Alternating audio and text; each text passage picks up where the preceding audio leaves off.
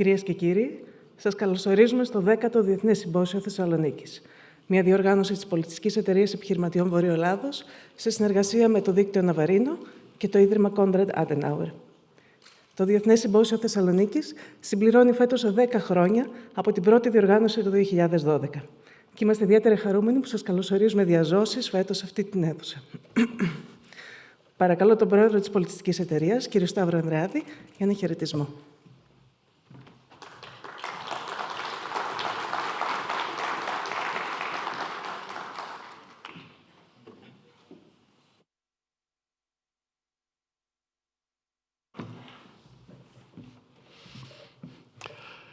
Καλημέρα σας.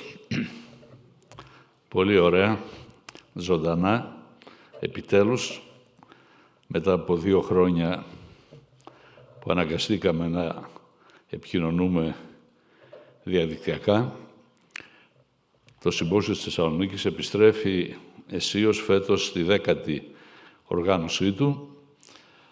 Θυμίζω ότι ξεκίνησε το 2012 με την ευκαιρία του εορτασμού των 100 χρόνων από την απελευθέρωση της Θεσσαλονίκης και η κεντρική ιδέα ήταν να ανοίξουμε ένα παράθυρο στον κόσμο. Δηλαδή, να δώσουμε την ευκαιρία μιας παρουσίασης και ενός διαλόγου πάνω σε θέματα τα οποία δεν αφορούν το άμεσο περιβάλλον, δηλαδή το χώρο που κάθε μέρα τον βιώνουμε, αλλά έχουν να κάνουν με θέματα που συμβαίνουν έξω από εμάς, που όμως επηρεάζουν ή θα επηρεάσουν πολύ τη ζωή του κάθε ενός μας και την εξέλιξη της κοινωνίας μας. Αυτό ήταν από την αρχή το Συμπόσιο της Θεσσαλονίκης και έτσι συνεχίζει να είναι. Ένα παράθυρο λοιπόν στον κόσμο. Θυμάμαι ότι κάθε φορά στην εισαγωγική αυτή ομιλία έλεγα ότι ζούμε σε μια κρίσιμη εποχή. Τελικά φαίνεται ότι πάντα θα είναι κρίσιμη η εποχή και πάντα θα υπάρχουν προβλήματα και πάντα θα υπάρχουν κίνδυνοι. Αλλά ας προσέξουμε λίγο, γιατί νομίζω ότι αυτή η συγκυρία είναι περισσότερο επικίνδυνη από αυτό που συνήθως αντιμετωπίζαμε. Και έτσι η θέα από το παράθυρο αυτό δεν είναι μια θέα ευχάριστη. Είναι μια θέα ενός κόσμου που φαίνεται ότι αγριεύει. Βρισκόμαστε μπροστά σε 2 πράγματα που δεν τα είχαμε αντιμετωπίσει ξανά και θα αποτελέσουν και θέμα συζήτησης από εδώ με τους ομιλητές που έχουμε καλέσει. Και τα θέματα αυτά είναι καταρχήν ένας βίαιος πόλεμος που γίνεται κοντά μας. Ένας πόλεμος που δεν ξέρουμε πώς θα καταλήξει, δεν ξέρουμε και τις πραγματικές αιτίες που τον δημιούργησαν και δεν ξέρουμε πραγματικά τι επίπτωση θα έχει στον κάθε ένα από εμάς, στην κοινωνία μας.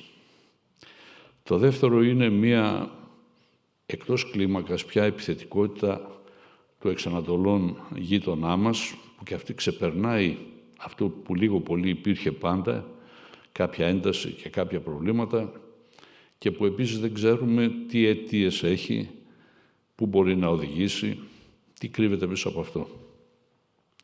Όλο αυτό το σκηνικό σκεφτήκαμε, έγινε πολύ προσπάθεια και πολλή συζήτηση για το πώς να το παρουσιάσουμε, να το εστιάσουμε και να προσπαθήσουμε να το δούμε κάτω από την οπτική των νέων. Της νέας γενιάς που μεγαλώνει σε μια χώρα που προσπαθεί να βρει τα βήματά της, που έχει κάνει πρόοδο τα τελευταία χρόνια, αλλά που βλέπει τώρα αυτά τα προβλήματα πάλι να δημιουργούν δυσκολίες, να σκοτεινιάζουν την ατμόσφαιρα, και αυτό είναι κάτι που καταλαβαίνουμε καλά ότι δημιουργεί δικαιολογημένη ανασφάλεια και προβληματισμό.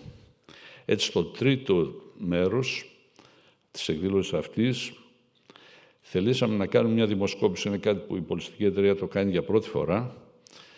Ζητήσαμε λοιπόν τη συνεργασία με μια κορυφαία εταιρεία δημοσκοπήσεων, τη Μέτρων Ανάλυσης, να μας πει πώς βλέπουν τελικά οι νέοι όλα αυτά τα πράγματα που με 2 λόγια σας έχω περιγράψει. Τι σημαίνει για αυτούς αυτό το σκηνικό.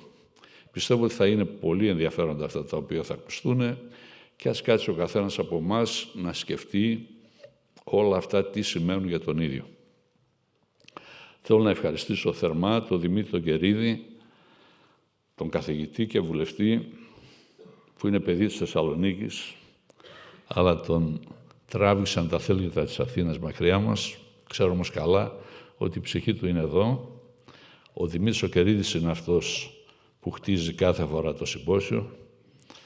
Θέλω πραγματικά να τον συγχαρώ για τη δουλειά που κάνει. Δεν είναι καθόλου εύκολο και θέλω να τον έχουμε πάντα κοντά μας. Τον έχουμε ανάγκη. Θέλω να ευχαριστήσω όλους τους διακεκριμένους ομιλητές που μας κάνουν την τιμή να είναι εδώ δίπλα μας. Θέλω να ευχαριστήσω το Ίδρυμα Adenauer που έχει σταθεί από την πρώτη στιγμή κοντά μας και μας δίνει όχι μόνο το κύρος του, αλλά και μας φέρνει σε επαφή με συγκεκριμένους πολύ σημαντικούς ομιλητές οι οποίοι έρχονται. Αυτή είναι μια προσπάθεια της πολιτιστικής. Η πολιτιστική είναι μια αγνή πρωτοβουλία της κοινωνίας των πολιτών. Χαιρόμαστε που έχει την υποστήριξή σας και θέλουμε να συνεχίσει να την έχει και στο μέλλον. Σας ευχαριστώ πολύ.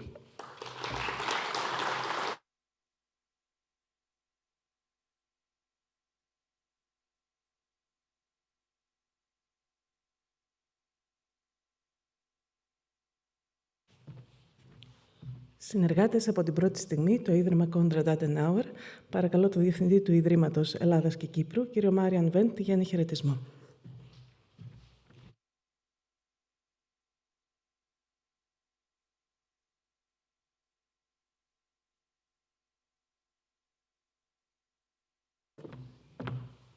Your Excellency, Mr. Ambassador, dear Professor Andreadis, Professor Karidis, dear Minister, your Mayor, ladies and gentlemen, it's a pleasure and honor for me to be here in Thessaloniki at the International Symposium. For me, it's the first time here in Thessaloniki, and it's such a wonderful welcome I received here in this town on Friday, yesterday, and also today. Thessaloniki, you have to know, and I have very close relations because I came from the area of Leipzig, and as you know, Leipzig and Thessaloniki are still very good brother and sister cities as well. The International Symposium, which we supported since years of the Konrad Adenauer Foundation, is a very important instrument for political dialogue, for the exchange of views and opinions over now international situation. Especially in Germany, we have seen that we have to come out from our sofa. We have to come out from our situation where we have made it as a little bit warm. We haven't been much interested in the world and the foreign policy.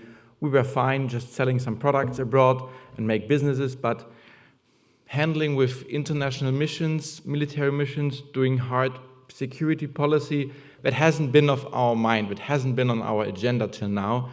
But the war in Ukraine changed everything, and that's why Chancellor Scholz has spoken about the Zeitenwende. And indeed, it is a really Zeitenwende, not even for Germany, and also for Greece and the whole region. Greece has said, we want to develop ourselves, we want to come out on our own, to become a regional power, especially in energy question, with the gas pipeline to Bulgaria, with new energy interconnectors, and as well as a transfer point for goods, military goods, for example, from Alexandroupoli. And that will even be for Germany. Germany has to take more responsibility for the European Union, more responsibility for the situation in the East, and therefore this symposium is a wonderful possibility to talk about the positions in Germany, in Greece, in Europe, and in the whole region as well. And for us as foundation, it's important to develop common positions, to work together on all that field, not against each other, together as European nations with common values. So thank you very much for organizing this wonderful event, dear Mr. Dimitris, and the Nαυαρίνο network, as well as all the staff from the Konrad Adenauer Foundation and from your network. And we're looking forward definitely for the next symposium next year, but now we're looking forward for fruitful discussions and a lot of food of thoughts. Thank you very much.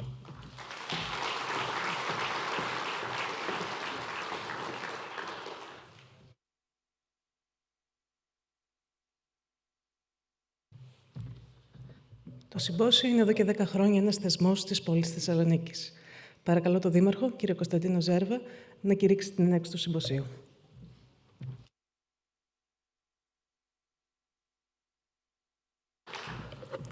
Distinguished guests, ladies and gentlemen, I want to thank First of all, the Cultural Business Association of Northern Greece, especially its president Stavros Andreadis, the Navarino Network, and especially the Konrad Adenauer Foundation for today's invitation, and congratulate them all for this exciting agenda. Especially Dimitris, friend, MP, professor, for all these 10 symposiums. I have been in this all these 10 times, so excited. So it is also a great honor for me as a mayor of the city to be here in this institution of great interest and with excellent guests who also will have the opportunity to experience the modern version of the city of Thessaloniki, a multicultural city with great historical and cultural heritage, doomed by geography to receive stimuli from different geopolitical directions, which ultimately affects all this century its character. In recent years, the city of Thessaloniki progresses to a European metropolis, escaping its Balkan fate of the last few centuries and evolving into a technological hub and a modern Western city with exceptional quality of life. 2022, ladies and gentlemen, has been designated by the European Commission as the Year of Youth. Nevertheless, due to the harsh reality we are experiencing, this year will be remembered as the year when war was arrived on European doorsteps, few hundred kilometers from here, and for the first time since a lot of decades. I will definitely not try to describe how young people feel about our world today. You are more competent to do so, but as a mayor who walks a lot around the city, I understand the significant challenges that those born before or just after the turn of the millennium have to face. Today, are we more educated, healthier, and wealthier than ever before? Do we travel more? Do we interconnect more? And do we know each other better than ever before? However, the 21st century has brought a powerful tide of geopolitical, economic, and democratic shocks. Their fallout has led central bank to create over 25 trillion of new money, brought about a new age of geopolitical competition, destabilized the Middle East, ruptured the European Union, and exposed old political fault lines across the globe. We must admit that the past few decades have not been kind to democracies of North Atlantic. The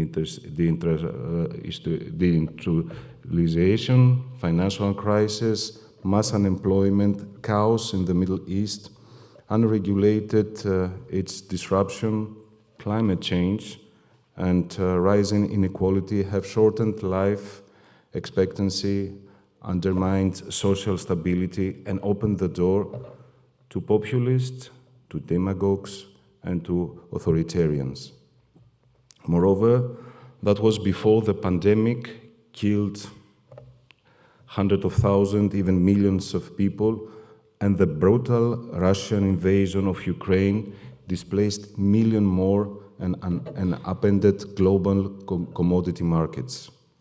We live in a world where, as Jamie Susskind wrote in his book Future Politics, anyone who has ever dealt with the tax authorities, the educational system, or any other complex bureaucracy knows that the truth hardly matters. What is written on your form is far more critical. Furthermore, this practical but harsh realization ultimately causes turbulence and the total cancellation of the Western civilization by a section of young people who believe that even the civilized West is ultimately built on controversial foundations. However, is our history a museum that we must decide whether or not to honor, or is it a lesson through which we evolve and ultimately determines the achievements of today? All these are food for thought. And could the West have realistically avoided any of this, any of its mistakes? Could our leaders have taken better decisions? The question matters if specific politicians, technocrats, or even the intellectuals who influence them make human mistakes, then there is a hope. The world can learn from their choices and do better in the future, or at least make new, different mistakes. If not, then the most we can aim for is the peace of mind that comes from understanding that there are no alternatives. This is our world, and we must excel with its weaknesses. With these few thoughts of mine and waiting the results of this productive dialogue, I welcome you to the city of Thessaloniki and hope that you enjoy your stay in our city. Thank you so much.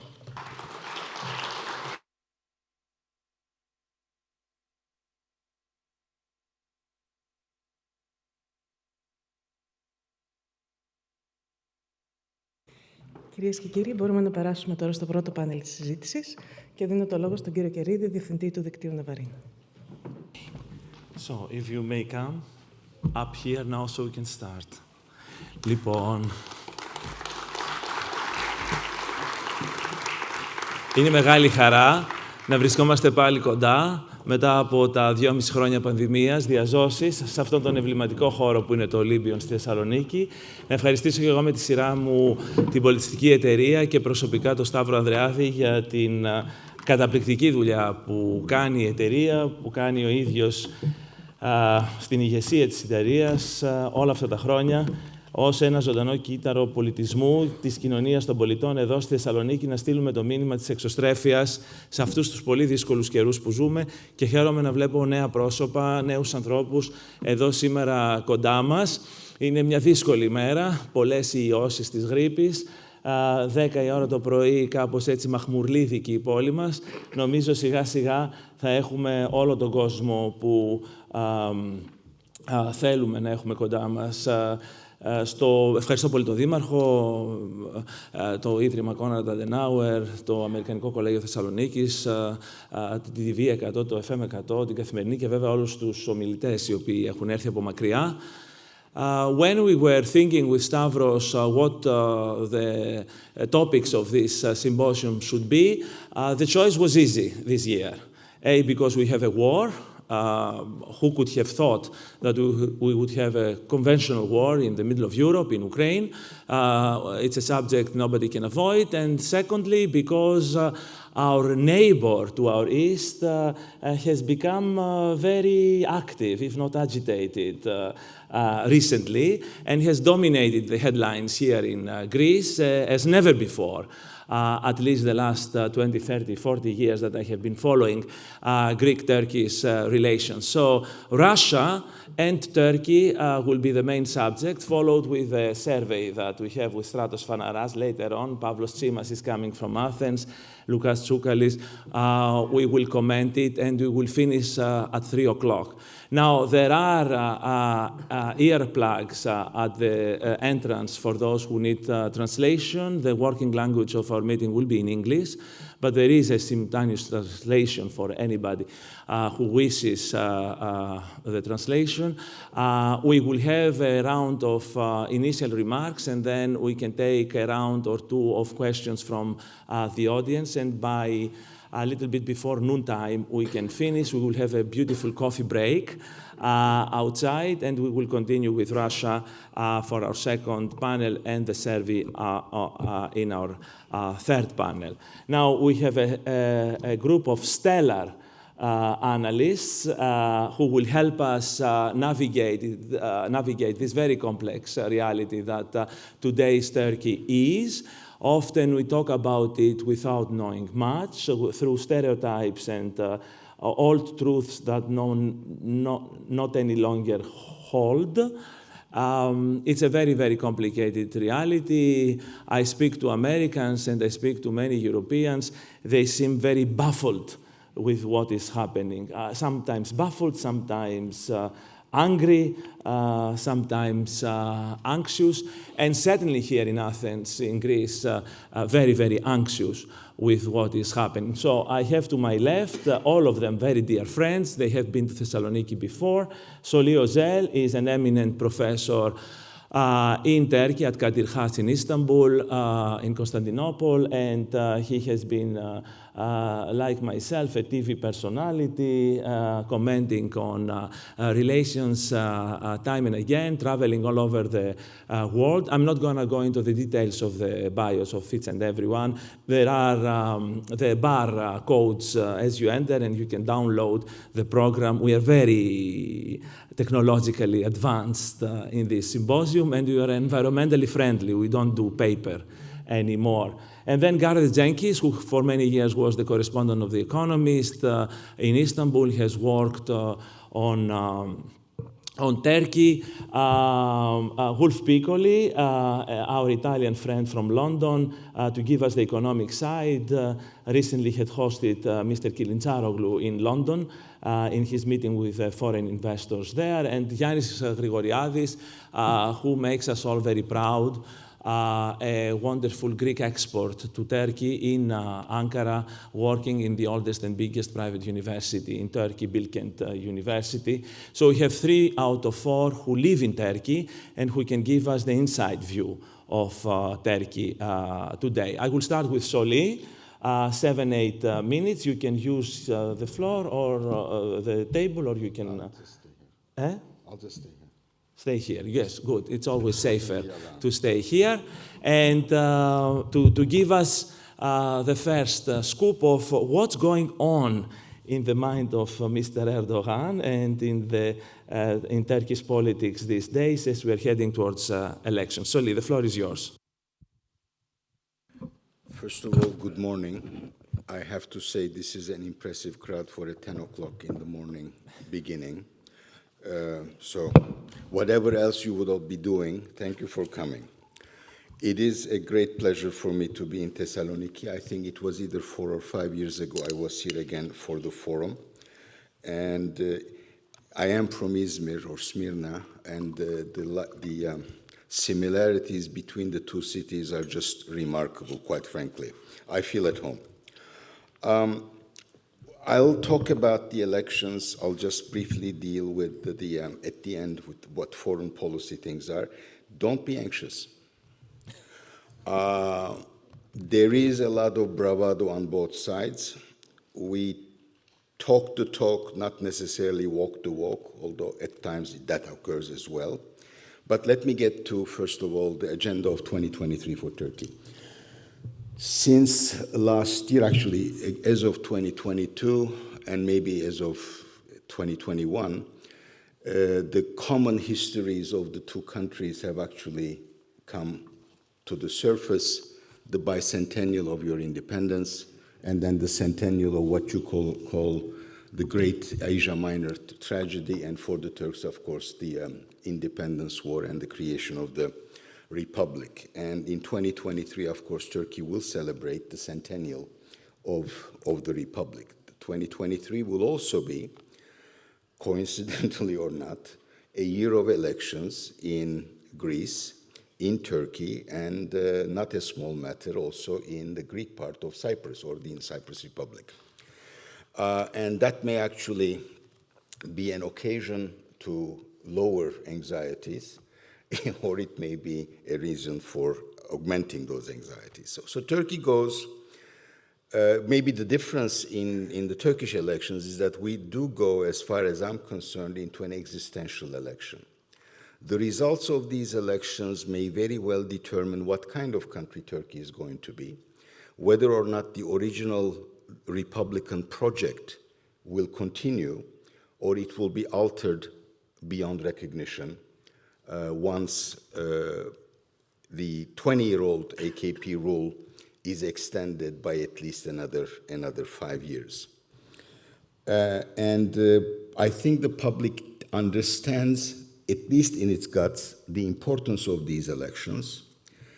But unfortunately, the political system does not respond to the importance of these elections, certainly not so far. Turkey has now been governed by a sui generis presidential system since 2018, 4 years.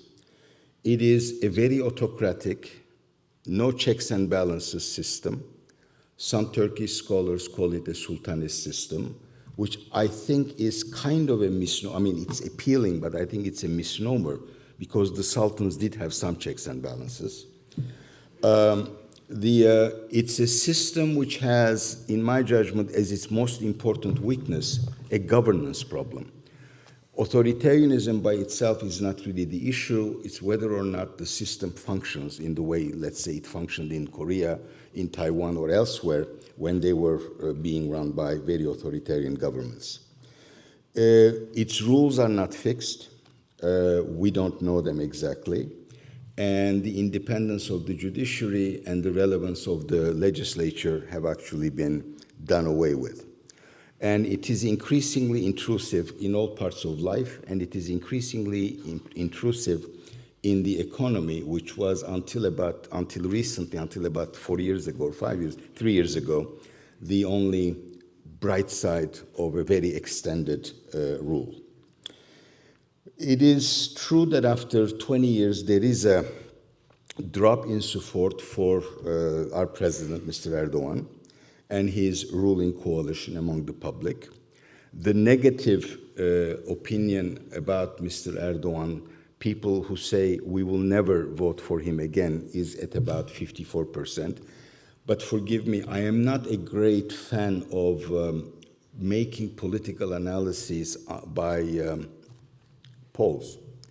I mean, look at the number of times the polls have actually misled us in the past few years. But there's got to be some fatigue. So if it's not 54%, then probably it is 50 or maybe 45%, which is not really insignificant. But the problem today that we have is when the country is truly ripe for a change, with an inflation rate officially at 85 and unofficially probably around 150%, when your educated secular Turk such as myself is basically losing economic ground as I just breathe. I don't have to do much, actually. And a lot of people are suffering. The poverty rate has increased considerably. You would have expected that the opposition would actually be surging, that, there would be no question in anyone's mind as to what the outcome of that election was going to be. And it is true that the opposition still thinks the conditions are so bad that they're automatically going to be winning, but that is not what the polls, much as I may not trust them all that much, say. In a way, my formulation is, it is highly likely that Mr. Erdogan can lose the election. By the way, we'll have two elections. We'll elect the president and we'll elect the legislature. And since, given the system, the presidential one is more important, Mr. Erdogan can lose the election. The question we have is not whether or not he can lose the election. The question we have is, can the opposition actually win the election? And that, of course, concentrates the minds on the issue of the candidate, and the issue of the candidate has not yet been resolved. The front runner does not inspire much confidence, or certainly is not an inspirational figure. And the fact that the decision has not yet been made by the opposition, which actually brought itself together around the so-called round table of six parties, 2 major and 4 minor parties got together about 9 months ago, and they have constituted themselves, as in Hungary, as an opposition bloc, but they still do not have a candidate. And they don't yet have a convincing or a mobilizing political program either. So I can give you some figures. In a one-on-one contest, Mr. Erdogan loses to almost all candidates, except that Mr. Kılıçdaroğlu, the frontrunner today, the leader of the CHP, is not as certain to win. It is also suggested by at least 2 polls that should Mr. Kılıçdaroğlu be the candidate, there may be a chunk of the electorate that may not just bother to go to the... Oops, I'm already done. Okay, fine. I'll take 1 more minute then. I can answer questions about the elections later. Now, in foreign policy, I would draw your attention to the newly appointed Turkish ambassador. Turkey and Greece have been negotiating those exploratory talks that had already been 60 rounds with no leaks. And if they're continuing, they must be talking about something. And I suppose they may have even come to an agreement on some issues. And the person who has just been appointed ambassador in Athens is someone who has been there since the beginning. There is probably not many other diplomats in the Turkish diplomatic corps today who are actually in command of all the facts about the Aegean issues and bilateral Turkey-Greek issues. And there is no sense that I have anyway that he is hawkish on those matters. So I think on both sides, the continuation of the exploratory talks suggests a willingness to at least keep things going at a certain level, but whether or not there is a political will, strong enough political will to actually resolve the problems remains a big question. But talk aside, I personally do not anticipate something that we might all come to regret happening, in spite of the fact that electoral politics may raise the tensions and stuff. Turkey has been making great moves to normalize the relations or to rebuild the bridges that itself has burnt. Relations with the UAE, accused of masterminding or underwriting the coup attempt in 2016. Saudi Arabia, whose prince actually ordered the murder of a Saudi American journalist in the consulate in Istanbul. Relations with Egypt, which for the last 11 years has been basically the evil incarnate in the minds of our leader, and Israel, of course, which is always the bad guy on any given occasion. Those relations have now been kind of repaired. I would argue, however, that the Turkey that has actually made those moves is a lot weaker in these relations than it was when it actually broke those relations, and we will see the results of that. Finally, the Ukraine war served Turkey well, and I think by and large this government managed the diplomacy of that war rather competently, and Turkey has seen some benefits from it either. On the other hand, its relations with its Western allies remain problematic. Within NATO, Turkey is a political problem because it vetoes Finland and Sweden's accession at a very critical moment. On the other hand, militarily, it is as loyal a member of NATO as actually you can get. However, this lack of confidence, lack of trust has manifested itself recently at the G20 summit when the bombs were dropped, or the missiles fell on Poland, and there was great anxiety, real, well-founded anxiety as to what that might lead to. The members of NATO and G7 who were present in Bali for the G20 summit were called to a meeting by President Biden. Turkey is a member of NATO. Mr. Erdogan was present in Bali for the G20 summit. He was not invited. He curtly said that he was only invited to important meetings. I don't know what the level of importance was of a few bombs dropping on Poland. But that shows, and then there was a rumor that he was invited but refused to go. in either case, there is a lack of trust, and if that will have to be repaired, and after 2023, this will be one of the questions that will have to be resolved. Thank you. Sorry that I extended. Wonderful.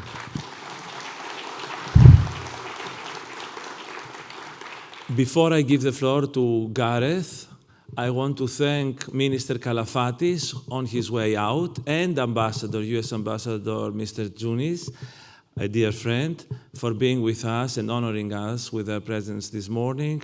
There are very many important people. Everybody is important. Lukia Sarandi, the head of the Industrialists Association here in Thessaloniki, Panos Vlachos, the president of American College of Thessaloniki, and many, many other dear friends. And now I turn to Gareth Jenkins. I have two very specific questions, just as a framework, but you can say whatever. The one has to do, we talked often about a divided Turkey, internally divided Turkey, that makes it even more anxious and nervous. How divided is Turkey? You've been there for 32 years now. You have been watching Turkey's developments up close and personal.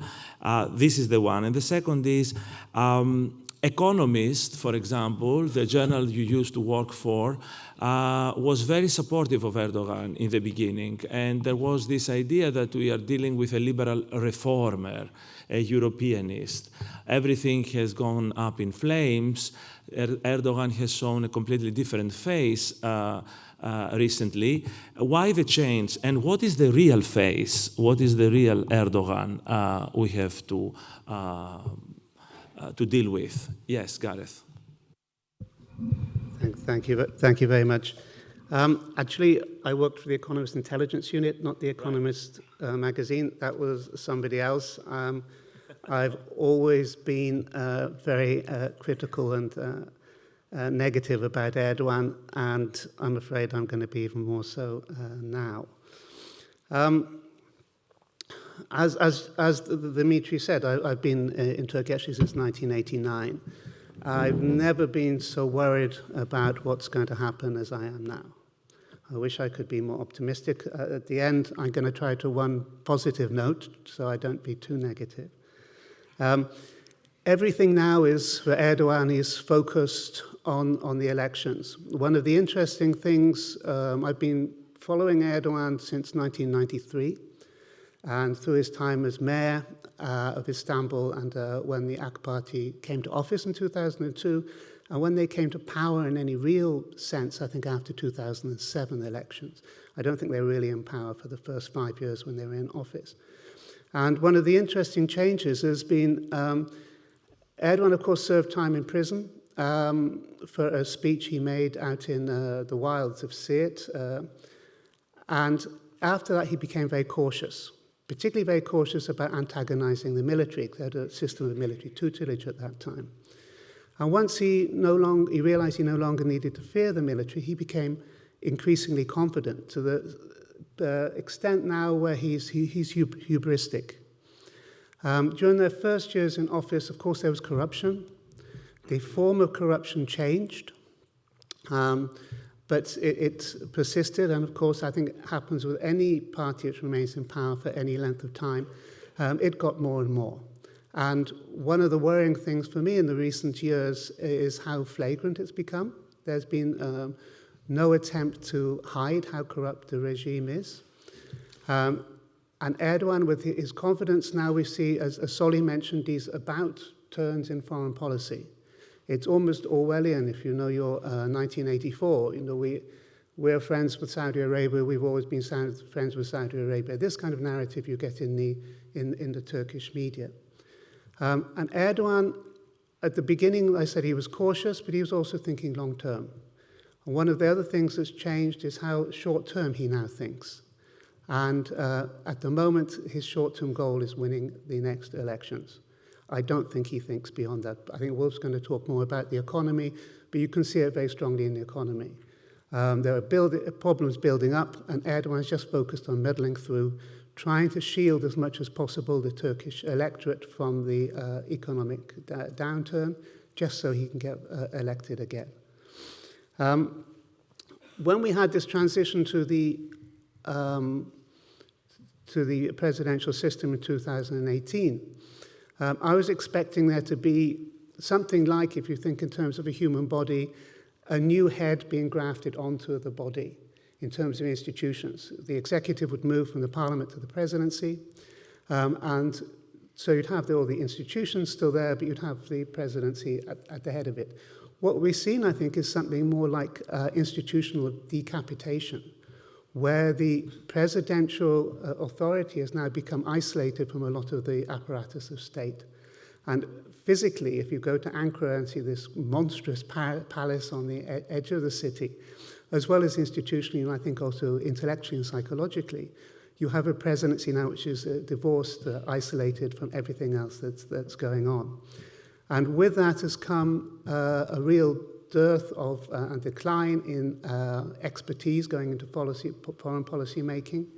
We haven't had so many disasters recently, and I think, much as I dislike the regime, I think they've handled the situation with the Ukraine-Russian war relatively well. We have a lot less expertise, though, going into decision-making, and a deinstitutionalization also of decision-making, because so much is now concentrated in Erdogan's own hands, which then makes all of Turkish policy basically dependent on a personality as much as anything else. Coming to your question about divisions in Turkey, as I said, I've never been so worried as I am now. I'm Welsh. Even in Wales, we have our murderers and rapists and all kinds of other unpleasant people. And Turkey has been no exception to that. I wasn't in Turkey during the 1970s when there were very severe social divides between leftists and rightists. But in the time I've been in Turkey, I've never seen so much division, so much tension in Turkish society. And it being actively fueled by the administration. As I'm sure a lot of you have been doing the last couple of weeks, we got knocked out in the group stages, so we didn't have a lot of interest recently, but I was watching the World Cup in Turkey, and it's on the TRT, the government-controlled television and radio station, and then you break for adverts, and you see the adverts. Going back 10 years, there was this very famous serial on Turkish television, Valley of the Wolves. Completely imbecilic plotline, terrible acting, but all paranoia about all foreign conspiracies against Turkey. And now, if you turn on Turkish television, and there were new ones being advertised in the break between when I was watching the football, you see these all of the time. You see very xenophobic, often implicitly or sometimes even explicitly anti-Semitic. The West is always trying to divide us. Those who are opposed to us are fifth column for the West. And when you go back to the system of military tutelage, of course it was an oppressive system, but it was the state oppressing the population. And now you've got a lot more of this this tension, this hatred, this vitriol, this poison moving into Turkish society. Not just with Erdogan's speeches. And he talks every day. I don't know how he finds time to do any other work. Not only in the speeches of for example, his very competitive interior minister, but also in these kind of cultural things, if you can use that word to describe a television series. And through the media, which of course Erdogan now almost completely controls. And this is, I think, very, very dangerous. When I first arrived completely unfairly, I was, as a Westerner, I've suffered kind of positive racial prejudice. In the last few years, I have a lot more, it's verbal, thankfully, a lot more negative racial prejudice. And I know my American friends in Istanbul, they suffer even more. But even more dangerous is how Erdogan supporters are not only regard the opposition supporters, but are being taught how to regard the opposition supporters as lackeys of America, of these great conspiracies that are trying to divide Turkey. And that's, I think, very dangerous when we go forward.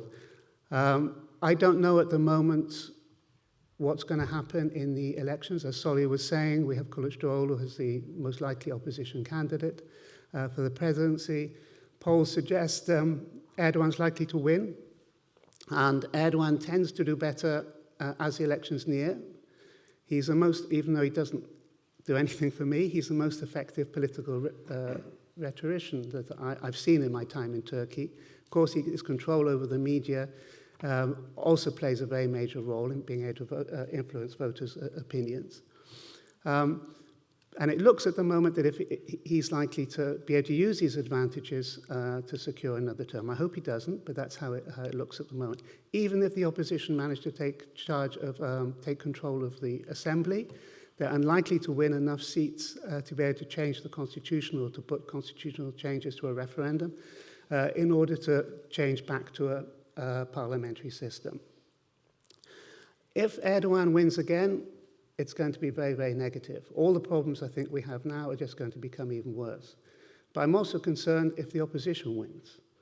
I'm concerned about what Erdogan is likely to try to do, how the opposition how the government supporters are likely to regard opposition supporters, and whether we may have some social arrest.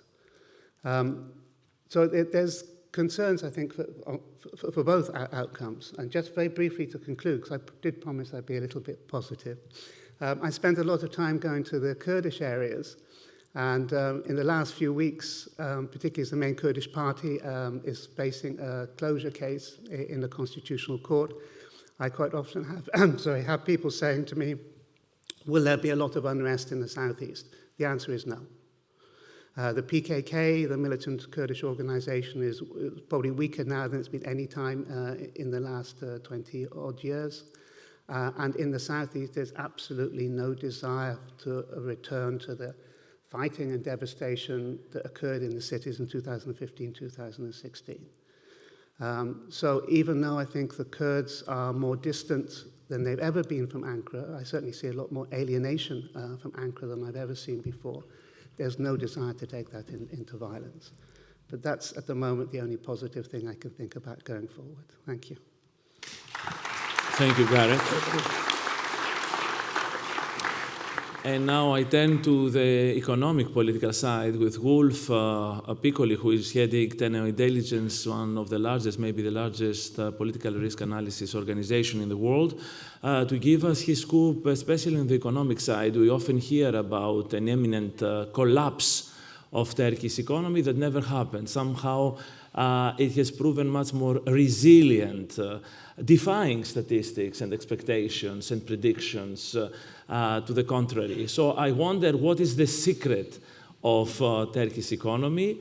How much of a factor can it be for the Turkish election and for Turkish politics in general following the elections? Let me remind our audience that Erdogan came to power because of an economic collapse, the IMF intervention back in 2000, 2001, right? And based his political hegemony on growth, the big growth of the first years, right? Wolf. Okay, let me turn this thing on. Let me start from the end. How I look at all of this, how I look at Turkish politics, Turkish economy over the next 12 months or so. Take it in front of you. Yeah? Okay. When I look at Turkey, over the last 20 years, I look in the following way. I will never underestimate Erdogan's ability to come out with some new tricks, initiative, whatever, to gain the leverage. And I will never underestimate the ability of the opposition to screw up. Okay? That is how I look at Turkey. So now, let's start with the economy. This election is mainly about the economy. It's about the economy, it's about everything else, it's about inflation, and we'll talk about that. It's about jobs, it's about inequality, and it's about rule of law, which is part of the economy at the end of the day. So, since late last year, Erdogan has been pursuing what he calls a new economic model. A model which is not a model, and is neither new. It's a crazy economic experiment, okay? So, where are we now? Just give you some figures to put things into context. So the central bank net reserves, if we exclude the swaps, is negative 54 billion. The current account deficit this year will be around $45 billion. I'm talking dollars here, not Turkish liras. The debt that the country is facing over the next 12 months, private sector, public sector together, is around $185 billion. It's slightly below the GDP of Greece, if you want to put things into perspective there. Inflation, as Solly mentioned, officially is 85%, most likely is double. Food inflation in November was 100% year on year. Think about this. When you're going shopping every day, you don't know how much it's going to cost buying basic items like food. I can go on. Still, as Dimitris alluded, the model is muddling through. How has Erdogan managed to keep this going despite all this madness, basically? He's pursuing economic policy that goes against gravity, basically. He has been doing lots of things, lots of regulatory measures. So if you're an exporter in Turkey now, 40% of the revenues you are gaining in foreign currency, you are obliged to sell them to the Turkish banks, to the Turkish central bank, in exchange for which they give you some nice Turkish lira, okay? If you are an exporter and you call your private bank and you are trying to get $1 million because you need it for your operation, you will get a phone call from the central bank asking why you need $1 million, okay? Just give you some examples here. If you look at the balance of payment of the Central Bank of Turkey, in the last 9 months, there is one interesting entry. It's called net error and omissions. And the net error omission over the last 11 months, was worth $24 billion. 70% of the current account deficit is covered by net error and omission. What is net error and omission? Well, we don't know. In the past, and it's not the first time we see it, we saw a similar amount of money coming into the Turkish economy in 2018 after significant currency crisis, that time triggered by Trump. Is basically, the idea is that is Turkish corporate repatriating money they have allocated abroad? Okay, maybe, but also there is Russian money. It may be money from somewhere else. So net error omission is basically helping to save the day. It's a very important source of currency.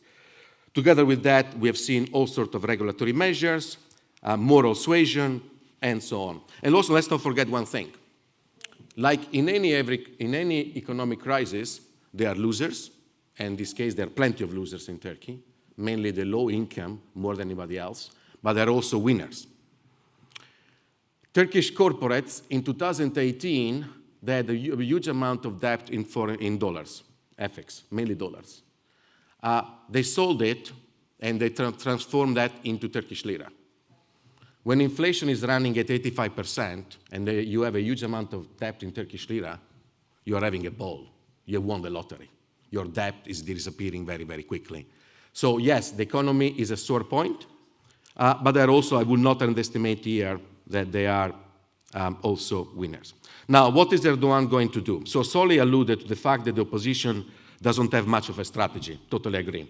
I had the pleasure to meet plenty of them over the last couple of weeks. Whereas Erdogan has got a strategy, okay? And has got a strategy that has been evolving for some time. So we have seen electoral engineering. They changed electoral threshold, they changed electoral constituency, changes the composition of the body who will be overseeing the vote whenever the election takes place. We have seen crackdown on the media, most recently in social media law. We have seen Erdogan triggering polarization whenever he wants to. We have seen foreign policy statements against all sorts of neighbors, basically aggressive to trying to instill some sort of national pride and rally around the flag. And what we're going to see, for me, what is critical is what we're going to see between now and the vote. So this month, we're going to see two things. Minimum wage. The minimum wage in Turkey is important, very important. So there are 32 million people employed in Turkey. Out of 32, 22 are wage earners. 5 million of them are civil servants, which are separate category. So we have 17 million people left, okay? Out of these 17 million people left, 50% on average salary is the minimum wage, okay? In the European Union, the average is 4% of the workers, okay? So the minimum wage here will be obviously bumped up significantly before the end of this year. From the current 5,500 Turkish lira net, which is around $300, if you want to think about that, most likely might go even double. And I'm not sure whether they will do another minimum wage hike before the vote. We're also going to create 5 million new pensioners, okay? This was against some of the IMF measures that were implemented in 2009, if I remember well. Well, we're going to facilitate the exit of lots of people from the working sector to become pensioners. After this measure, for every 1.2 workers in Turkey, people in active work, you're going to have one pensioner, okay? So in the budget for 2023, 80% of the gas for households is subsidized by the government. 50% of the electricity is subsidized by the government. That costs $30 billion, by the way, okay? There is also a legal case pending against Imamoglu, which might force him out if he decides to run. If he ever thought about running as a president, there is a legal case which should start on the 14th of December. There is a closure case against the Kurdish. Yeah, exactly. And if he's sentenced for more than a year, he will be banned from political activity, okay? There is a closure case against the Kurdish party. So there is plenty here that Erdogan can play with to try to gain the upper edge. Final point from me, what about the opposition? So we are still waiting for a program. Then they need to put together a coalition protocol on how to split, on how to work together. They need to decide the candidate. They need to decide the list as well. Okay? There is plenty the opposition here has to do. But most importantly, in my view, it's, first of all, we don't really know what they want to do about the economy. That is still a huge question mark. But secondly, regardless of identity of the candidate, for me, will be crucial if the opposition is able to portray a sense of unity, meaning regardless who is the candidate, they need to make very sure that there is a sense of unity, that all the six parties together are convinced and they are behind this person. Because if that is not the case, I think regardless of the identity of the person, then his profile, because he's always a man, he's not a woman, will be immediately undermined. And I'm going to stop it there. Thank you. Thank you, Wolf. It always helps to have an Italian to understand other people's troubles, I guess. So let me now turn to Yannis Grigoriadis, an eminent Greek scholar working in Turkey. I don't know how easy it is these days. If it is not, you will tell us.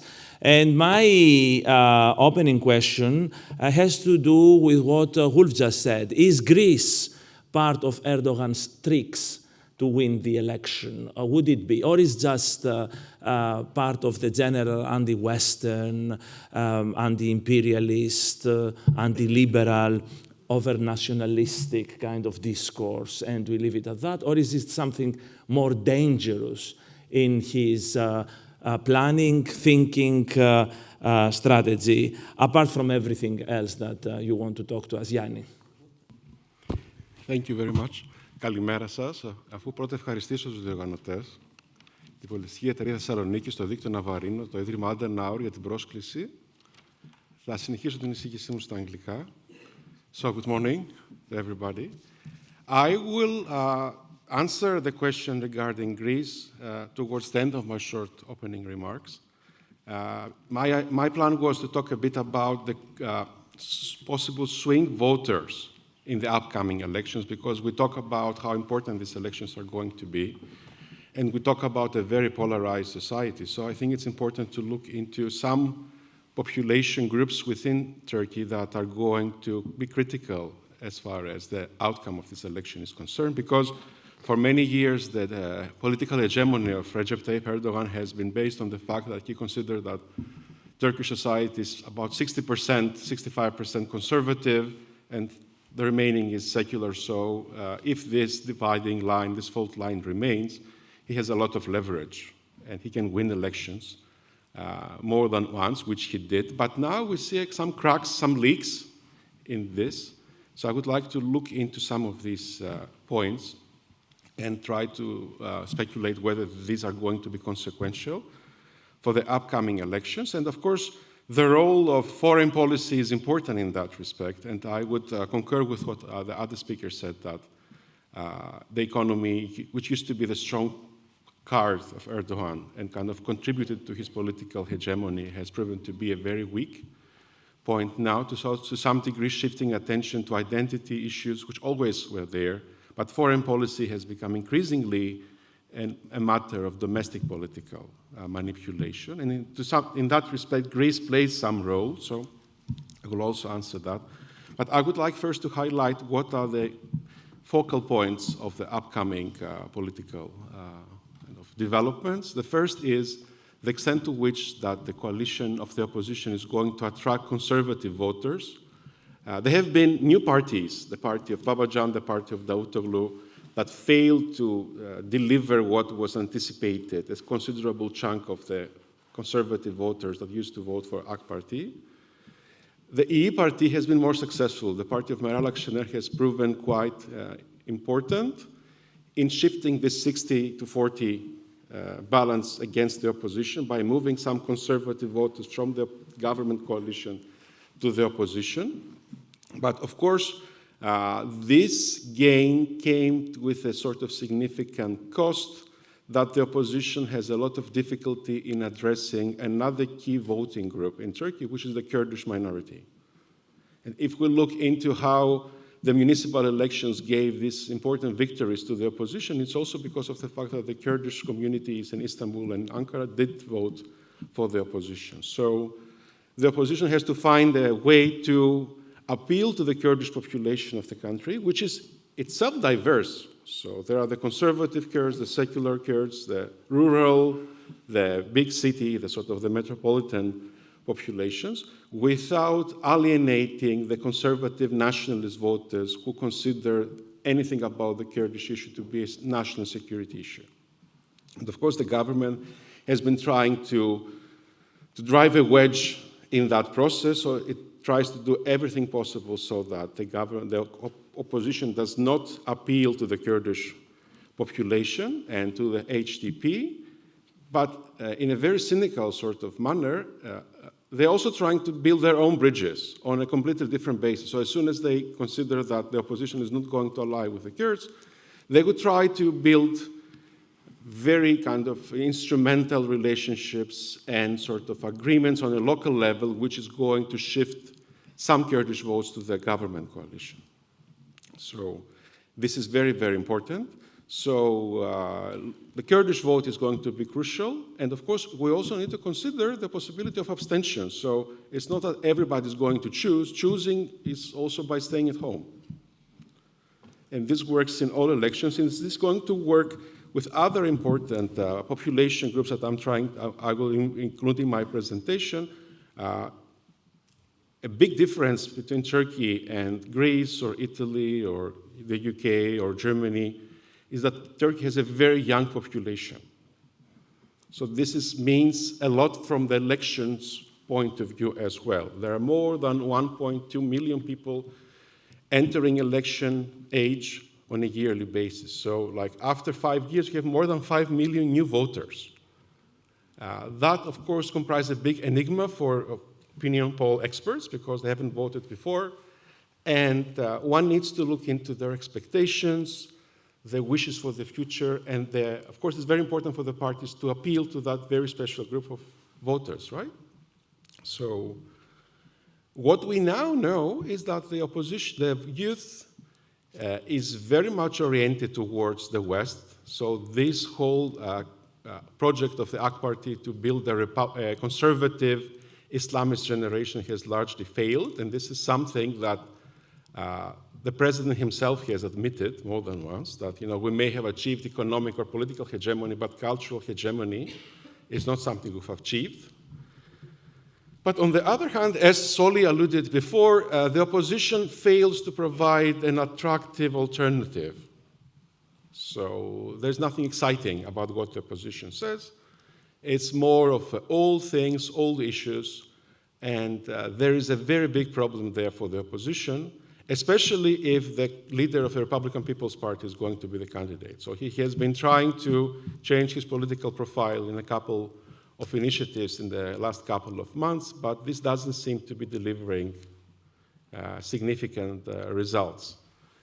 This might be different with some of the other possible candidates of the opposition. So, particularly the mayor of Istanbul, Ekrem İmamoğlu, appears to be quite attractive and popular to the youth. The result of his spectacular second-round victory in Istanbul was also due to the fact that the youth voted for him in the second round. You remember that he had a very thin victory in the first round, which was cancelled by the election board, but then the second round proved to be a catastrophe for the government party. That was because of the fact that he was able to appeal to the youth. So looking into this is going to be crucial and important. And I think it's also important to see how this is going to develop, to the extent that Erdogan is going again to employ identity politics on the way to the election. So we talk about the headscarf issue. Soli mentioned about 2 elections. We may have a referendum as well. So there's a discussion about a possible constitutional referendum on the headscarf issue, which is a topic that has popped up out of a not very wise, in my opinion, initiative of the opposition to appeal to the conservative public opinion. And then Erdogan took it on and said, okay, we'll change the constitution on this line.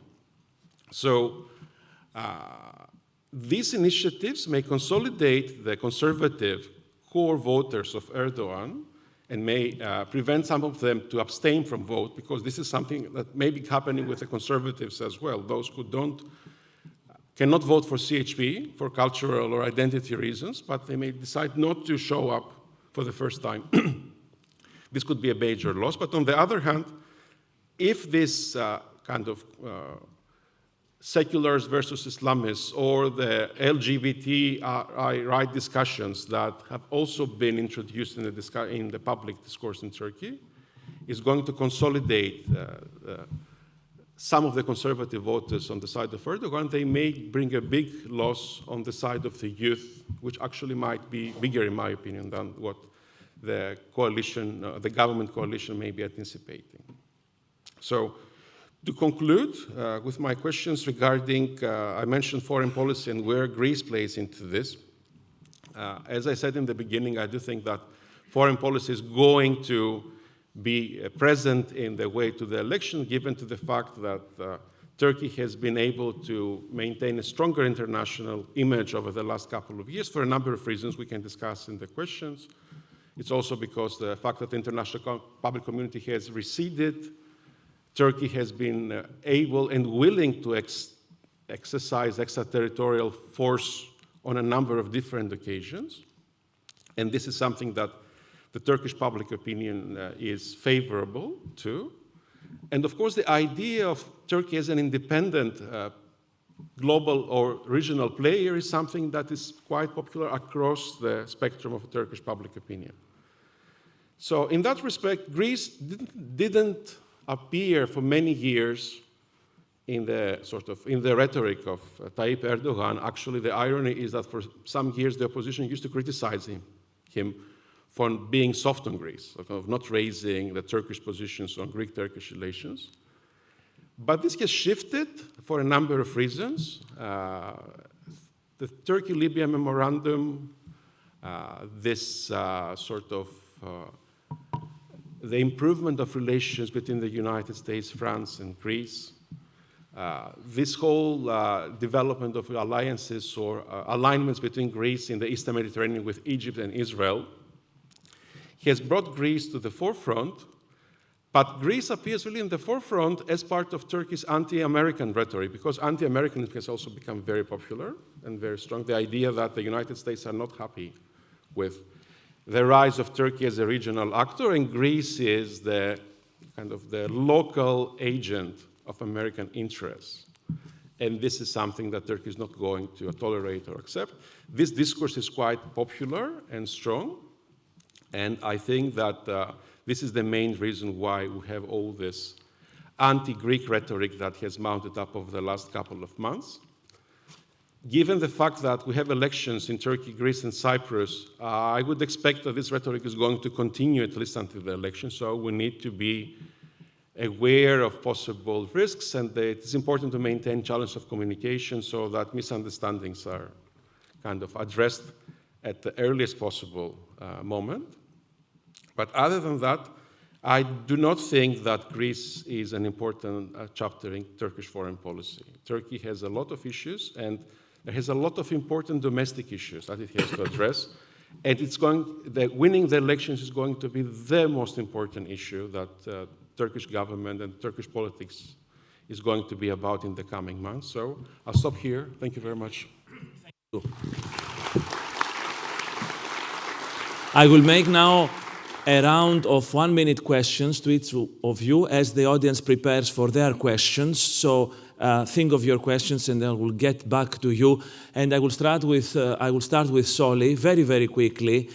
I want to insist, since we are here in Greece, in front of a Greek audience, on the Greek-Turkish issue. Has there been a qualitative difference in Turkey vis-à-vis Greece recently, or is it part of the same old kind of agenda? We've seen, as Yannis just mentioned, that Greece is much more up in the news in ways that it wasn't before. We've seen these kind of threats and dispute over Greek sovereignty of Greek islands in the Eastern Aegean in ways that we did not see before. I just want to be very specific and with your experience, invite you to make a comment on how real, how part of a theatrics, how dangerous this is for regional stability, I wonder. Look, there's something in my dealings with, in Turkey-Greece relations, you don't seem to ever look at what you do.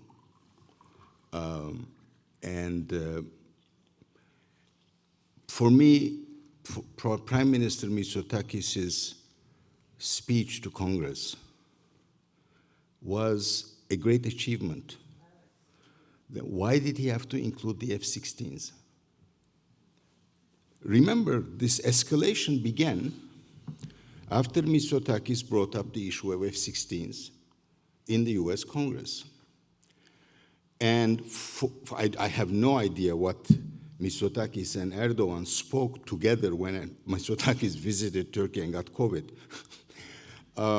But for Erdogan, obviously I don't have access to Erdogan or his entourage. For Erdogan, somehow what he did there was a breach of their understanding of how they were going to conduct the relations. Okay? If that is so, then you've got to look at yourself and see whether you have contributed to the escalation or Greece has contributed to the escalation of relations. In the last month or so, again, as Yannis reminded me this morning, this song, I May Come Suddenly One Night, has again reverted to to Syria rather than to Greece. My sense is that Americans have also gotten wind of the fact that this escalation, which may be more rhetorical than real, may end up with one party slipping, and then we all of us finding ourselves in a very dangerous situation. There are plenty of conspiracy theories. Alexandroupolis is really where the United States will start its invasion of Turkey and will use Greece. I really don't think this has resonance in the right-minded public. And I find this to be part of the electoral process and the fact that Erdogan believes that he has been crossed by Prime Minister Mitsotakis. Thank you. Now, thank you, Soli, and for the honesty. That was the point about the appointment of the ambassador. There are plenty of other people who could have been appointed here, who would have given a very different message. So it's a positive step. I thought I explained why I thought it was a positive. Good. No, I need to underline that because. Now, Gareth, we speak in this country a lot. Traditionally about the successes of Turkey's foreign policy, and there is an underlying admiration that Turkey manages to be of both worlds, play with everybody, etc., etc. But I want to invite you to speak to us about the failures of Turkey's foreign policy, especially vis-à-vis Egypt, and especially now that Soli mentioned America. What is the relationship with America today? We have this dispute over F-16s and the rest, the US Congress, some very hostile rhetoric on the part of some American congressmen and senators like Menendez and so on and so forth. So the failures. Sorry. To start with the US, I think one of the problems is, and the US is not alone in this, of course the EU and a lot of European countries were the same, there was so much positivity about Erdogan when he took office. And a lot of it based, I think, on a very shallow examination of what kind of person he was and what kind of agenda he had. And also a very shallow understanding of some of the dynamics that are very, very long-term inside Turkish society. And of course, there was a strong relationship with the US, which was largely driven by the Gulen movement initially. But under the George W. Bush administration, there were some very close links between like the Gulenists and some of the evangelical Christian groups, which were very influential in Washington. And then when there was this realization that Erdogan, first of all, you hear people say that Erdogan changed. Erdogan didn't change. Erdogan just became more confident. But this perception that Erdogan had changed, and I think then there was a sense of betrayal, because particularly in the George W. Bush administration, they were looking for a so-called moderate Muslim country which they could hold up as a counter to people going to the radicalization of what was then Al-Qaeda. So I think that there's that sense. But now, of course, when you go to Washington, famously, the members of Congress have very little understanding of what's actually going on in the world. And it's often quite alarming to talk to people there, but they have this very simplistic idea now stuck in the head about Erdogan. Him being a dictator and being very anti-Western. These are both basically true, of course. But I've seen a lot of examples where Western perceptions of a leader of a foreign country have gone from positive to negative. I can't think of an example where it's gone the other way.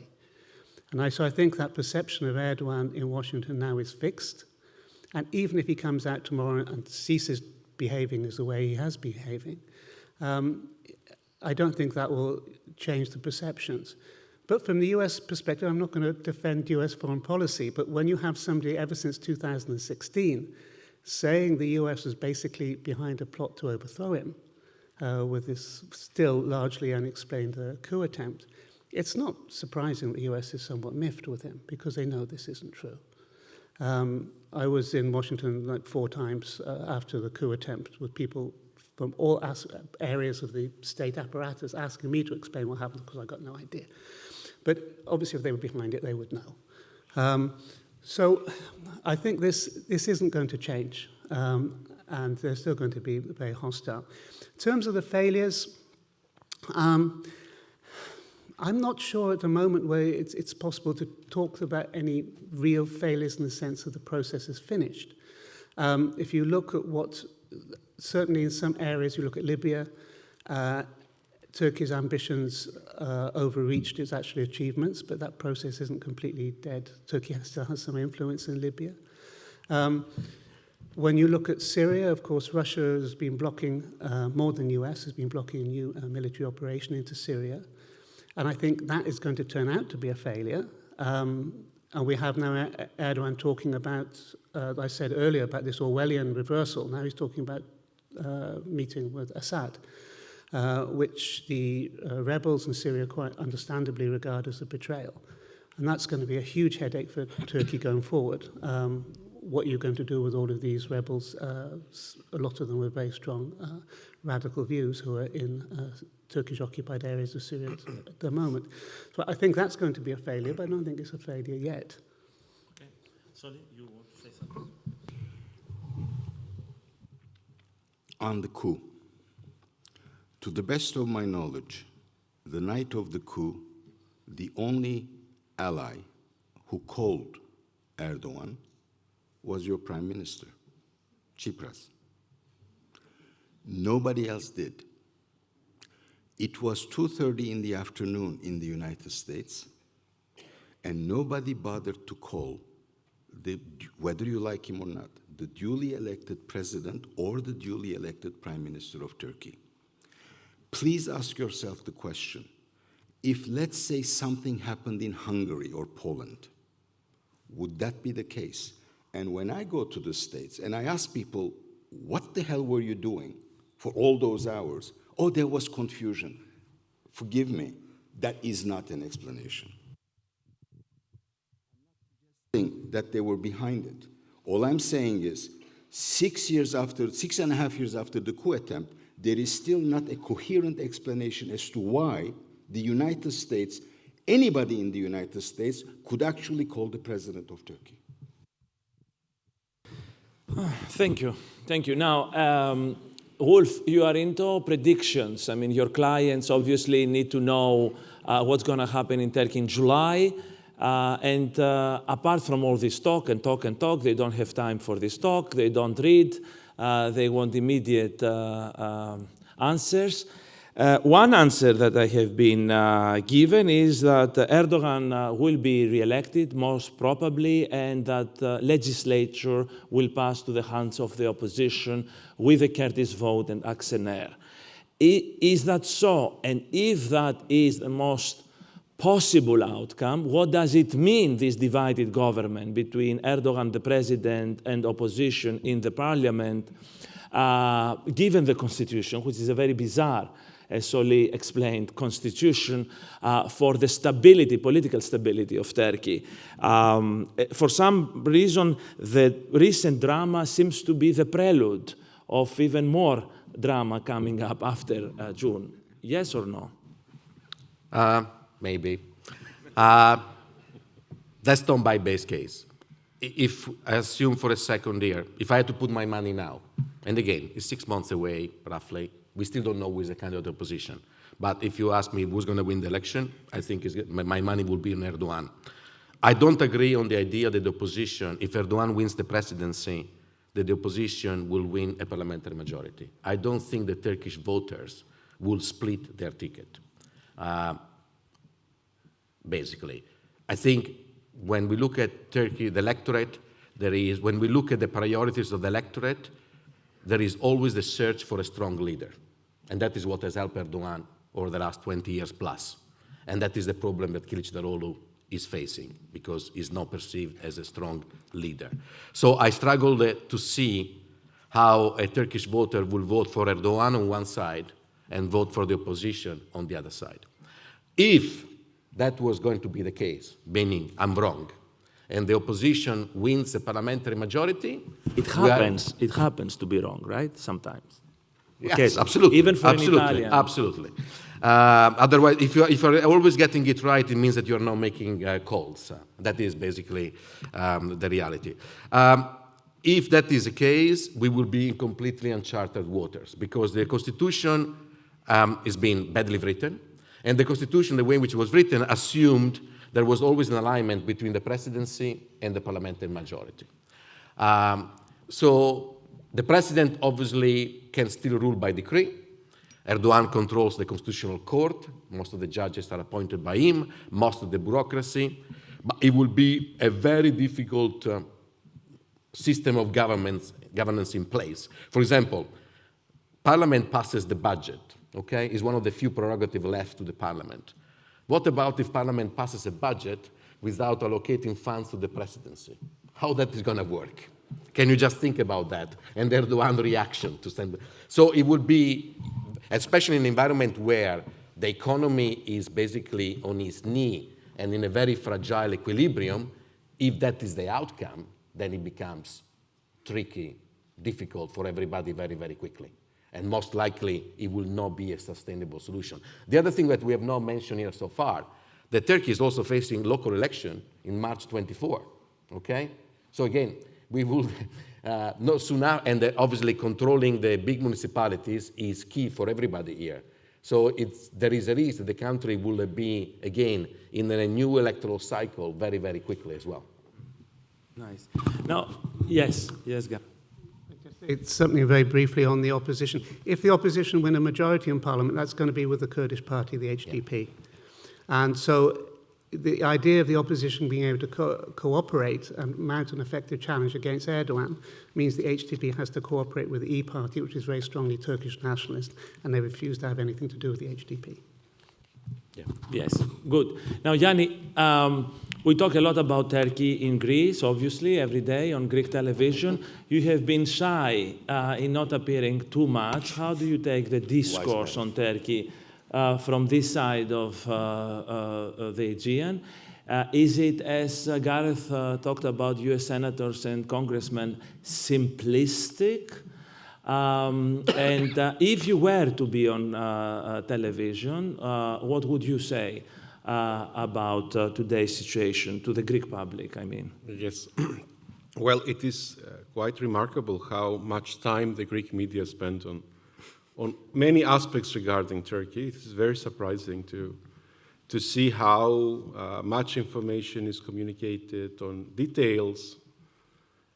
But I do think that there is some skewedness in the way this information is communicated, because this information tends to reinforce some already existing views. So the information that is going to challenge the mainstream stereotypes about Turkey is not always there. So we may be talking about the real, very outrageous statements about politicians, ministers, threats. But on the other hand, and that's something I would like to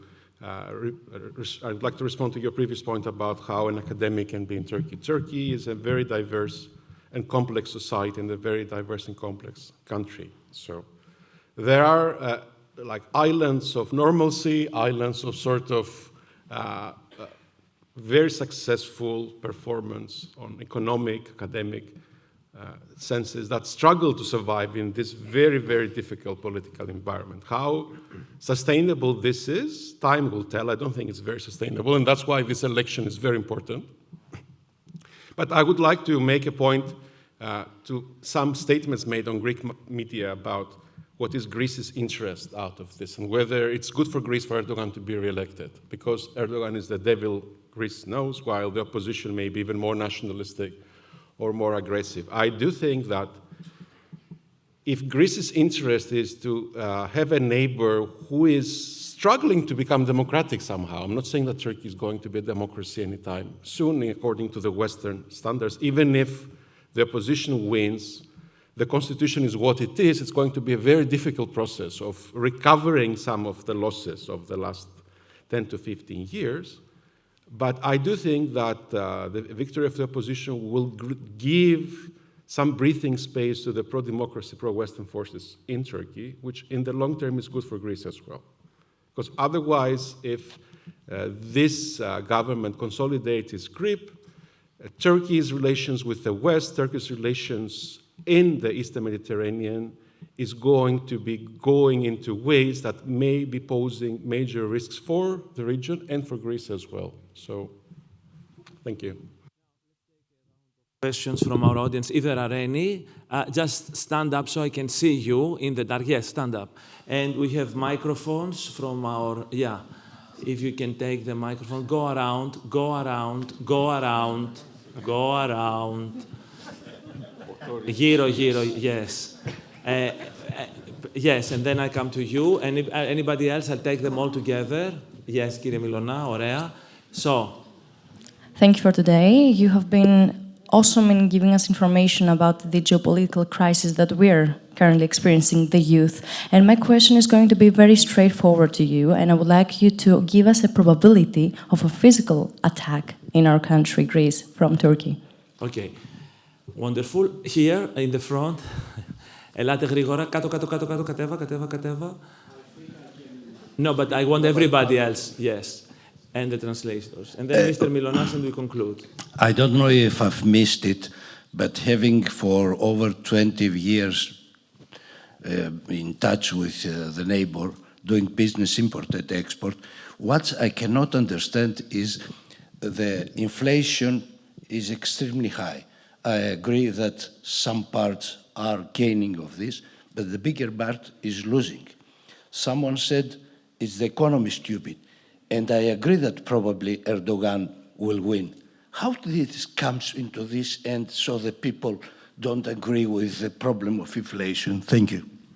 Okay, the survivor. And Mr. Milonas, you have the last word. Yes, for Mr. Wolf. There was a saying from Mr. Erdogan that Europeans should take more care for Turkey because Turkey should be considered the China of Europe. What we see is that with this kind of inflation, you mentioned that as well, is that the production sector of Turkey, the industry, which is quite a big part of Turkey, because of the inflation, they have already amortized their investments. And we've seen that the last year with a huge increase of their exports in Europe.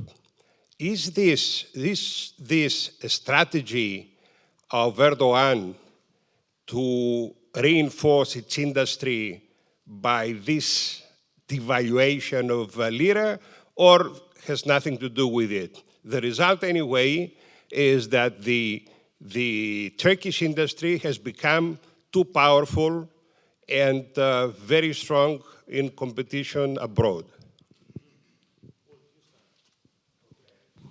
I take the last two questions. The economy inflation. So how is Erdogan camouflaging that? He's struggling to do that. First, they're cooking the numbers, okay? So if you take the statistical agency, you pack it with loyalists. So we are thinking is 85%. In reality, is most probably double. Okay, so you cook the numbers. Something that we have seen in this country in 2009. Just to mention that. First. And west of this country as well. Yes. Exactly. In a bigger country to the west of us. You blame outside. You blame the war. You blame the energy. Sounds familiar? You know, Western policymakers are doing it every day, right? And on top of that, what you do, you hope that by May next year, the 85% that is now will go down to 40% because of the base effect, which is basically feasible. If we assume they're able to keep the exchange rate stable, like they've been doing over the last 4 months, and we assume there are no big external shocks, inflation will go down because of the base effect, the 40%, which you can claim, if you are Erdogan, that is a big success, right? In reality, if you are a Turkish consumer, your monthly inflation is still 4 or 5%, okay? So it's still biting into your wallet, okay? And then what you do on the side, you target the help. So in the budget for 2023, social aid went up by 70%. So if I'm Erdogan, I take care of 50% of the population. The other 50% can actually die because they will never vote for me, okay? So what I do is subsidies, is minimum wage, I create new pensioners, and so on. So I focus everything that I have left in terms of money to specific categories of potential voters, okay? That's a bet here. The game of Erdogan was, the theory of the new economic plan was, we devalue, we export our way out, that way we reduce the current account deficit, and it's a great success.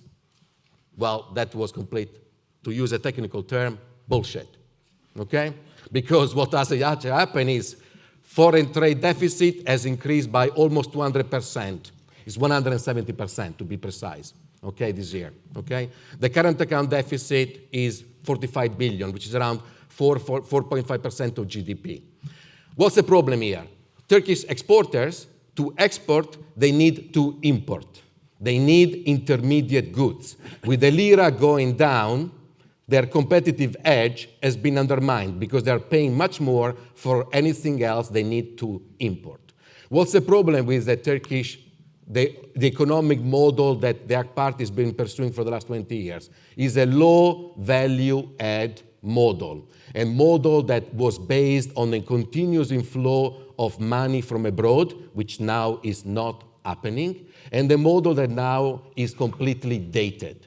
That is the struggle here. So Turkey can become the China of Europe? No, it's not going to become the China of Europe anytime soon. Its competitive edge, if you compare to countries like Slovakia, for example, or even in North Africa, Tunisia, Morocco, and so on, is becoming thinner and thinner.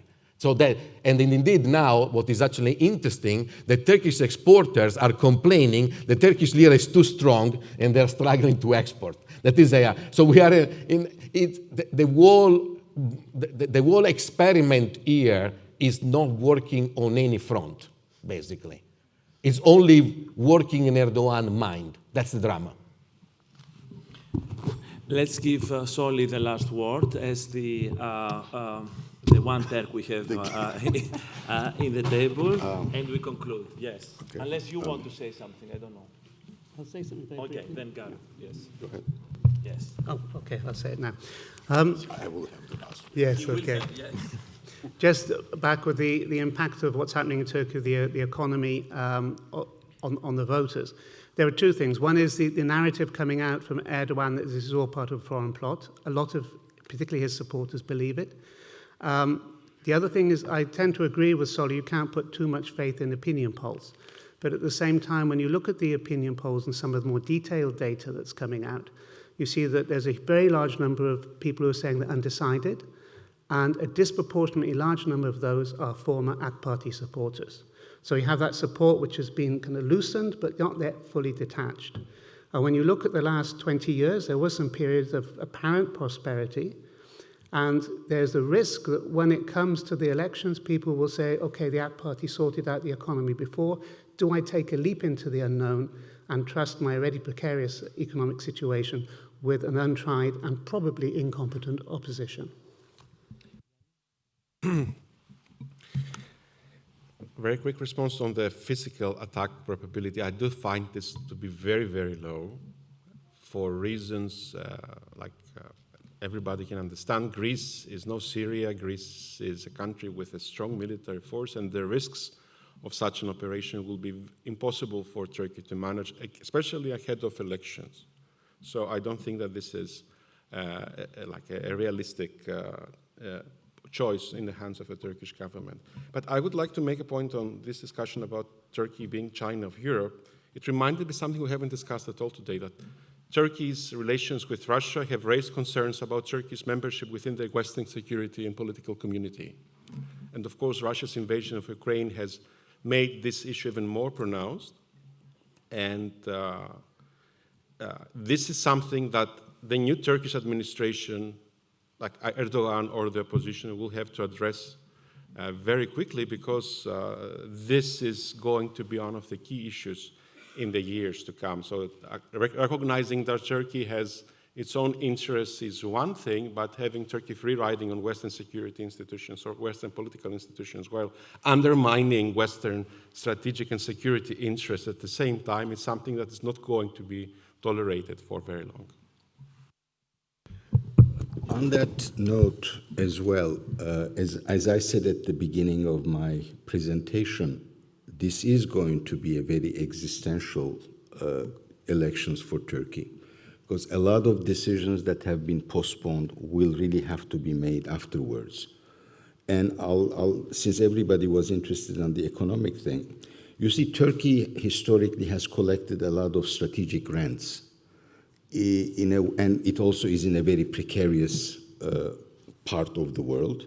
But of course, it also collected some income from the catastrophes that the Americans have created around it. for the last 20 years, we had money coming in from Iraq. We had money coming in from Syria. We now have money coming in from Russia and Ukraine, and probably that explains part of that errors and omissions. And of course, there is trouble in Iran, so money is coming in from Iran. There is money coming in from the Central Asian republics, at least in terms of property investments and stuff. And that, of course, creates an illusion of wealth, which does not really spread to the rest of the country.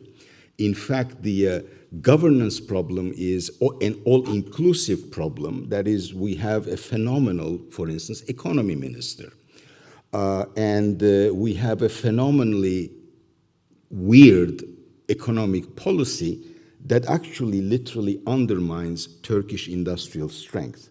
That cannot continue. Now, what will and will not continue, we will only know after the elections. I will differ, and this is my last sentence, differ from Wolf on one point, and that is, if the elections give a victory to the opposition, the recovery in economic terms may be a lot faster than anybody might anticipate. But I'll leave it at that. Thank you. Thank you very much. And at this stage we have to conclude. It's 5 to 12, so we are almost on time. We will be back at 12:20, στις 12:20. There is plenty of coffee outside to refill our bodies with caffeine, to be ready for our panel on Russia, which I promise will be equally fascinating. We covered a lot of ground so far. Thank you for being with us, and thanks to the speaker, a big round of applause. Thank you. I guess we're ready to move on, right? Well, good day, ladies and gentlemen. I would like to start by expressing my gratitude to the organizers and my friend Dimitri Keridis for having me in this splendid auditorium. It was a dream of my life to be here, so the dream came true. So what we are going to talk about in this second panel of the day is Russia, invasion in Ukraine, and what explains it and what's coming out of it. We will start, and this is why I'm alone up here, we will start with Alexandra Vakrou. She is the executive director of the very prestigious Davis Center for Russian and Eurasian Studies at Harvard University. She will answer three questions. Question number one, why did Russia do it? Why Russia invaded Ukraine? Question number two, what will happen in Russia after the Ukraine and what the repercussions will be? And question number three, how this is all going to end, how the war is going to end. Unfortunately, Alexandra Vakrou is not here, but we will see and we listen to her through the technological miracles that the organizers are able to do, to deliver. Let's go. Alexandra Vakrou.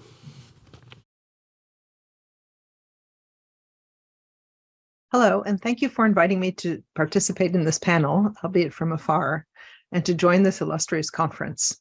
I understand that my task here is to answer 4 questions and to set the stage for what will be a longer discussion about Ukraine.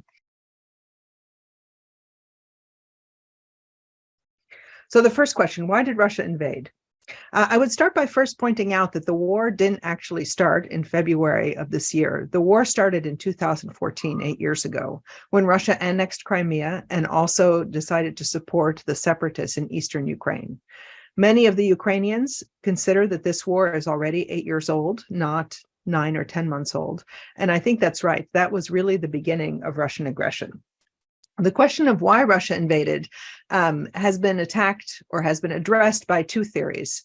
On the one hand, you have the realists like Henry Kissinger or John Mearsheimer, who essentially argue that NATO made Russia do it, that Russia as a great power would not be in a position to accept that its sphere of influence, which it apparently considers all of the former post-Soviet states, that they have the right to control what happens in their sphere of influence, that Russia, since imperial times, has always had a buffer zone between itself and its enemies, and that as a great power, it has a right to that buffer zone and to the sphere of influence. It's not a wild theory. In the United States, we certainly would be upset and probably quite aggressive if Canada or Mexico were not friendly countries. But in Russia, it has meant trying to continue controlling what's happening in the post-Soviet space.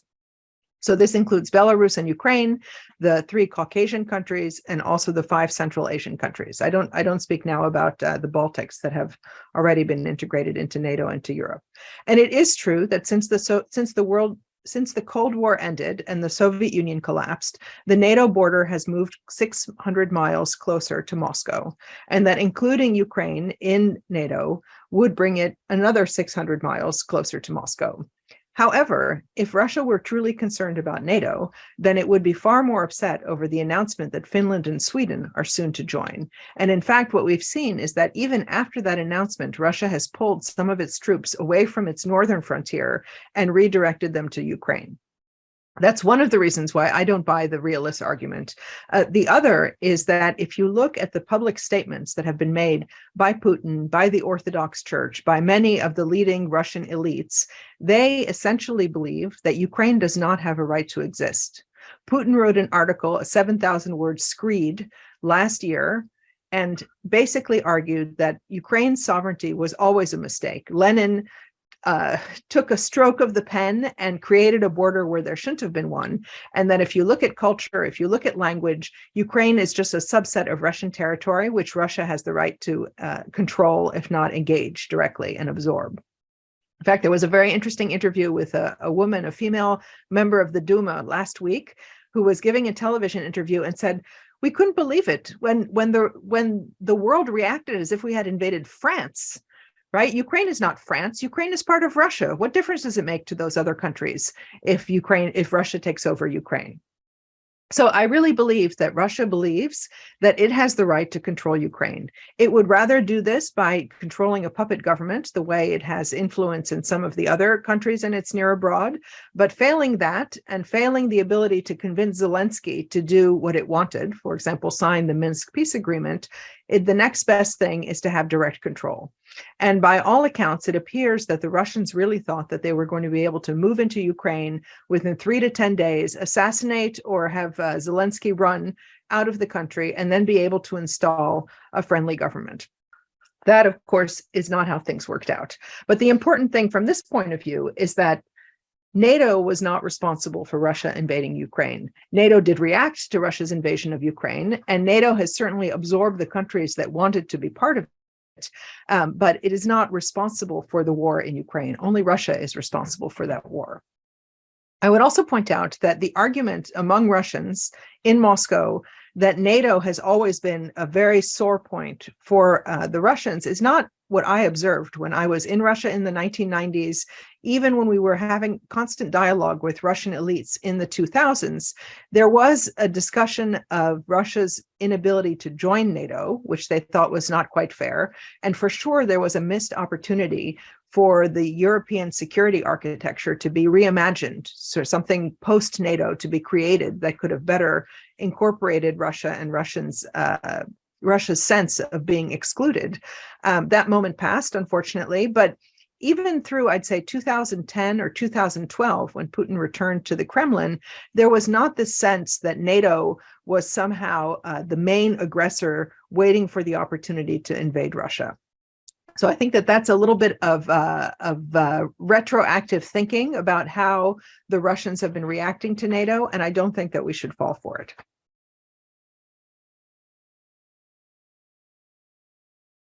The third question is the consequences of Russia's invasion. And of course, all of these questions are enormous, but this is perhaps the biggest, especially if we start talking about the economic impact. But let me just touch on a few of the consequences in the interest of time. First, Ukraine is going to be completely devastated when the war ends. Already the degree to which the infrastructure, not just the energy infrastructure, but hospitals, schools, roads, the housing stock, all of these things are going to require billions, if not trillions of dollars to rebuild. And I suspect that the effort and the amount of financing that's going to be required after the war ends is going to be at least as significant as what we've put in so far. We have to be ready for this if we want to avoid having Ukraine be at risk of becoming a failed state. Second, Russia is also going to be weakened by the war. Some believe that the country is going to break apart. I think this is a bit far-fetched. I don't really see that happening. And in any case, I don't think that that's particularly in our interest. A Russia that breaks apart into different pieces that have nuclear weapons is not going to be a stable situation and is not going to make the world a safer place. Many people are asking if Putin is going to fall. And frankly, I don't think that that's such a useful question. I don't think what we have now is a Putin problem. What we have is a Russia problem. And if something happened to Putin, he would be replaced by someone in his inner circle likely to have views that are very similar to his. It would be most likely someone from the security services, none of whom are known for being particularly reformist, many of whom will have been negatively impacted by the war and are unlikely to be able to be strong enough to be able to completely reverse Putin's policies. One can also ask if revolution is possible, and some thought that that was in fact the objective of the sanctions. I think if we look at how sanctions have actually played out in Cuba or in Venezuela or in Iran, they weaken the government. They might make it less popular, but they haven't really led to revolutions per se. They are not so destabilizing that people, for the most part, come out on the street from economic reasons. At the same time, what we do see in Iran, and we have seen in China, for example, is that people are willing to come out and protest, even against repressive regimes. And we're not seeing that in Russia. We don't know if it's because there's actually a fair degree of widespread support for the war, if people have been so demobilized and made apathetic by 20 years or 22 years of the Putin government that they no longer come out onto the streets. But I think it's quite significant that even in these other countries where protest is dealt with very harshly, we're not seeing any kind of reaction like that in Moscow. So the chances of people taking to the streets, replacing Putin or replacing the people around him, I think is basically zero at this point.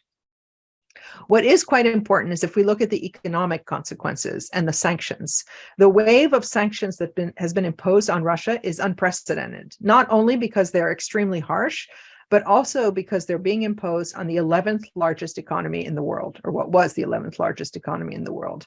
You know, Venezuela, Iran, North Korea, these are small countries with small economies. Russia is on a different scale altogether.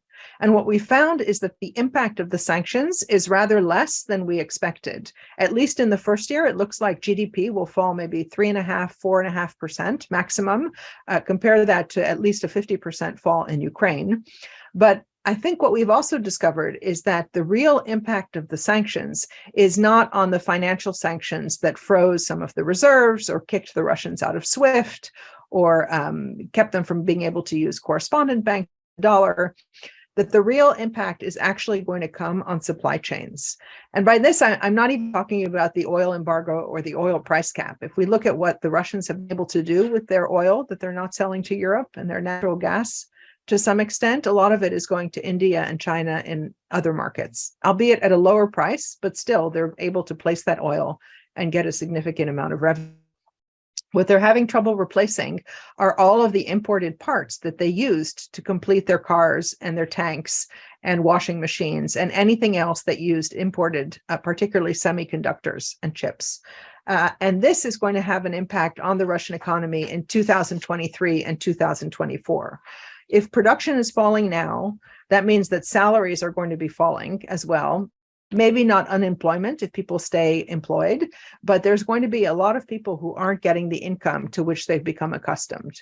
Now, keep in mind that there's 30% of the labor force is actually employed by the state, so they're going to be protected. And also pensioners, who could be a potential political force, are also going to be protected. So it's the 70% of the labor force that was working for private companies or for non-state companies that are going to be impacted the most. And this is not an insignificant shock.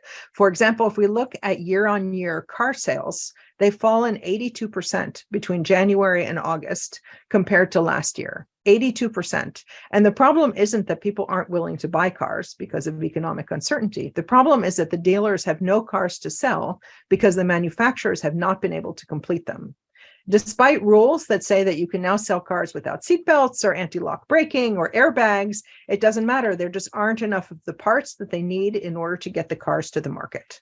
And that is going to have a ripple effect through the economy and through all sorts of different kinds of manufacturing that we're only going to see starting next year. I should also point out that the same is true for tanks and precision-based missiles. All of this equipment also turned out to require imported parts. And what the Russians are able to get right now through China is apparently having such a high defect rate, up to 50% of the chips are non-functional, that it's not even worth replacing them because you don't know what the failure rate will be.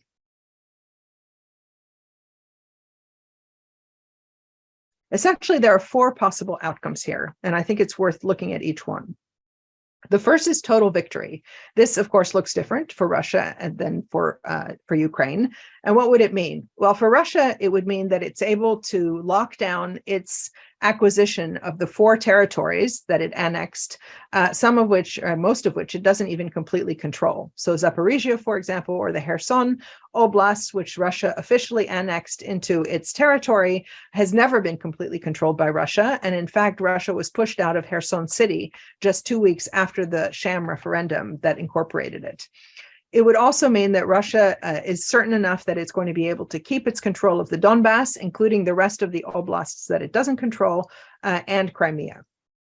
I don't see the Ukrainians being willing to accept that. And in fact, if we look at what Zelensky has said in October about total victory, he says that total victory means completely pushing Russia out of Ukrainian territory, including Crimea.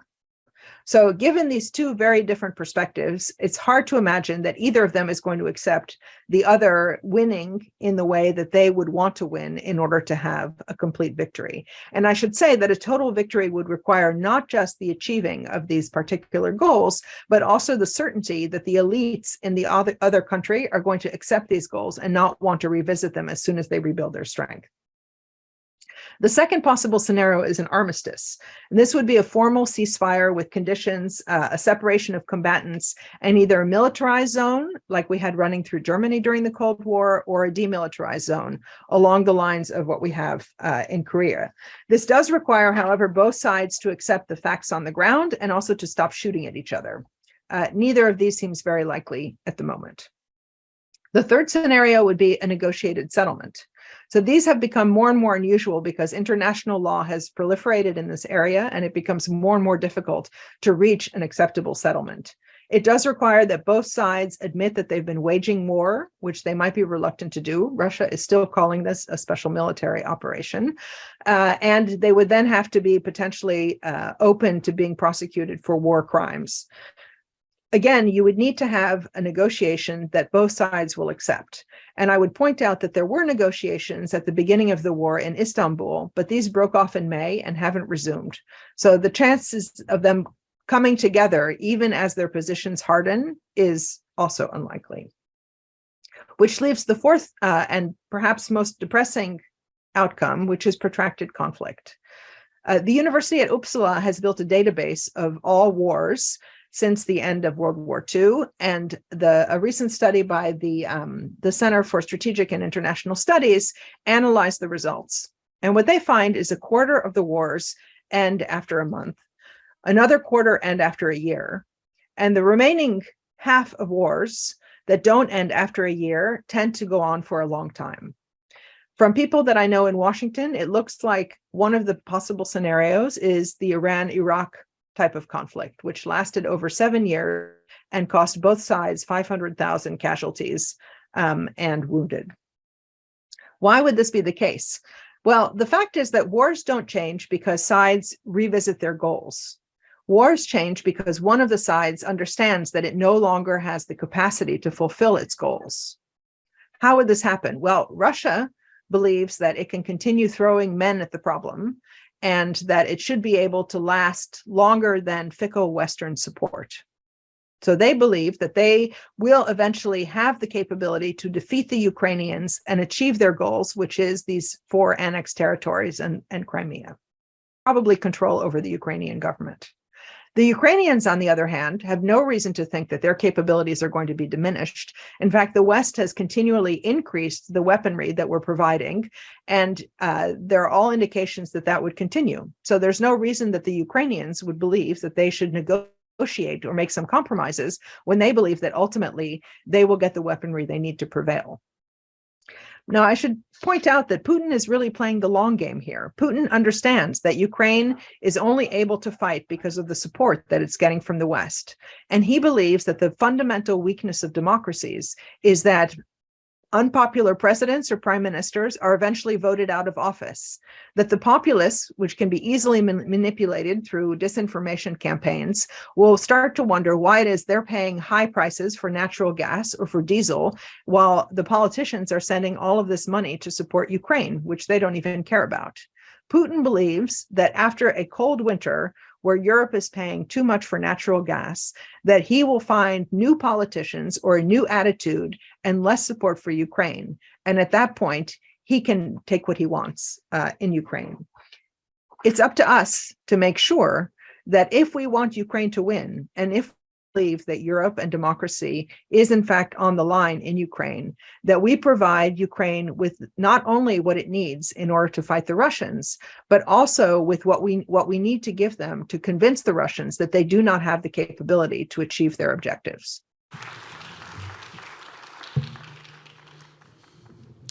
I think you will agree it was both enlightening and a little bit depressing. But I would like to call Professor Tsoukalis and Mr. Sebastian Fischer on stage.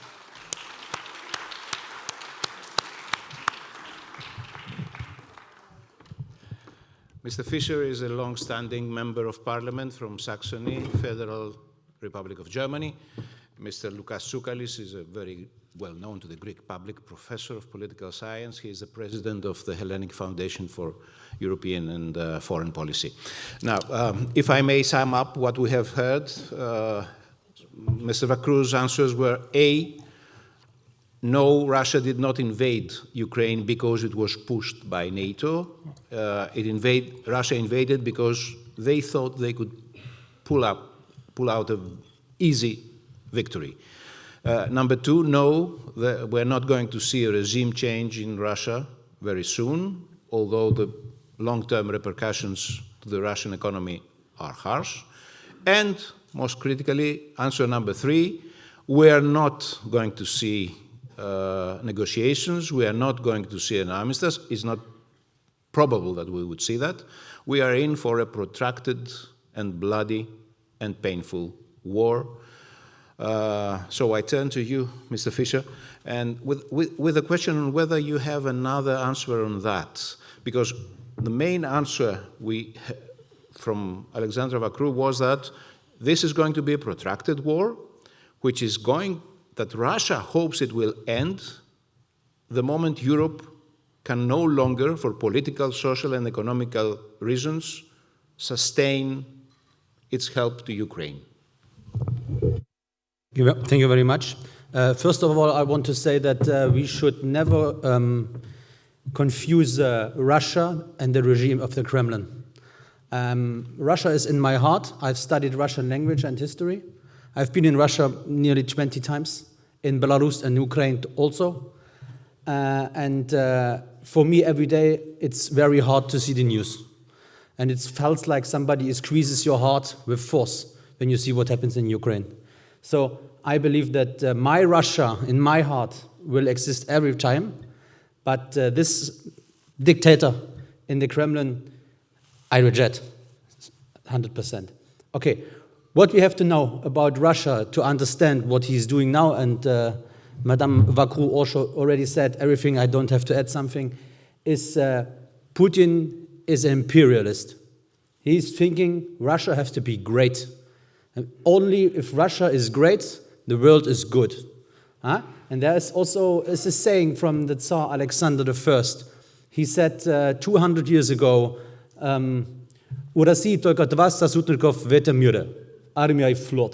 Russia has on this world only two men who are supporting Russia, its own army and its own marine. And this is the thinking of Vladimir Putin.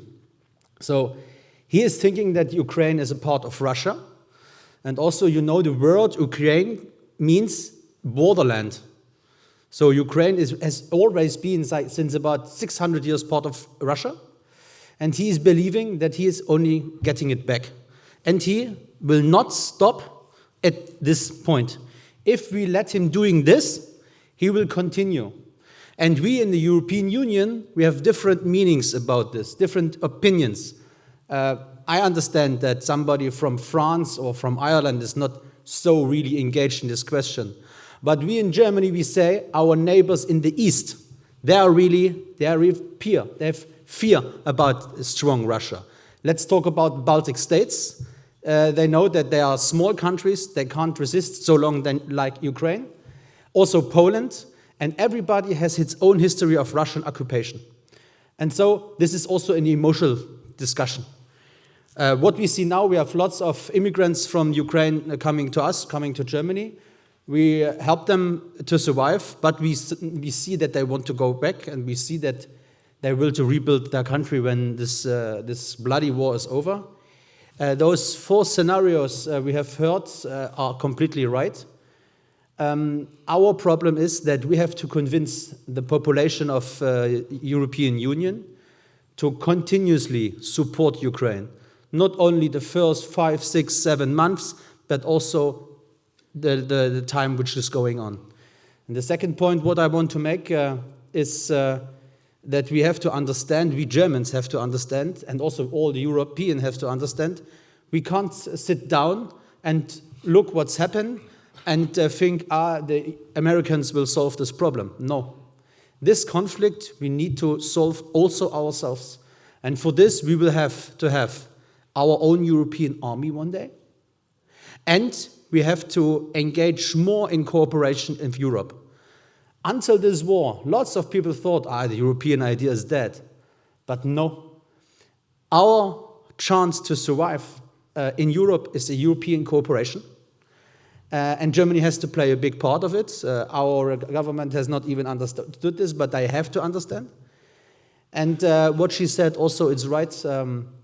Russia, the only language Vladimir Putin is understanding is the language of force. And Ukrainian people are heroic people.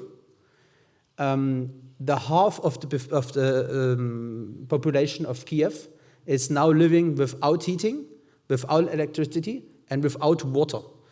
And the winter in Ukraine is minus 10, 20, 25 degrees.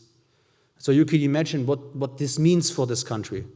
Men are not allowed to quit the country because they have to fight. And because there is no heating, there are some points where you can meet.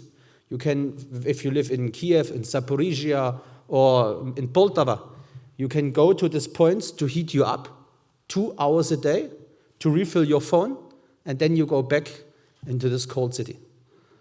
So this is the reality in Ukraine. And young Russian soldiers are forced to go into this war, which they didn't want. The Russian army is what we see now. It was not prepared as it should be. And a small anecdote we already said yesterday. It's very interesting. There was the governor of Sakhalinskaya Oblast. This is in the far east of Russia. He was in the train station to talk to the people who are going in war, young men. And he said, Mother Russia is for us, for you, and that's why we are giving you a present. And he gave them a present. Everybody got 2 kilos of frozen fish. Huh? You can laugh about this, but this is the reality in Russia today. Thank you. Thank you.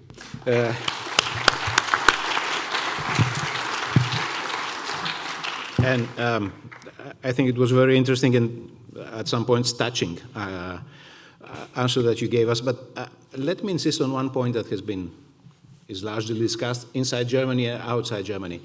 Whether there has been a policy fault in Europe and especially in Germany by making ourselves, and especially making Germany herself, so dependent on Russian energy that it is now very harder to resist. Yes, that's right. But look what I thought about this. We have heard long time from our neighbors in the east, from our Polish neighbors, especially our Czech neighbors, our Baltic neighbors, that what we did is wrong. We built a new pipeline which connects us directly with Russia. I always was, I had the opinion that the cheap gas, the cheap electricity which are coming from Russia will always be delivered to us, because we have seen the gas was coming in the coldest time of the Cold War. So everybody thought in Germany, this is stable, he will not be so dumb and cut us off. But he did. Gas, electricity is a weapon in this war. This changed also the whole German politics. You know, we have a coalition, a left-wing coalition in Germany, and the Green Party is part of this coalition. And they have to export weapons, because in the past, nobody in this party wanted ever have weapons. They have been against army. They didn't want to build something new for the army, and now they have to deliver weapons. So for us in Germany, this is a hard way, and everything has changed. The Zeitenwende, the changes of the time, has took place. Yes, it was also our fault. And the relations between Germany and Russia have every time been special. And there are lots of books which are written about this question. It's maybe also an emotional thing, also for me. You have to understand what connects us with Russia. It's we are both big countries, big in European sense, but also what the Russians have and what they are, we are not having, we are not are. And in the same way. That means the Russians have a warm heart. They have a soul. They are singing and dancing. When you go to a German party, nobody's dancing. And the other side is we have industry. We are working really hard every day. Russians no. They prefer to live. And so Russia and Germany is fitting a bit together. Maybe this was also the reason why. The image has changed now, yes. But I have to say one big thing also. This war is horrible. This war has to be ended by force, yes. But we don't have to forget that this is also a saying in the Russian national anthem. Россия была, Россия есть, Россия будет. Russia was there. Russia is and Russia will be. Russia will always be there. And Russia plays a key role for our neighbors. You are here on the Balkan. We talked about Turkey. But Turkey is not only interested in the western border, but also in the eastern border. And you see the small country of Armenia, which is encircled by enemies. The only guy in the world who can guarantee that Armenia will live is Russia. There are also some other conflicts which are frozen by Russia. If Russian powers will be not there, those conflicts will defreeze. For example, in Abkhazia, for example, in Southern Ossetia, for example, in Transnistria, Pridnestrovia in Russian. They are all conflicts in former Soviet states, which was created by Stalin, and which, when they defreeze, can get really, really worse. So our point of view to Russia is we need them to establish peace, but we have also to say very clear what are our values. Freedom, democracy, which is a Greek invention, thank you for that. And so this is, we have to see the both sides of Russia. Well, thank you very much. Now, let me turn to Professor Tsoukalis and start by question number one. Is indeed the West blameless?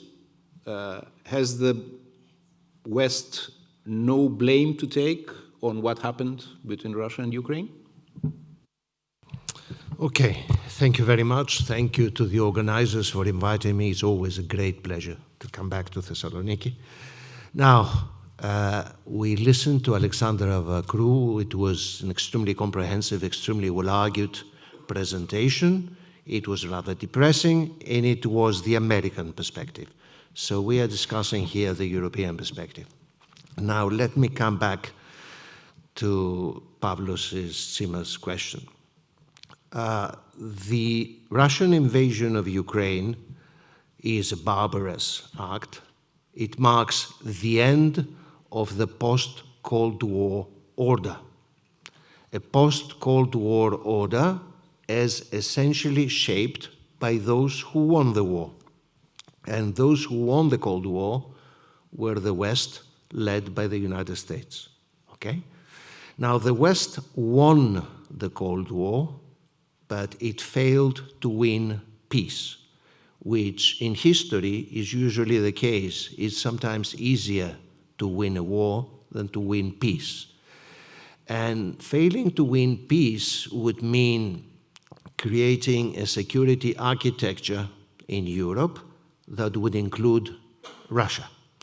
Now, there is a long discussion, or rather there used to be a long discussion before Putin's decision to invade Ukraine as to how you apportion blame about the failure to win peace. And in Europe, there were essentially two camps before Russia's invasion of Ukraine.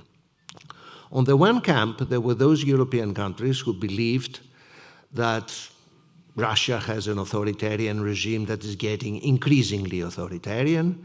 It is run by Siloviki, the security forces guys. It is a country that is revisionist and revanchist. And the only way to deal with such a heavily armed power is to strengthen your own defenses and extend NATO to whoever is interested in becoming member of NATO. Okay? That camp was represented by Poland and the Baltic countries, who understandably enough were countries that had suffered a great deal under the Soviet rule. Therefore, and they also are next to Russia, so they feel more vulnerable than myself in Greece. Okay? And therefore, they were advocating a rather aggressive reaction, a sort of military reaction towards Russia. I mentioned Poland and the Baltic countries, but the flag bearer of the anti-Russian camp was the United Kingdom, as far as Europe was concerned.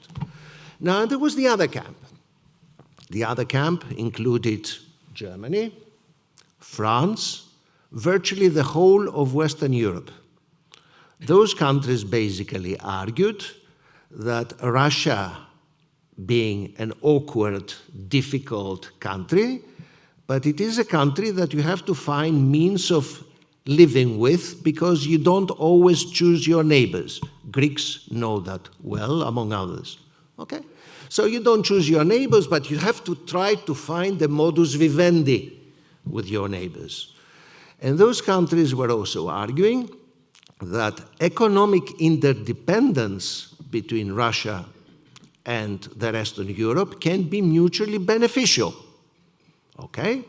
So you open borders and you establish economic interdependence. Interestingly enough, I mean, Russia, it's almost like a developing country. It's exporting raw materials. And Europe was exporting everything. So it was a typical relationship between a developing country and developed industrialized countries. It was also an asymmetrical relationship. The European Union was by far the biggest exporter and importer of Russian goods, and Russia was only fifth as a trade partner to Europe after Switzerland. After Switzerland. So Russia was less important than Switzerland for the European Union. Now, this asymmetrical relationship was mutually beneficial because the Russians were getting European money and the Europeans were getting cheap energy from a neighbor. The Germans, most of all. And that camp also argued that NATO enlargement should reach its limits because the promises had been made to Moscow early enough after the collapse of the Soviet regime that it would not extent near the Russian border. And furthermore, that any further enlargement of NATO was perceived as encirclement by Russians, and not only Putin. I mean, if you read, for example, the book written by the present director of the CIA, who was the ambassador of the United States to Moscow, he argues that virtually all politicians in Moscow would agree that NATO enlargement to the Russian border is an existential threat for Russia. Okay? So those countries, France and Germany in particular, tried to block further NATO enlargement to Russia. Now, all this is past history in the sense that, and there is a long debate, and I have my own personal views about it, but about apportioning blame, about how we failed to win peace. But that debate today doesn't help very much, because now Putin has done the unthinkable. Putin has invaded Ukraine, so all the discussion about whose fault it is that we reached here is not terribly useful, because now you have to condemn the aggression and you have to support the aggressed, which is Ukraine. Now, remember from a European perspective that Europe is the part of the world, of course, I mean, Ukraine and Russia are the main victims of this war. Ukraine first and the Russian people second. But the third one is Europe in general. If there's one part of the world that is going to pay a huge price for the war in Ukraine and for the end of the post-Cold War order, this is Europe in general. And it is a huge price in defense terms, in economic terms, in political terms, in everything. Now, listening to Alexandra Vacrou, I mean, one thing that comes out clearly is that there is no obvious way out of this war. And this is what is terrifying. I mean, you're trying to think, okay, now Mr. President Biden is also discussing the possibility of a dialogue to reach a negotiated settlement. What can the negotiated settlement look like? It's not obvious to anybody, because the red lines of Russia and the red lines of Ukraine, not to mention everybody else's red lines, do not coincide, okay? And that is a problem.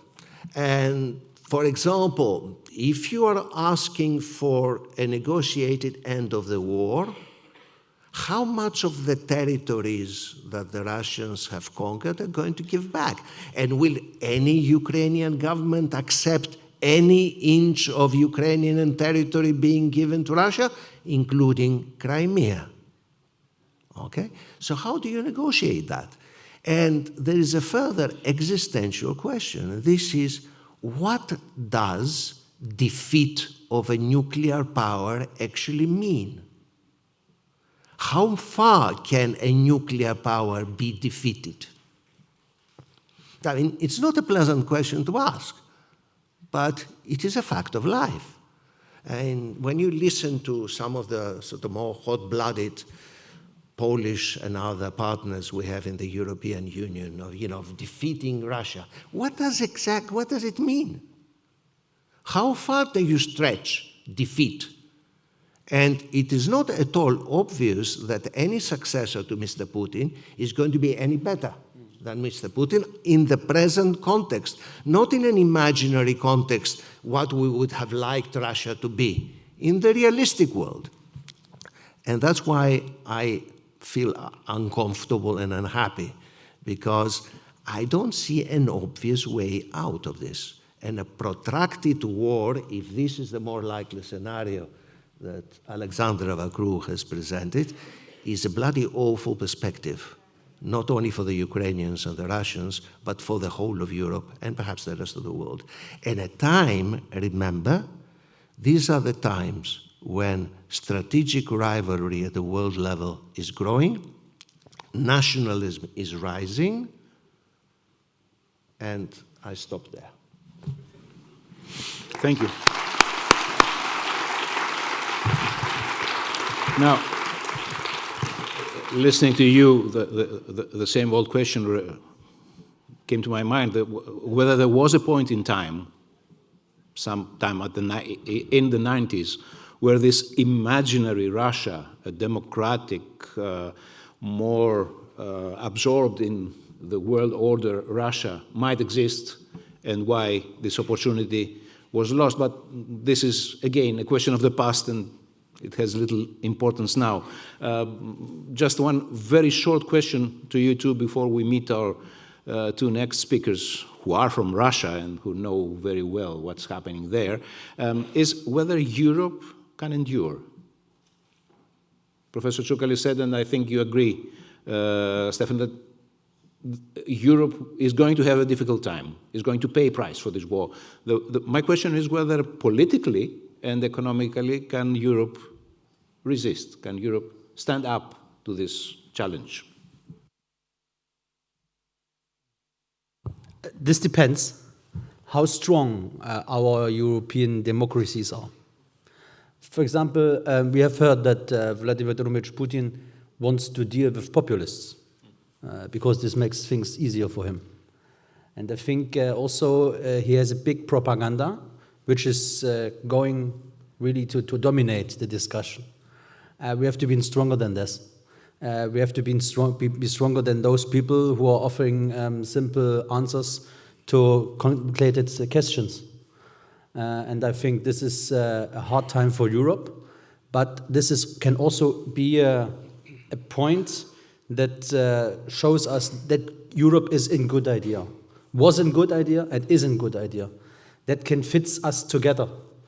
And this is the main thing that the European countries can do to resist. And I hope we will survive, and we can develop ourselves to make a bit more cooperation, and also to understand that, again, we need one European army. Still, every country has his own army. I understand that maybe in the past this was not possible to make in other manner, but now times have changed. We need one army. We need also to understand that everybody has to play his own role. And maybe we Germans have also to understand that we are not the teacher of Europe. We are not those who say, you have to do like this. And I hope that the German government will change its mind a little bit in this way. This is the only answer I think you can see. Thank you. Mr. Tsoukalis. I think the crisis reminds us once again that European countries have no chance of surviving and defending effectively their interests and their values unless they strengthen European unity. There is no other way. I mean, individual countries, even the so-called European great powers, do not count for very much at the world level. Germany and France are big powers by European standards. They are not big powers at the world level. And this is gradually dawning upon people. I mean, the poor Brits have discovered that after Brexit, because they had illusions about, going and negotiating independently on their own with the rest of the world. This was just dreams. Now, am I optimistic in this happening? Well, experience suggests that Europe has been remarkably resilient. I mean, it has survived one crisis after the other. Every time there are the doomsday prophets who say, the European Union is going to disintegrate, and it doesn't. Now, this one is bigger. This is more difficult. I fully agree with my German friend that Europe needs to strengthen a European defense pillar within NATO. But I pass the question back to him. The answer falls mainly in Berlin, because the French have been long convinced about it. It is the Germans that have to understand to strengthen the security dimension at the European level. If the Germans move, and there is Franco-German agreement, then experience suggests that others follow, okay? So up to Berlin to decide whether it actually wants to do that or not. Having heard Stefan's answer. I would wish Stefan makes that decision, but he doesn't. So, although it's almost banal nowadays, I still consider it some sort of a miracle when somebody who is in London actually can be part of this discussion as if he was in the room. So let me try and meet our friends, colleagues of mine. Yes, we can. Hello, Irina. I introduced them, Irina Borogan, if I pronounce correctly, and Andrei Soldatov. They are both Russians. They are very distinguished and brave investigative journalists, and they are fellows with the Center of European Policy Analysis. They are Russians, but they don't live in Russia. So hello, Irina and Andrei. Thank you very much for being with us. Thank you for inviting us, and we are very sorry we cannot be with you in person. We would like to have you. But anyway, just to make the conversation easier, could you tell us a little bit about your personal experience? You have left Russia, you live in London. What was it like? What is it like for you?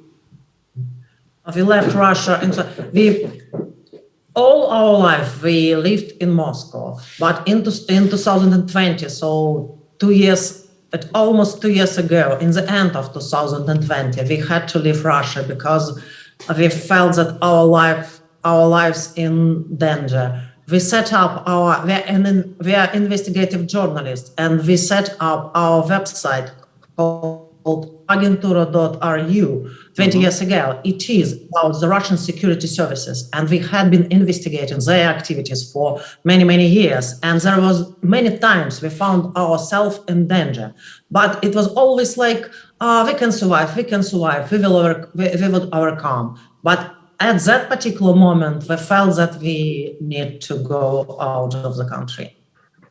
Okay. Andrei? Yeah, I just wanted to add that even in London, we kept going, and after the war started, we decided that we needed to do what we know how to do, to investigate the role of the Russian security services in the war, and we did that, and we got a reaction from Moscow. So in June, the criminal case was launched by the Russian authorities. And ever since, I have been on the wanted list of the Russian authorities. And I'm facing up to 10 years in prison for spreading fake news about the Russian army in Ukraine. Okay. Okay. Once more, thank you for being with us and sharing this experience. But now we've been discussing Russia's invasion in Ukraine mostly from the European and the West's point of view. Could you please help us understand what is it like from the Russian point of view? What are the repercussions in Russia? Is this a Putin failure? And how Russia is living through this war? I mean, what are the consequences of this invasion from the Russian point of view, from the inside point of view? Yeah, probably I'll start and it really continues. So for Russia, this war essentially feels very much like a civil war for several reasons. First of all, because for the intellectual part of the society, for the thinking part of the society, when the invasion began in February, it meant that the national narrative we had, the idea we had about our country, was completely destroyed. Before the war, we had a pretty good idea what we believed Russia was. And the idea was that Russia was probably never been a proper democracy, and it was always tormented between East and West, but the country always wanted to be part of Europe. And also, despite all these horrible examples of tyranny in the Russian past and in the Russian history, starting with the Tsars, nevertheless, at least several times Russia did something good internationally. And it based mostly on the experience of 2 centuries. Of the 19th century, when the Russian army helped to liberate the Balkans from Turkey, helped to get rid of Napoleon, and we got our great Russian culture. And also, of course, of the 20th century, when despite Stalin's crimes, the Soviet army actually did something good, helping to get rid of fascism and helping to win the Second World War.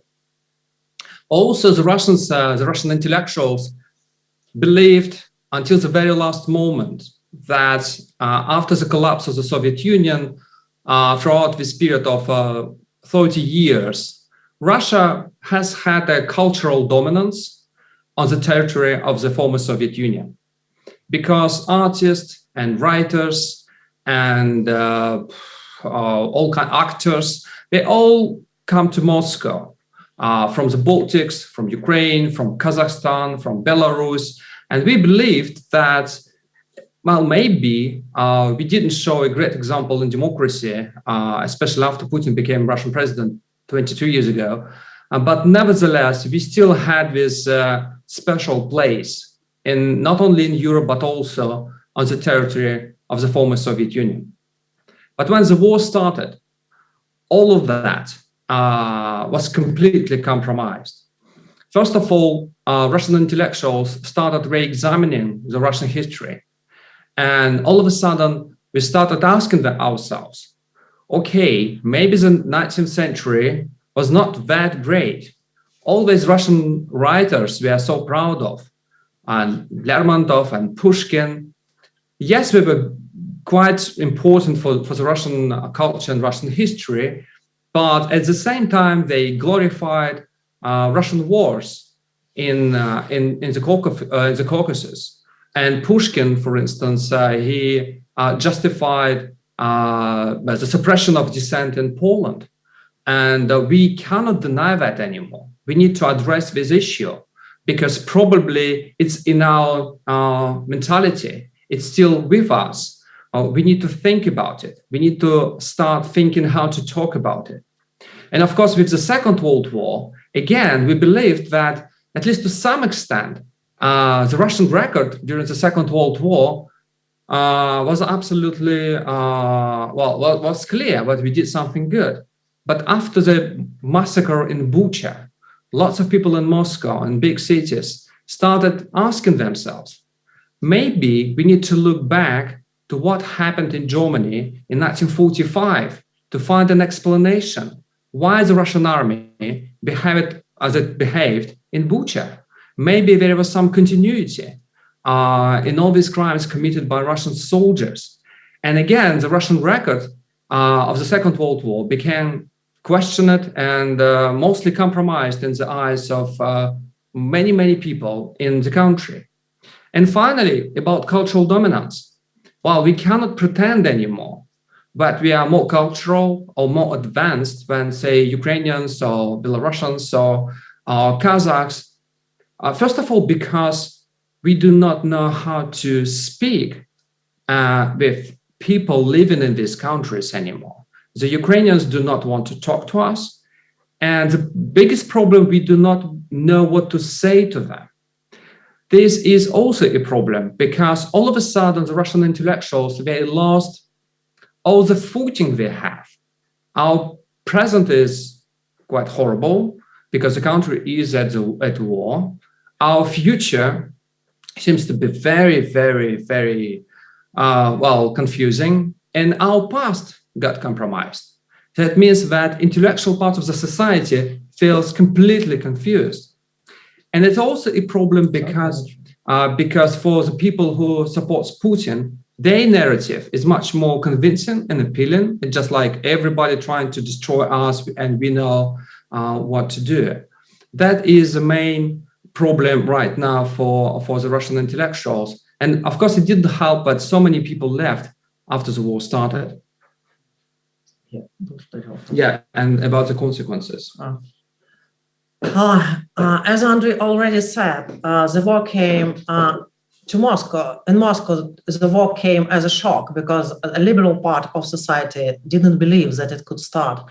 And but there are also a lot of people who supported the war in the beginning, but they really believe that the war will be a really special military operation, and it would be lasting for just a couple of weeks. And after that, the regime in Kiev would be changed, and everything will be okay.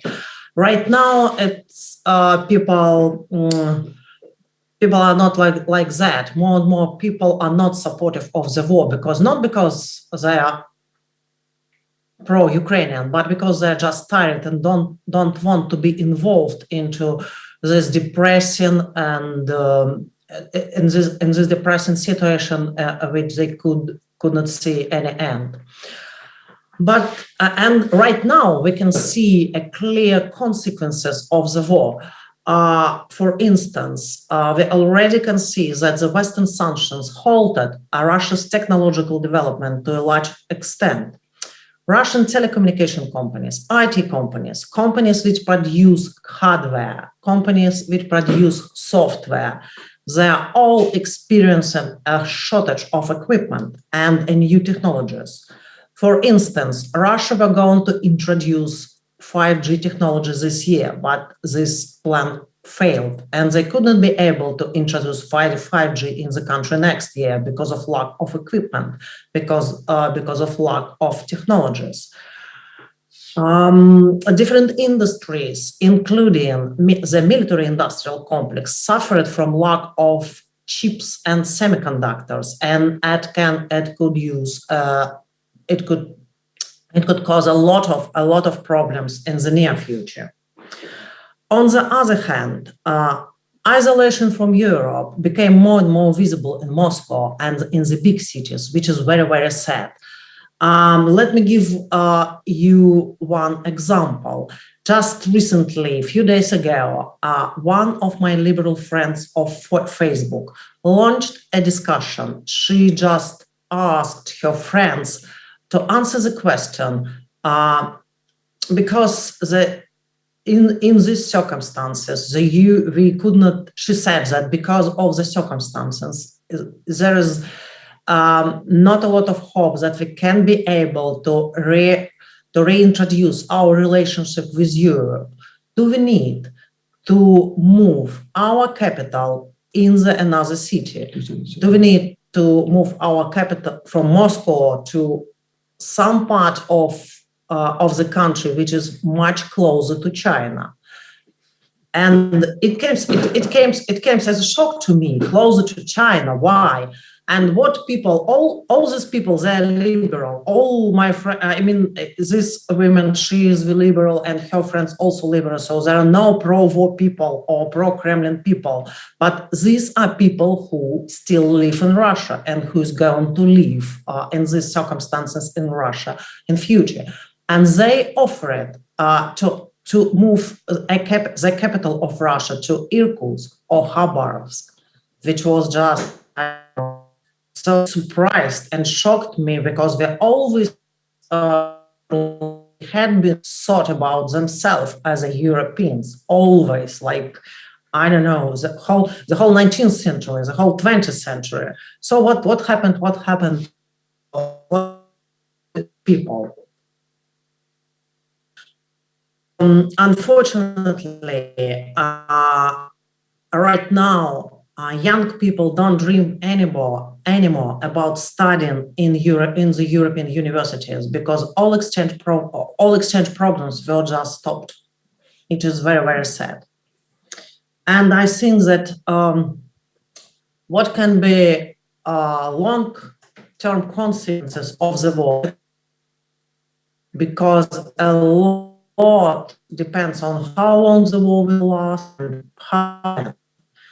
But if the war would last for a long time and Putin would remain a president, I'm afraid that the most important consequences is that Russia would turn to China politically, electorally.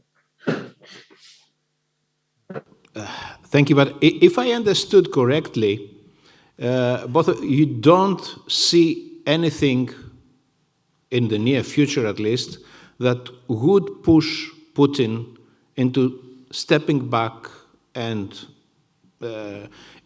getting involved in serious negotiations to end the war? Do you? No, unfortunately, that Putin found a way, especially how to suppress all dissent he could face within the country. It's not only because many intellectuals left the country, but it's also because he activated his security services and they attacked people in the country, not only liberals, but some radical voices, pro-war voices in the military. Also, we're given a signal that it's now time to be more loyal to the Kremlin, and we do not see anymore any criticism of the so-called military operation, the war, not only from the liberals but also from these people. Everybody by November got a signal that now it's time to serve the state, to serve the Kremlin. The military are getting more ambitious right now because we got this big boost in people thanks to mobilization. And it's a big stalemate because they feel humiliated by recent counterattacks by Ukrainian forces. We want to have revenge. And lots of people are feeling the same way. So unfortunately, the popular support for the war in Russia is still very big. And modern Russia is not the same as the Soviet Union. And Putin built up a system, a hierarchical system, which is concentrated on his power, around his power personally, around his personal power. And Soviet Union, they had Politburo, and at least some people could affect on the situation. But right now, only Putin in a position to decide what to do or not, or what not to do. And all people he picked up for positions of the ministries, for any position in the country, they were picked up also given in his mind a thought that these people should be very loyal to him, and that they must be 100% loyal to him. That's the people we have in power right now. So we can't expect from these people that they will rebel against Putin, because all people who were able to say the truth to the president, all people who were able to oppose him to some extent, they were expelled by him from the system. Like in 2015, 2016, he expelled his former colleague from security services, who, like Sergei Ivanov and many others, from their positions, because they were people who were. I'm not a supporter of these people. I don't want to praise them, but at least they were people who could oppose him and who could advise him and who could be able to have an influence on him. But right now, all the people who are next to him, they are just his very loyal servants. That's we can't expect from them any kind of rebellion soon, at least soon. The situation might be changed after some time. Well, thank you. That's the tragedy of dictators. They end up surrounded by people that tell them only what they think they want to hear, and they lead them towards tragedy normally, but it takes time. Anyway, as long as we have you and technology is still with us, I want to ask if somebody from the panel or from the audience would like to say something or ask a question towards Andrea and Irina. Yes. I have to make one remark and to remind us, Ukraine and Russia are connected, because there are lots of families which have, the mother was Ukrainian, the father was Belarusian, or the father was Russian and the mother was Ukraine. So this divides families. This divides friendships. This divides generations. And also the second thing what I want to remind is the Russian propaganda. You have in the internet free journalists who write freely, but you can see Solovyov is one of the main propagandists in Первый канал. Первый канал is the first state channel. And this television propaganda from the Kremlin, you have no alternative. When you look at television, you have only one meaning. Is controlled by the Kremlin. And what I see, maybe you can confirm or not, the old people in Russia, also the old Russians who moved to Germany 20 years ago, they look television and they are believing what's coming in television. But the other generations, maybe is that, let's say, 45 and younger, they are not believing anymore in Putin's propaganda. And so what we have to understand, Russia is not a bloc. So it's very, very difficult to see what is the Russians thinking now, because there's so a difference. So this is maybe those 2 points I wanted to make. The second one was a little bit more optimistic. No, Mr. Trubelis? Perhaps just to add that the situation, of course, in Russia is pretty tragic, but it's also a much more general problem is when empires disintegrate, they leave a mess behind. And Russia and the Soviet Union is not different from other empires. And this is also used as an excuse by Putin, because there are millions of Russians and or Russian speakers who live in other countries that used to be part of the Soviet Union. So he defends, quote unquote, the rights of Russians. And I mean, I remember when I first visited Kazakhstan many years back, Kazakhstan has 40% of its population who declare themselves Russians. Now, in every ministry, there was one Russian and one Kazakh.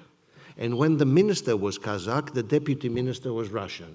And when the Russian was minister, the Kazakh was deputy minister. But it took us 2 days to find out that whatever the official title, the Kazakh was the one that really counted. Okay?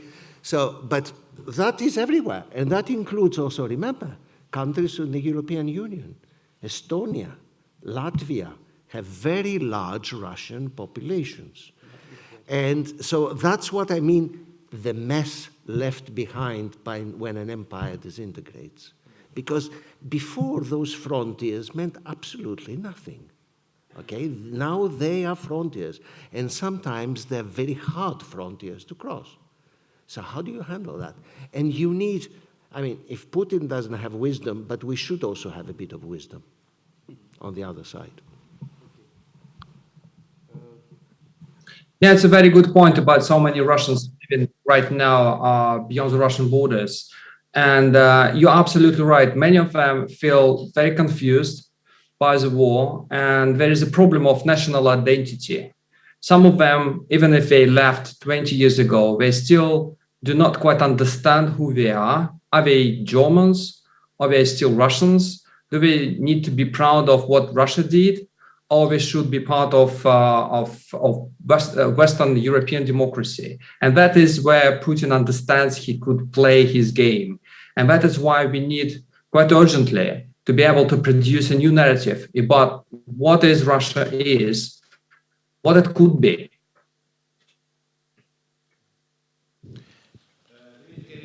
If I may. Dimitri. Yeah. Hi, Andrei and Irina. Very wonderful to have you with us. 2 very brief questions. The one is that while Europe has treated kindly those coming from Ukraine, giving them refugee status, and I'm in the Council of Europe now, Russia has been expelled. I wonder how we have been treating the Russians living Russia. There is a big discussion going on now in Strasbourg about not treating them as well. How many of them are, and where have they gone, and what are we going to do with people like you?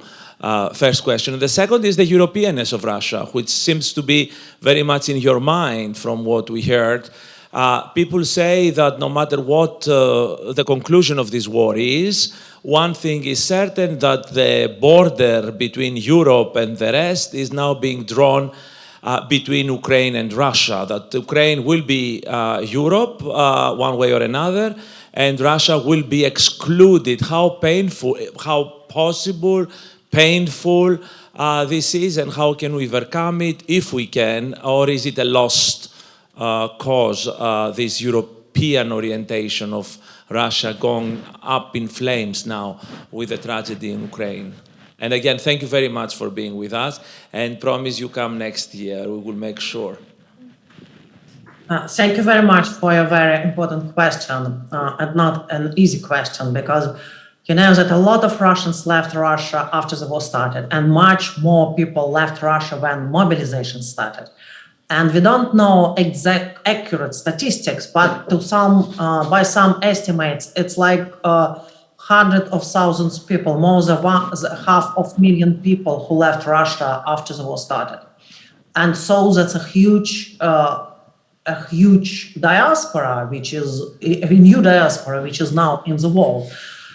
But the problem is that these people, they are all different. Some of them are independent journalists, NGO employees, opposition politicians, and just liberal people who just can't stand living in the country with an authoritarian regime who are in the war with its neighbor.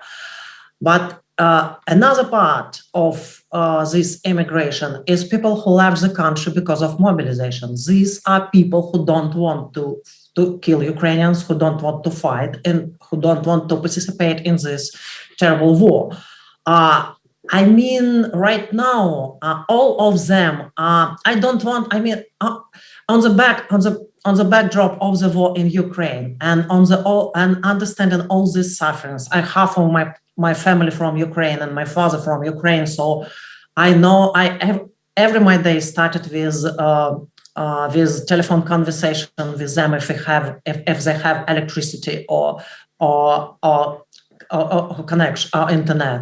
But understanding all of these sufferings, I can say that Russian exiles and Russian immigrants abroad, they are now in a very terrible situation because they can't open bank accounts in Europe. That's impossible. Even in Central Asian states and in Turkey, it's kind of difficult. They can't travel easily because they're not welcomed in many countries. They can't get Schengen visa because there is kind of ban of tourist visa for Russian passport holders, and you can get, to get D visa or any other kind of visa, that's very difficult. Usually, to travel to Europe, you get tourist or visitors visa, and it's impossible right now. So all these people feeling themselves excluded from the discussion and excluded from Europe. But I think that in order to have better Russia, we can't alienate these people. We can't don't pay attention to them, because if we need better Russia, they are better Russia. And answering your question about the line between Europe and Russia in Ukraine, I think it's a big disaster because, as it was already said, we have so many families where you have part of the family from Russia, part of the family from Ukraine. And for Ukraine, of course, it is a war of independence. But for many in Russia, it's a civil war. And it's getting worse and worse, and it's getting very emotional. And that is why we had this big problem in the beginning of the war, when lots of Ukrainian relatives called their relatives in Russia, telling them what was going on. And the Russian part of their families, they just didn't accept the truth because it is a civil war. It is very emotional. So I do not think that in the near future or in the distant future, it would be possible to create a real border between these two countries, because they still need to find a way how to talk. I just do not know how that could be right now. There is a big problem on many levels. it's a big problem for us, for instance, even for us, for journalists, how to keep talking with our colleagues in Ukraine.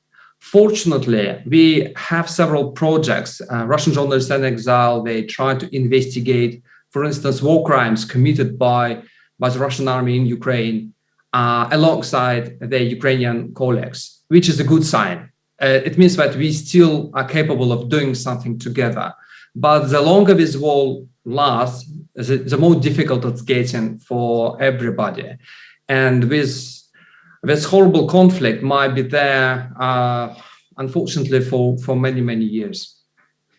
Unfortunately, yes, but Dimitri, this is a question that the European Union or the Council of Europe should address. I mean, the fate of Russians who opposed the war, fled Russia, and have no status in Europe and no visa. This is an issue. Somebody asked for the microphone there. My questions to my students. Yes. Yes, please. Hi, thank you a lot for all this information and your wonderful speeches.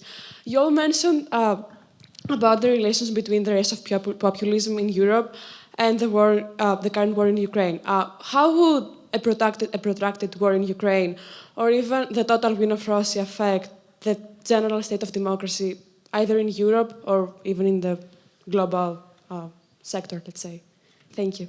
I think it's when you have a war, it's always bad for democracy, because the military, they're getting more prominent and they are demanding for more radical solutions for very complicated problems.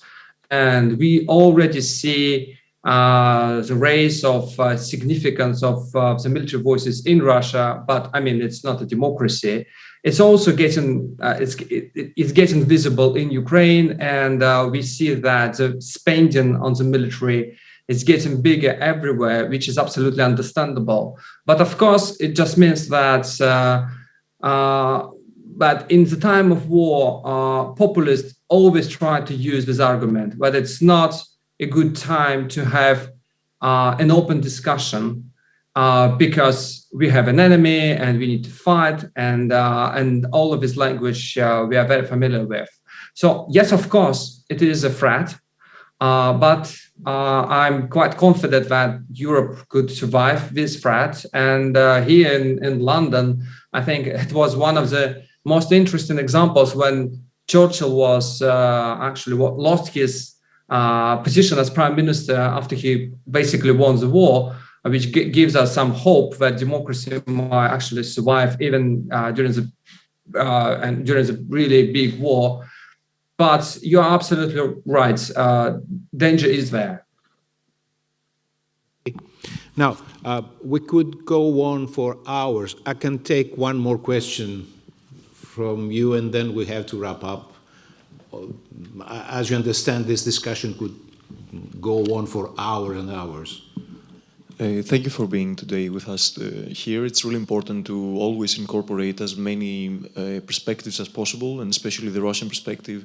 It's a crucial one in this topic. I have a question towards our Russian guests here. I was wondering, since the war in Ukraine is already almost 10 months going on, so there are a lot of soldiers that have been on the front line, they have experiences, people that have participated in war crimes, as in Bucha, as you mentioned, but there are people that they saw the suffering and the atrocities.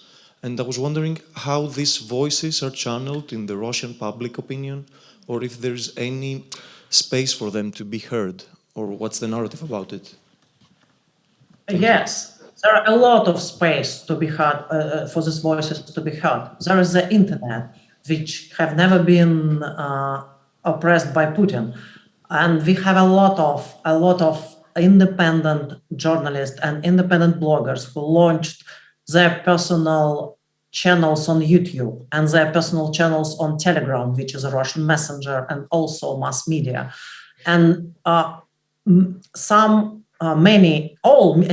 be honest, all independent media emigrated after the war started. And they also continue broadcasting on the internet, and then continue doing their job. You know that Meduza, which is the most popular mass media, has a very popular website, and it is still active, and they constantly publishing information about the war crimes, about what's going on the war, what's going on in Russia, and it's all independent. TV channel Dost that found itself in a trouble in Latvia. This TV channel also had been broadcasting the truth for many months and years. And there are also many people, many independent journalists who are doing their job by their own on YouTube, having their popular YouTube channels like Tatiana Fergengauer and Michael Naki and many others. So there are a lot of coverage, independent coverage, and which is broadcasted from abroad to Russians. And a lot of Russians consuming this information.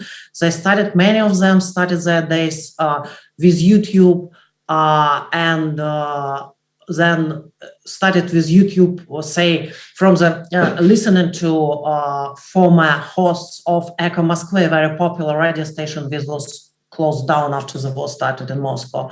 Then they changed to popular blogger on YouTube, and then to Telegram channels, and then to Medusa. So there are huge. That's very optimistic to me. So, Erin Andrei, it was a privilege having you with us. Thank you for sharing your time and your integrity and knowledge. Hope we can have you here in Thessaloniki in the near future and keep up talking with you. And hope that we have you in better times than these. Thanks a lot. Thank you. Thank you very much for having us here. Thank you. And now, to wrap up, would you give us some final words? You can start. Okay. 2 points. One about populism that was raised before. I mean, populism has preceded Russia's invasion of Ukraine. And of course, there are many factors that lead to populism. But if I were to start, I would start dealing with growing inequalities in our societies that have produced fragmented societies in the West. So instead of concentrating on foreign enemies, we might as well first try to deal with our domestic problems that are undermining democracies, the United States first of all, because it is the most fragmented and the most unequal society in the West. So that's the first point. And the second is, I know that it is a likely scenario, but it is a deeply undesirable scenario to draw the line between Europe and Russia on the Ukrainian border. I know it is going to be difficult to avoid, but in the long term, it's going to be disastrous. And I hope it doesn't happen.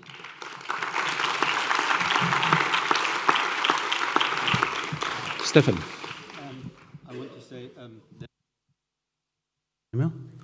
I want to say, please don't stop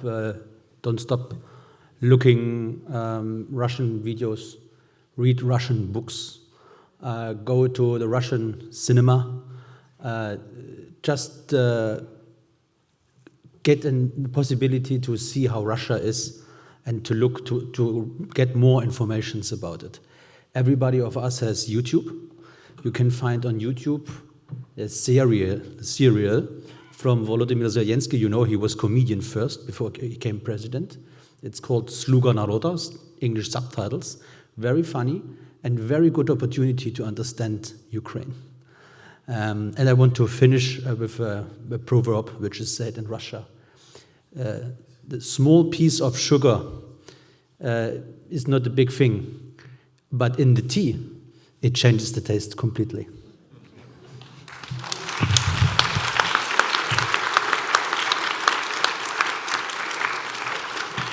Thank you, Stefan. Thank you, Professor Tsoukalis, and thank you all for taking part in this. I think it was very interesting discussion. We cannot be, we don't go away optimistic and careless, but unless we had some incentives to think in a broader way about what's happening and what's going to happen from now on. So we pause, and next panel is up. I think we have had two wonderful sessions, one on Turkey and one on Russia, and a wonderful connection with London and a first-hand take on what is happening in Russia these days. And now we are moving to our third and final session, which, as I explained, is gonna, κύριε Μίτκα, ελάτε. Ωραία. Το οποίο θα είναι στα ελληνικά, λοιπόν, και όπως αναγγείλαμε και... Στο πάνελ.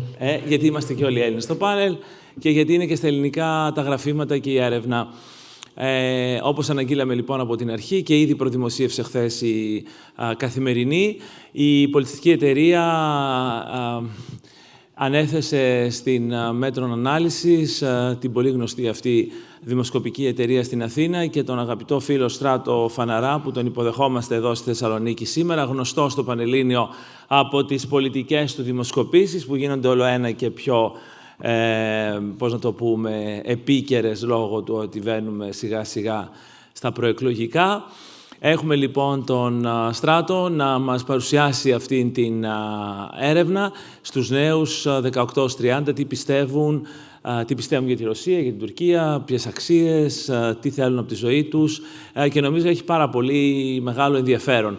Δίπλα μου στα αριστερά ο πολύ καλός δημοσιογράφος, όπως ήδη τον είδατε, ο Παύλος Τσίμας από τα Νέα και τον Sky, το καλύτερο ραδιόφωνο θεωρώ στην Ελλάδα, μακράν, κάθε πρωί στις 10 μας συντροφεύει. Ο Παύλος, είπαμε, στον Sky, ο οποίος θα σχολιάσει και βέβαια ο Λουκάς Τσούκαλης, τον οποίο ήδη είχατε μια πρώτη γεύση και είπαμε να τον εκμεταλλευτούμε στο έπακρο. Ως παλιός Θεσσαλονικιός ο ίδιος, να ξέρετε, εδώ, γονείς από Θεσσαλονίκη, να τον εκμεταλλευτούμε στο έπακρο πριν γυρίσει πίσω στην Αθήνα. Λοιπόν, Στράτο, the floor is yours που λέμε στο χωριό. Thank you. Ευχαριστώ πολύ και για την πρόταση συνεργασίας και για την εμπιστοσύνη και να πω ότι είναι αυτονόητα ιδιαίτερη τιμή και μας άρεσε πάρα πολύ αυτή η ιδέα να δούμε μετά από πολύ καιρό τι πιστεύει, πώς ζει, τέλος πάντων να ιχνηλατήσουμε κάπως τη νέα γενιά έτσι όπως την προσδιορίσαμε τουλάχιστον ηλικιακά από 18 έως 30 ετών. Θέλω να πω ότι μια έρευνα αυτή έχει πάρα πολύ υλικό. Εγώ έχω 1 χρόνο 25 λεπτά. Θα προσπαθήσω να επικεντρώσω σε ό,τι θεωρήσαμε πιο σημαντικό. Χωρίς να σημαίνει ότι έχουμε και δίκιο, όπως αυτά που θα δείξουμε είναι τα πιο σημαντικά της έρευνας. Εν πάση περιπτώσει, ας ξεκινήσουμε. Τι είχαμε λοιπόν? Είχαμε μια έρευνα η οποία έχει γίνει σε ένα δείγμα 602 νέων. Η δειγματοληψία έχει γίνει με ένα συνδυασμό αρχείων, είναι και τηλεφωνική σε σταθερή και κινητή τηλεφωνία και είναι και κάουι, όπως λέμε, δηλαδή διαδικτυακή. Περίπου μισό-μισό είναι το δείγμα. Και ας προχωρήσω σε κάποια ευρήματα. Καταρχήν να πω μια εισαγωγή που κάποιος από τους προλαλήσαντες, νομίζω από το πρώτο πάνελ, με πρόλαβε κάπως. Ζούμε μια διαρκή κρίση, αυτό είναι γνωστό, πιάσε όλους μας. Δεν υπάρχει μέχρι τώρα τουλάχιστον ένα τέλος της κρίσης και μια επόμενη ημέρα που σημαίνει αυτή την περίφημη επιστροφή στην κανονικότητα που διατείνονταν κάποιοι ότι θα έρθει. Αυτό το perma crisis είναι στην ουσία μία ασύντμηση από το permanent crisis και δεν είναι μόνο ότι ζούμε αυτή τη διαρκή κρίση. Αυτή τη διαρκή κρίση την βιώνουμε ως χώρα, ως κοινωνία περισσότερο στους νέους, γιατί είμαστε μια χώρα η οποία έχει ένα σοβαρό πρόβλημα, όχι μόνο από το brain drain, αλλά και γενικότερα ένα σοβαρό πρόβλημα παρουσίας και κατανομής στη νέα γενιά συγκριτικά με το σύνολο του πληθυσμού και συγκριτικά με τις χώρες που μας περικλείουν. Εδώ είναι ένας χάρτης ο οποίος είναι δημοσιευμένος από τη Eurostat έχει μια κλίμακα που δείχνει ότι η Ελλάδα είναι από τις χώρες που η νέα γενιά, αυτή η ηλικιακή κατηγορία, δεν ξεπερνάει το 15,5%, 15,6% αν θυμάμαι καλά. Λέω αν θυμάμαι καλά γιατί δεν τα βλέπω και πολύ καλά εκεί, αλλά οκ, θα τα καταφέρουμε. Την ώρα που, όπως βλέπετε, η Τουρκία και άλλες Βαλκάνιες χώρες γύρω-γύρω στα σύνορά μας έχουν πολύ μεγαλύτερη και ισχυρότερη παρουσία της νέας γενιάς στον πληθυσμό τους, με ό,τι αυτό συνεπάγεται για το παρόν και το μέλλον των χωρών μας. Αξίζει λοιπόν μια ιδιαίτερη προσοχή και μια ιδιαίτερη μελέτη για το πού στέκεται σήμερα η νέα γενιά, τι επιδιώκει και πώς μπορεί η ελληνική κοινωνία να βοηθήσει στις επιλογές και την προοπτική της. Ας δούμε λίγο, καταρχήν είπαμε να δούμε κάποια στοιχεία για τις συνθήκες ζωής και την ποιότητα ζωής των νέων. Κάτι που συνήθως περνάει en passant, δεν το παρακολουθούμε καθόλου. Και έχει ένα πολύ μεγάλο ενδιαφέρον να δούμε αυτοί οι άνθρωποι, οι νέοι, πώς δουλεύουν, τι κάνουν, πού βρίσκονται. Πρώτα απ' όλα, εδώ έχουμε μία ερώτηση όπου τους ρωτήσαμε ποια είναι η θέση τους σήμερα στην απασχόληση. Βλέπετε το 37% αυτών των ηλικιών είναι σπουδαστές φοιτητές, δηλαδή μας μένει ένα 63% το οποίο είναι οικονομικά ενεργός πληθυσμός.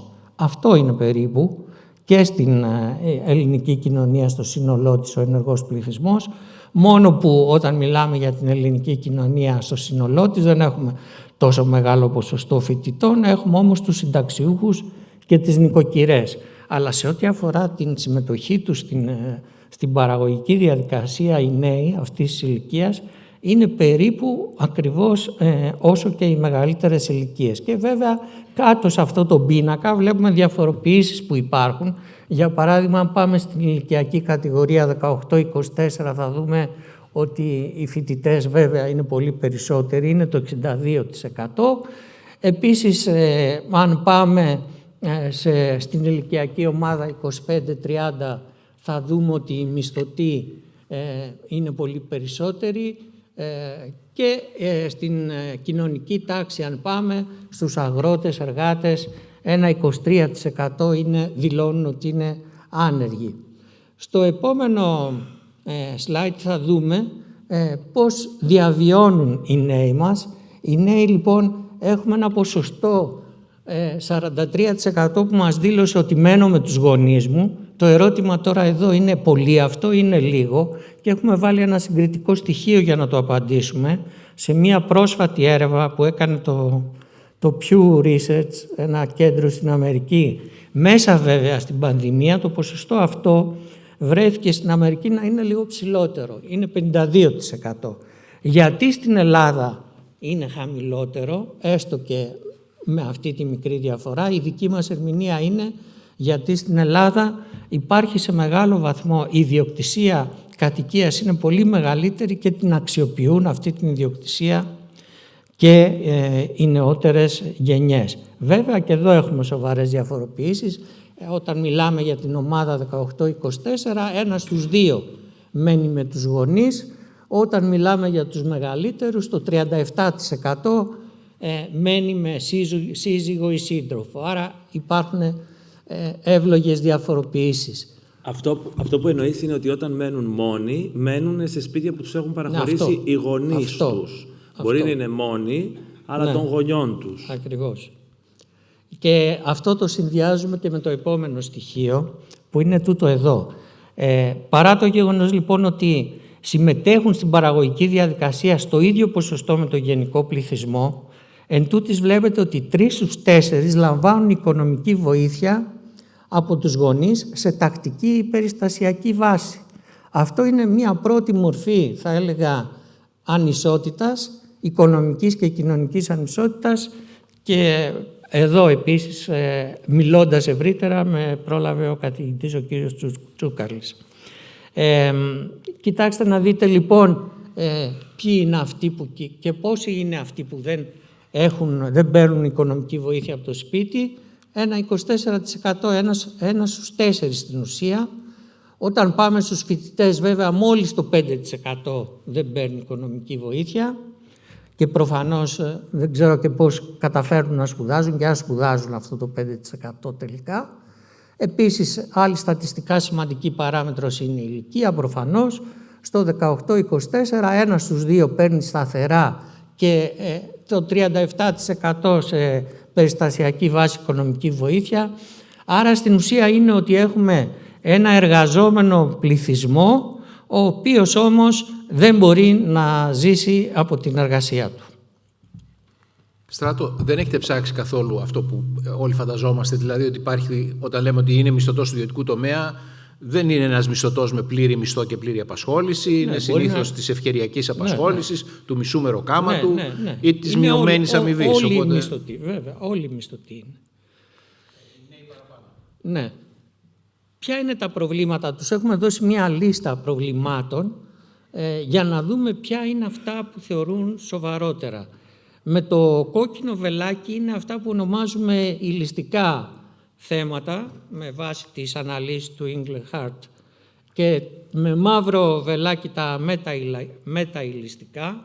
Υπήρχε μια θεωρία ότι στις δυτικές κοινωνίες κυριαρχούν απολύτως στις νέες γενιές τα μεταυλιστικά θέματα. Δεν είναι όμως αυτή η περίπτωσή μας μετά από τις αλλεπάλληλες κρίσεις.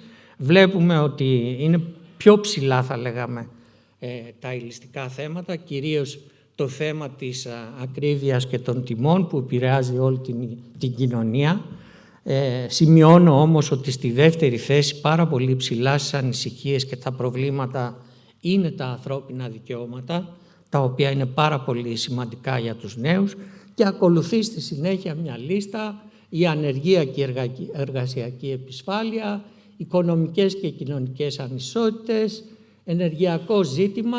Μετά πάμε σε κάποια θέματα που τα έχουμε κατατάξει στα μεταυλιστικά, που είναι πόλεμος στην Ουκρανία, προβλήματα στους δημοκρατικούς θεσμούς και ούτω, περιβαλλοντική κρίση και ούτω καθεξής. Το στεγαστικό βλέπετε πάλι εδώ, συνεπές με την προηγούμενη διαφάνεια, σε αυτή τη λίστα των προβλημάτων βρίσκεται στην τελευταία θέση, χωρίς να σημαίνει βέβαια ότι δεν είναι σοβαρό θέμα. Είναι σοβαρό θέμα, αλλά όχι τόσο όσο τα υπόλοιπα.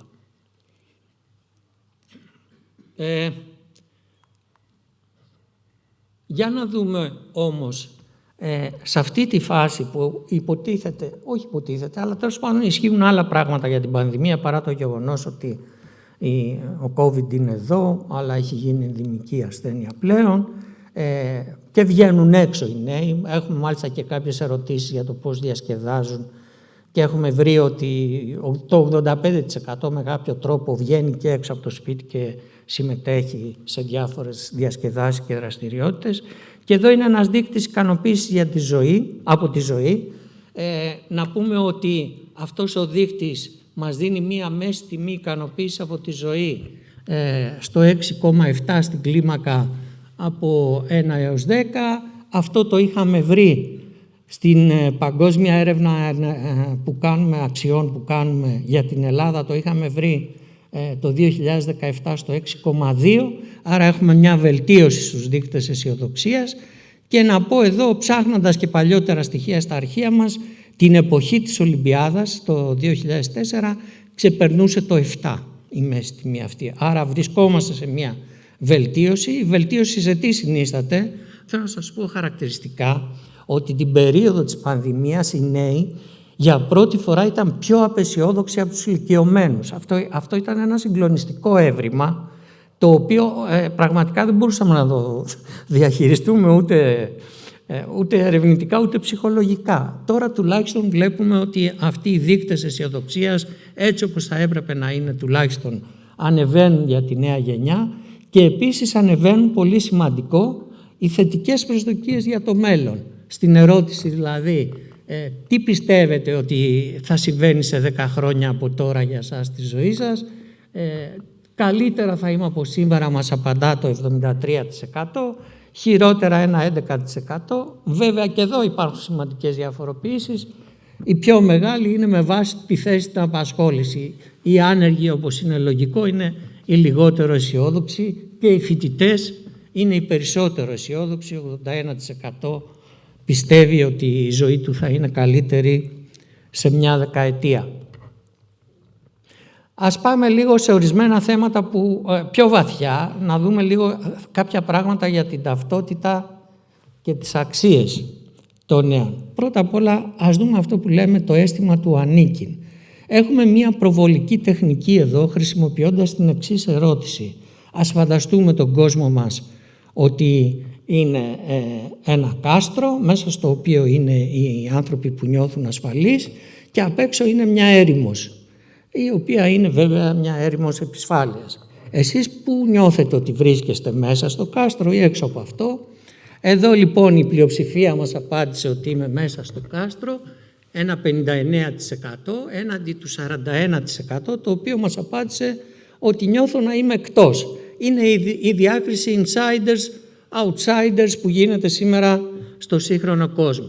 Αυτό στο γενικό πληθυσμό, το 41% το έχουμε βρει πολύ κοντά στο 45%, μιλώντας στο γενικό πληθυσμό. Και εδώ λοιπόν έχουμε πάλι μια αντιστροφή που συνδυάζεται με την άνοδο της αισιοδοξίας των νέων, που δείχνει ότι έστω και κατά 4% οι νέοι φαίνονται να είναι λίγο περισσότερο αισιόδοξοι, αλλά όμως κοιτάξτε πόσο έντονο είναι το στοιχείο της κοινωνικής τάξης, δεξιά κάτω, που τους διαφοροποιεί. Αυτοί που νιώθουν ότι ανήκουν στην αγροτική εργατική τάξη, σε βαθμό 57% λένε εγώ νιώθω έξω από το κάστρο και μόλις το 43% εντός. Αν πάμε στην ανώτερη τάξη, στο άλλο άκρο, το 70% λέει εγώ νιώθω εντός και το 29% εκτός. Άρα λοιπόν οι κοινωνικές ανισότητες και η προσωπική επισφάλεια είναι στενά άρρηκτα συνδεδεμένες. Στη συνέχεια έχουμε και ένα άλλο ερώτημα, πάλι έτσι είναι λίγο διπολικό, για να διαρευνήσουμε αυτό που ζήσαμε τα προηγούμενα χρόνια, αν συνεχίζει να κυριαρχεί στους νέους το αίτημα της ασφάλειας. Μια περίοδο, ειδικά όταν ξέσπασε η πανδημία, η κοινωνία φοβήθηκε τόσο πολύ που το αίτημα της ασφάλειας κυριαρχούσε έναντι του αιτήματος της ελευθερίας. Αυτό προφανώς είναι μια στρέβλωση όταν μιλάμε, ειδικά για τη νέα γενιά. Δικαιολογείται για τη λεγόμενη silent που είναι πάνω από το 77, αλλά όχι για τους νέους. Και εδώ λοιπόν πλέον έχουμε μία αντιστροφή. Η συντριπτική πλειοψηφία, οι νέοι, σε ποσοστό 75% μας λένε ότι αν είχα να διαλέξω ανάμεσα στην ελευθερία και την ασφάλεια, θα διάλεγα την ελευθερία. Οπότε έχουμε, για να συμπληρώσουμε αυτή την ενότητα, έχουμε να δούμε λίγο και κάποια θέματα ταυτότητας. Έχουμε νέους οι οποίοι κατά πλειοψηφία νιώθουν ότι είναι μέσα σε μια διαδικασία ένταξης. Δεύτερον, δίνουν το προβάδισμα, το πρωτείο στην ελευθερία, δηλαδή στη δημιουργία, στο να κάνουν πράγματα. Και τώρα για να δούμε και την ταυτότητά τους. Εδώ υπάρχει μια κλασική ερώτηση, η οποία είναι πώς νιώθετε.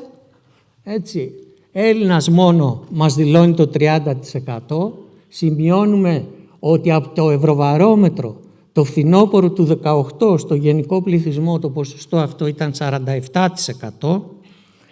Έλληνας και Ευρωπαίος μας δηλώνει το 52%, αυτό ήταν το 50% στο γενικό πληθυσμό.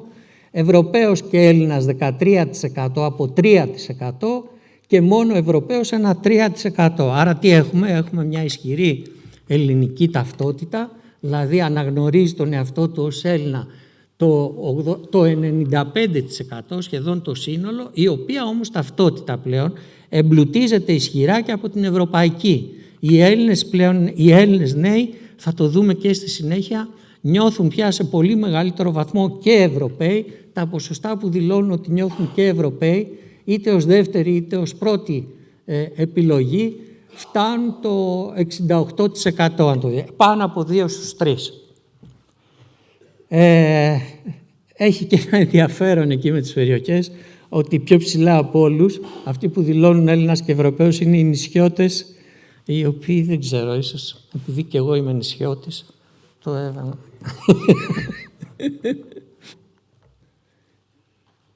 Τώρα, δύο σοβαρά θέματα τα οποία δεν μπορούσαμε να προσπεράσουμε. Είναι η δημόσια παιδεία και στη συνέχεια θα δούμε και την απασχόληση. Εδώ ίσως να το περιμένει κανείς, η δημόσια παιδεία στην Ελλάδα, η οποία σημειωτέων είναι και η βάση που τροφοδοτεί το brain drain, έχει πάρα πολύ μεγάλη αξία στους νέους. Δηλαδή στο ερώτημα, έχουμε κάποια statements μάλλον εδώ. Το πρώτο είναι το ελληνικό δημόσιο πανεπιστήμιο προσφέρει υψηλού επίπεδου εκπαίδευση και πρέπει να ενισχυθεί περαιτέρω σε μια κλίμακα από 1 έως 5. Βρίσκει μια συμφωνία στο top 2, 44%, δηλαδή στο 4 και 5.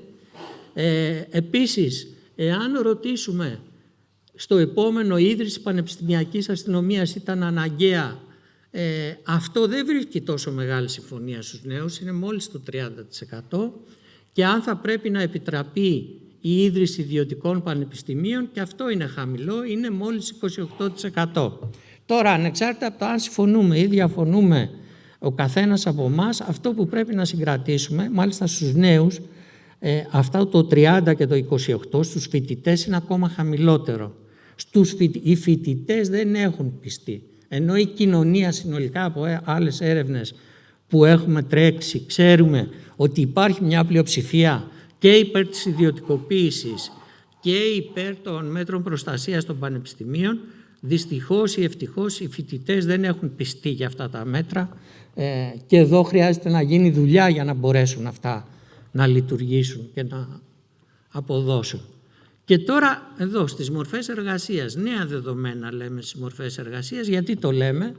Γιατί έχουμε μια ερώτηση. Ξέρετε, όλη η πολιτική ατζέντα και η συζήτηση είναι για το 8ωρο και τι προκύπτει, ποια είναι τα δικαιώματα από το 8ωρο.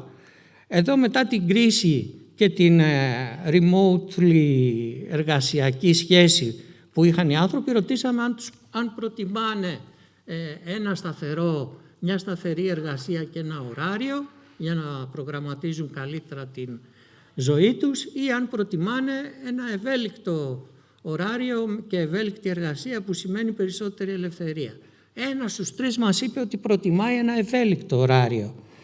Δεν είναι πλειοψηφία αυτή προφανώς, είναι μια μειοψηφία. Η μεγάλη πλειοψηφία, ένα 63% προτιμάει σταθερή εργασία, αλλά όμως εδώ έχουμε νέα φαινόμενα, δεν υπήρχε ποτέ 36% να λέει προτιμάω ευέλικτο ωράριο, και εδώ υπάρχουν θέματα προς ρύθμιση. Αυτός ο χώρος είναι πάρα πολύ αρρύθμιστος, παρά το γεγονός ότι έχει μπει πλέον μέσα στις μορφές, στις συνθήκες εργασίας. Πάρα πολλοί ξέρουν ότι υπάρχει μια τρομερή ευελιξία πια. Πολλοί εργαζόμενοι λένε σήμερα θα δουλέψω από το σπίτι ή δουλεύουν κάποιες μέρες από το σπίτι με σύμφωνη γνώμη των εργοδοτών τους, και αυτό όμως είναι πάρα πολύ αρρύθμιστο. Αλλά είναι μια νέα κατάσταση. Και μάλιστα βλέπετε ότι έχει πάρα πολύ ενδιαφέρον ότι όταν πάμε σε αυτούς που μας δήλωσαν ότι είναι αυτοαπασχολούμενοι, είναι μισή-μισή.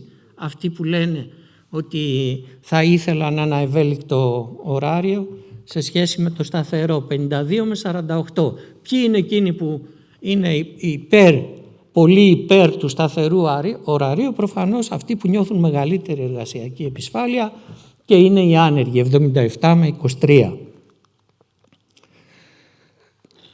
Και ποια είναι η εργασιακή σχέση? Εδώ θα καταρρύψουμε και ένα μύθο. Κάποτε λέγανε ότι οι νέοι στην Ελλάδα προτιμούν να είναι δημόσιοι υπάλληλοι.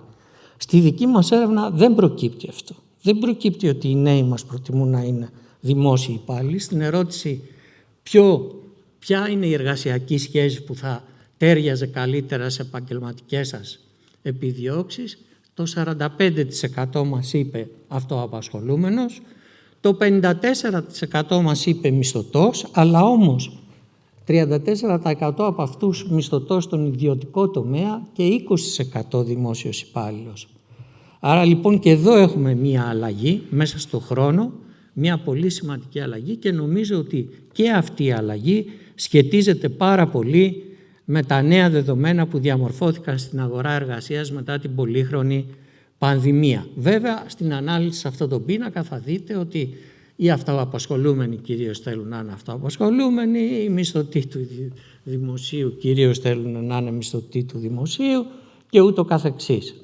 Οι φοιτητές είναι περίπου στο γενικό μέσο όρο οι προτιμήσεις τους. Εδώ έχουμε μια σειρά από κοινωνικά και ηθικά διλήμματα που τους θέσαμε. Αυτό είναι μια πολύ μεγάλη συζήτηση, κάθε statement από μόνο του. Ξεκινάει από το κίνημα Me Too, αν έχει όντως αναδείξει τα θέματα της βίας, στο οποίο 67% συμφωνεί απόλυτα και μάλλον συμφωνεί. Αν πρέπει να επιτραπεί ο γάμος μεταξύ ομόφυλων ζευγαριών. Εδώ η απόσταση είναι μεγάλη, 56%, αλλά έχουμε μια πλειοψηφία και εδώ. Τα παιδιά των νόμιμων μεταναστών, αν πρέπει να αποκτήσουν άμεσα ελληνική ηθαγένεια, επίσης μια πλειοψηφία. Στις τρεις τελευταίες θέσεις τι βρίσκεται? Βρίσκεται το αν η πρόταση, αν έχουμε μεγάλο αριθμό μεταναστών στην Ελλάδα, που πρέπει να αυστηροποιήσουμε τους συνοριακούς ελέγχους. Εδώ είναι μισή-μισή νέοι, 49 ναι συμφωνεί και υπάρχει και ένα ποσοστό το οποίο είναι είτε διάμεσα είτε διαφωνεί. Για τη θανατική ποινή η πλειοψηφία διαφωνεί στο να επανέλθει και επίσης για τις εκτρώσεις η πλειοψηφία διαφωνεί για να απαγορευθούν. Κάνοντας ένα mapping, μια ανάλυση δηλαδή των απόψεων αυτών, θα λέγαμε ότι οι νέοι έχουν μια διαχωριστική, ας πούμε, ευρύτερη γραμμή ανάμεσα σε φιλελεύθερες αντιλήψεις και σε πιο συντηρητικές, παύλα αυστηρές αντιλήψεις, οι οποίες αποτυπώνονται σε αυτόν εδώ το χάρτη. Να προχωρήσω λίγο πιο γρήγορα και να πάω στα θέματα της γεωπολιτικής, τα οποία συζητήσαμε στα δύο προηγούμενα πάνελς, και εδώ έχουμε κάποιες εκπλήξεις, θα έλεγα. Η πρώτη είναι αυτή, ότι έχει ενισχυθεί, όπως είδαμε και στα προηγούμενα και συνάδει με τα προηγούμενα, έχει ενισχυθεί αρκετά η θετική γνώμη για την Ευρωπαϊκή Ένωση. Στην δική μας συνδρομητική έρευνα, τη μηνιαία, η θετική γνώμη για την Ευρωπαϊκή Ένωση στο σύνολο του πληθυσμού είναι 46% και μεταξύ των νέων τη βρήκαμε στο 65%, άρα έχουμε μια σαφέστατα πιο φιλοευρωπαϊκή στάση των νέων και ειδικά των γυναικών. Επίσης, για το θέμα της Ουκρανίας, το 76% τάσεται κατά της Ρωσίας στον πόλεμο της Ουκρανίας, αυτό 72% στο γενικό πληθυσμό. Και εδώ έχουμε και ένα άλλο ενδιαφέρον στοιχείο, 8 στους 10 δηλώνουν ότι θα ήθελαν να υπάρχει κλίμα διαλόγου στις ελληνοτουρκικές σχέσεις. Προσέξτε, όχι διαπραγμάτευσης, διαλόγου. Είναι λίγο διαφορετικά αυτά τα πράγματα, να μην τα μπλέκουμε. Και μόνο το 10% θεωρεί ότι δεν υπάρχει κανένα περιθώριο για διάλογο ανάμεσα στις δύο χώρες. Τέλος, κλείνοντας, πολύ γρήγορα θα ξεπεράσουμε και αυτά, να πούμε ότι οι νέοι έχουν χαμηλή κομματική ταύτιση και εν ώψη των εξελίξεων που αναμένουμε φέτος με τις εκλογικές αναμετρήσεις, έχει ένα ενδιαφέρον αυτό. Στην ερώτηση αν συνήθως ταυτίζονται οι απόψεις σας με ένα συγκεκριμένο κόμμα ή θα λέγατε ότι για σας δεν ισχύει αυτό, έχουμε ένα ποσοστό 72%, 3 στους 4 λένε όχι, δεν ισχύει για μένα αυτό, το 27% μας λέει ότι ισχύει για μένα αυτό, και οι ψηφοφόροι, αυτό που βλέπουμε, αυτοί που ψήφισαν στην περασμένη εκλογική αναμέτρηση είναι λίγο πιο κομματικοί, το 32 έναντι του 12 μας λέει ότι ταυτίζονται συνήθως οι απόψεις τους με κάποιο κόμμα. Κλείνοντας, και αυτή είναι η τελευταία διαφάνεια που θα ήθελα να σας δείξω, έχουμε εδώ μια ερώτηση την οποία την είχαμε και στη μεγάλη, αυτή η έρευνα, το World Value Survey, είναι παγκόσμια έρευνα και έχουμε την τιμή να την κάνουμε εμείς στην Ελλάδα, και η ερώτηση είναι η εξής. Υπάρχουν 3 βασικά είδη στάσεων αναφορικά με την κοινωνία που ζούμε. Επιλέξτε ποιο θεωρείτε ότι εσείς πιστεύετε περισσότερο. Η μία πρόταση είναι ο συνολικός τρόπος οργάνωσης κοινωνίας μας πρέπει να αλλάξει ριζικά μέσω της επαναστατικής δράσης. Αυτή την πρόταση τη στηρίζει το 24%. Το 2017, πριν την πανδημία, στο γενικό πληθυσμό ήταν στο 16% αυτή η πρόταση. Η δεύτερη είναι η κοινωνία μας πρέπει να βελτιωθεί σταδιακά με μεταρρυθμίσεις. Αυτή την πρόταση τη στηρίζει το 59% και ήταν 63% στο γενικό πληθυσμό. Και τέλος η τρίτη πρόταση είναι πρέπει να υπερασπιστούμε τη σημερινή κοινωνία με γενναιότητα απέναντι σε κάθε ανατρεπτική δύναμη, μια πολύ έτσι stagnant συντηρητική άποψη, την οποία την υποστηρίζει το 17%, όσο ήταν σχεδόν και στην παγκόσμια έρευνα στο 16%. Άρα το συμπέρασμα το δικό μας είναι ότι έχουμε μια κοινωνία η οποία βγαίνει από το σπίτι, διεκδικεί τα δικαιώματά της, ξέρει ότι το μέλλον της είναι στο δυτικό κόσμο, απεχθάνεται τον αυταρχισμό και θέλει να αλλάξει την κοινωνία όχι με τη βία και τη σύγκρουση, αλλά μέσα από μια μεταρρυθμιστική διαδικασία. Πιστεύω ότι αυτή η νέα γενιά αξίζει περισσότερα από ό,τι τις έχουμε δώσει μέχρι σήμερα και ελπίζω να τα βρει. Σας ευχαριστώ πάρα πολύ.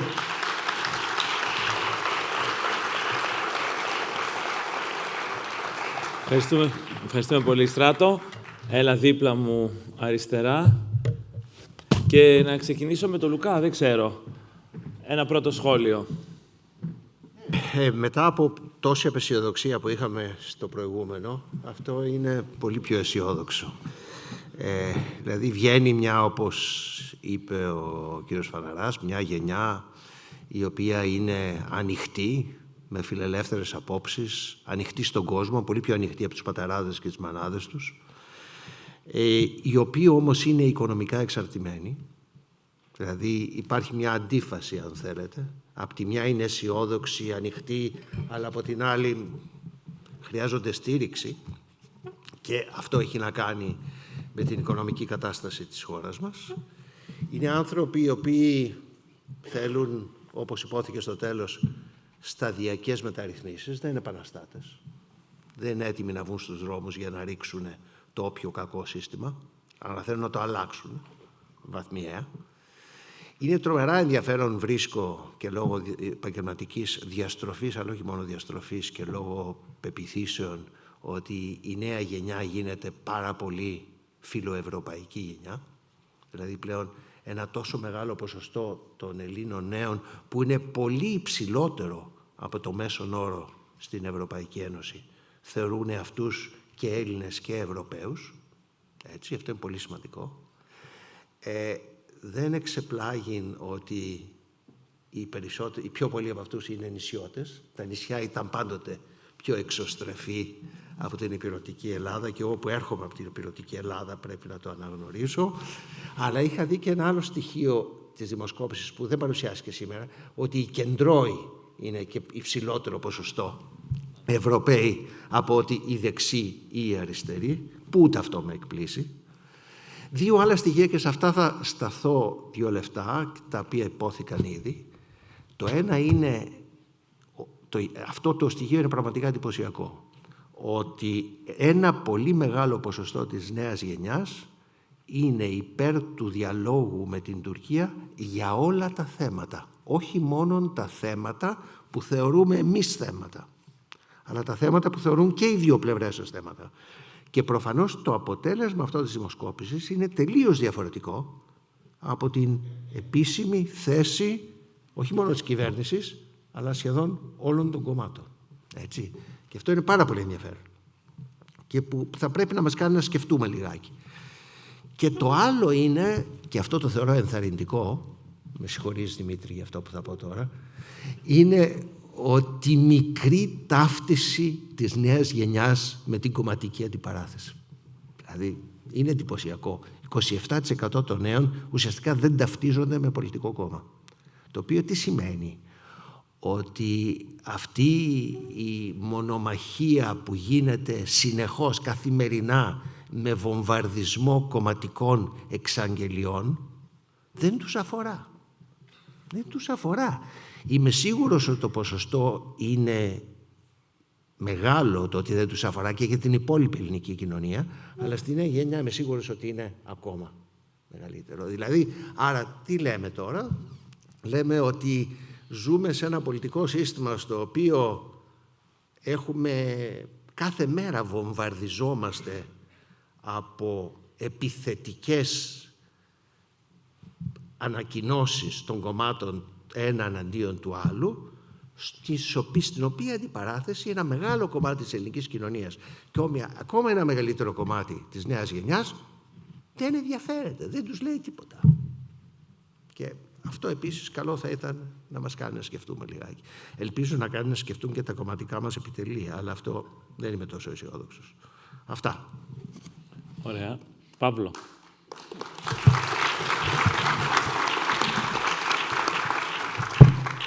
Θα έλεγα αυτή η παρατήρηση του κ. Τσούκαλη, δηλαδή ότι στους νέους η κομματική ταύτιση είναι πιο χαμηλή, το ενδιαφέρον που τους προκαλεί η κομματική πρόσληψη της πολιτικής είναι επίσης πιο χαμηλή, προφανώς λέει κάτι για την πολιτική. Λέει δηλαδή κάτι για την ποιότητα και το επίπεδο της κομματικής πολιτικής αντιπαράθεσης, που προφανώς είναι χαμηλότερο από αυτό που οι νέοι θα θεωρούσαν ότι τους αρμόζει ή ότι δεν προσβάλλει την νοημοσύνη τους τις περισσότερες φορές.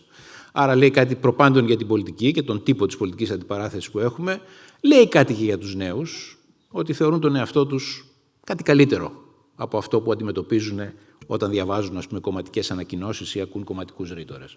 Κάτι λέει και για τους νέους αυτό.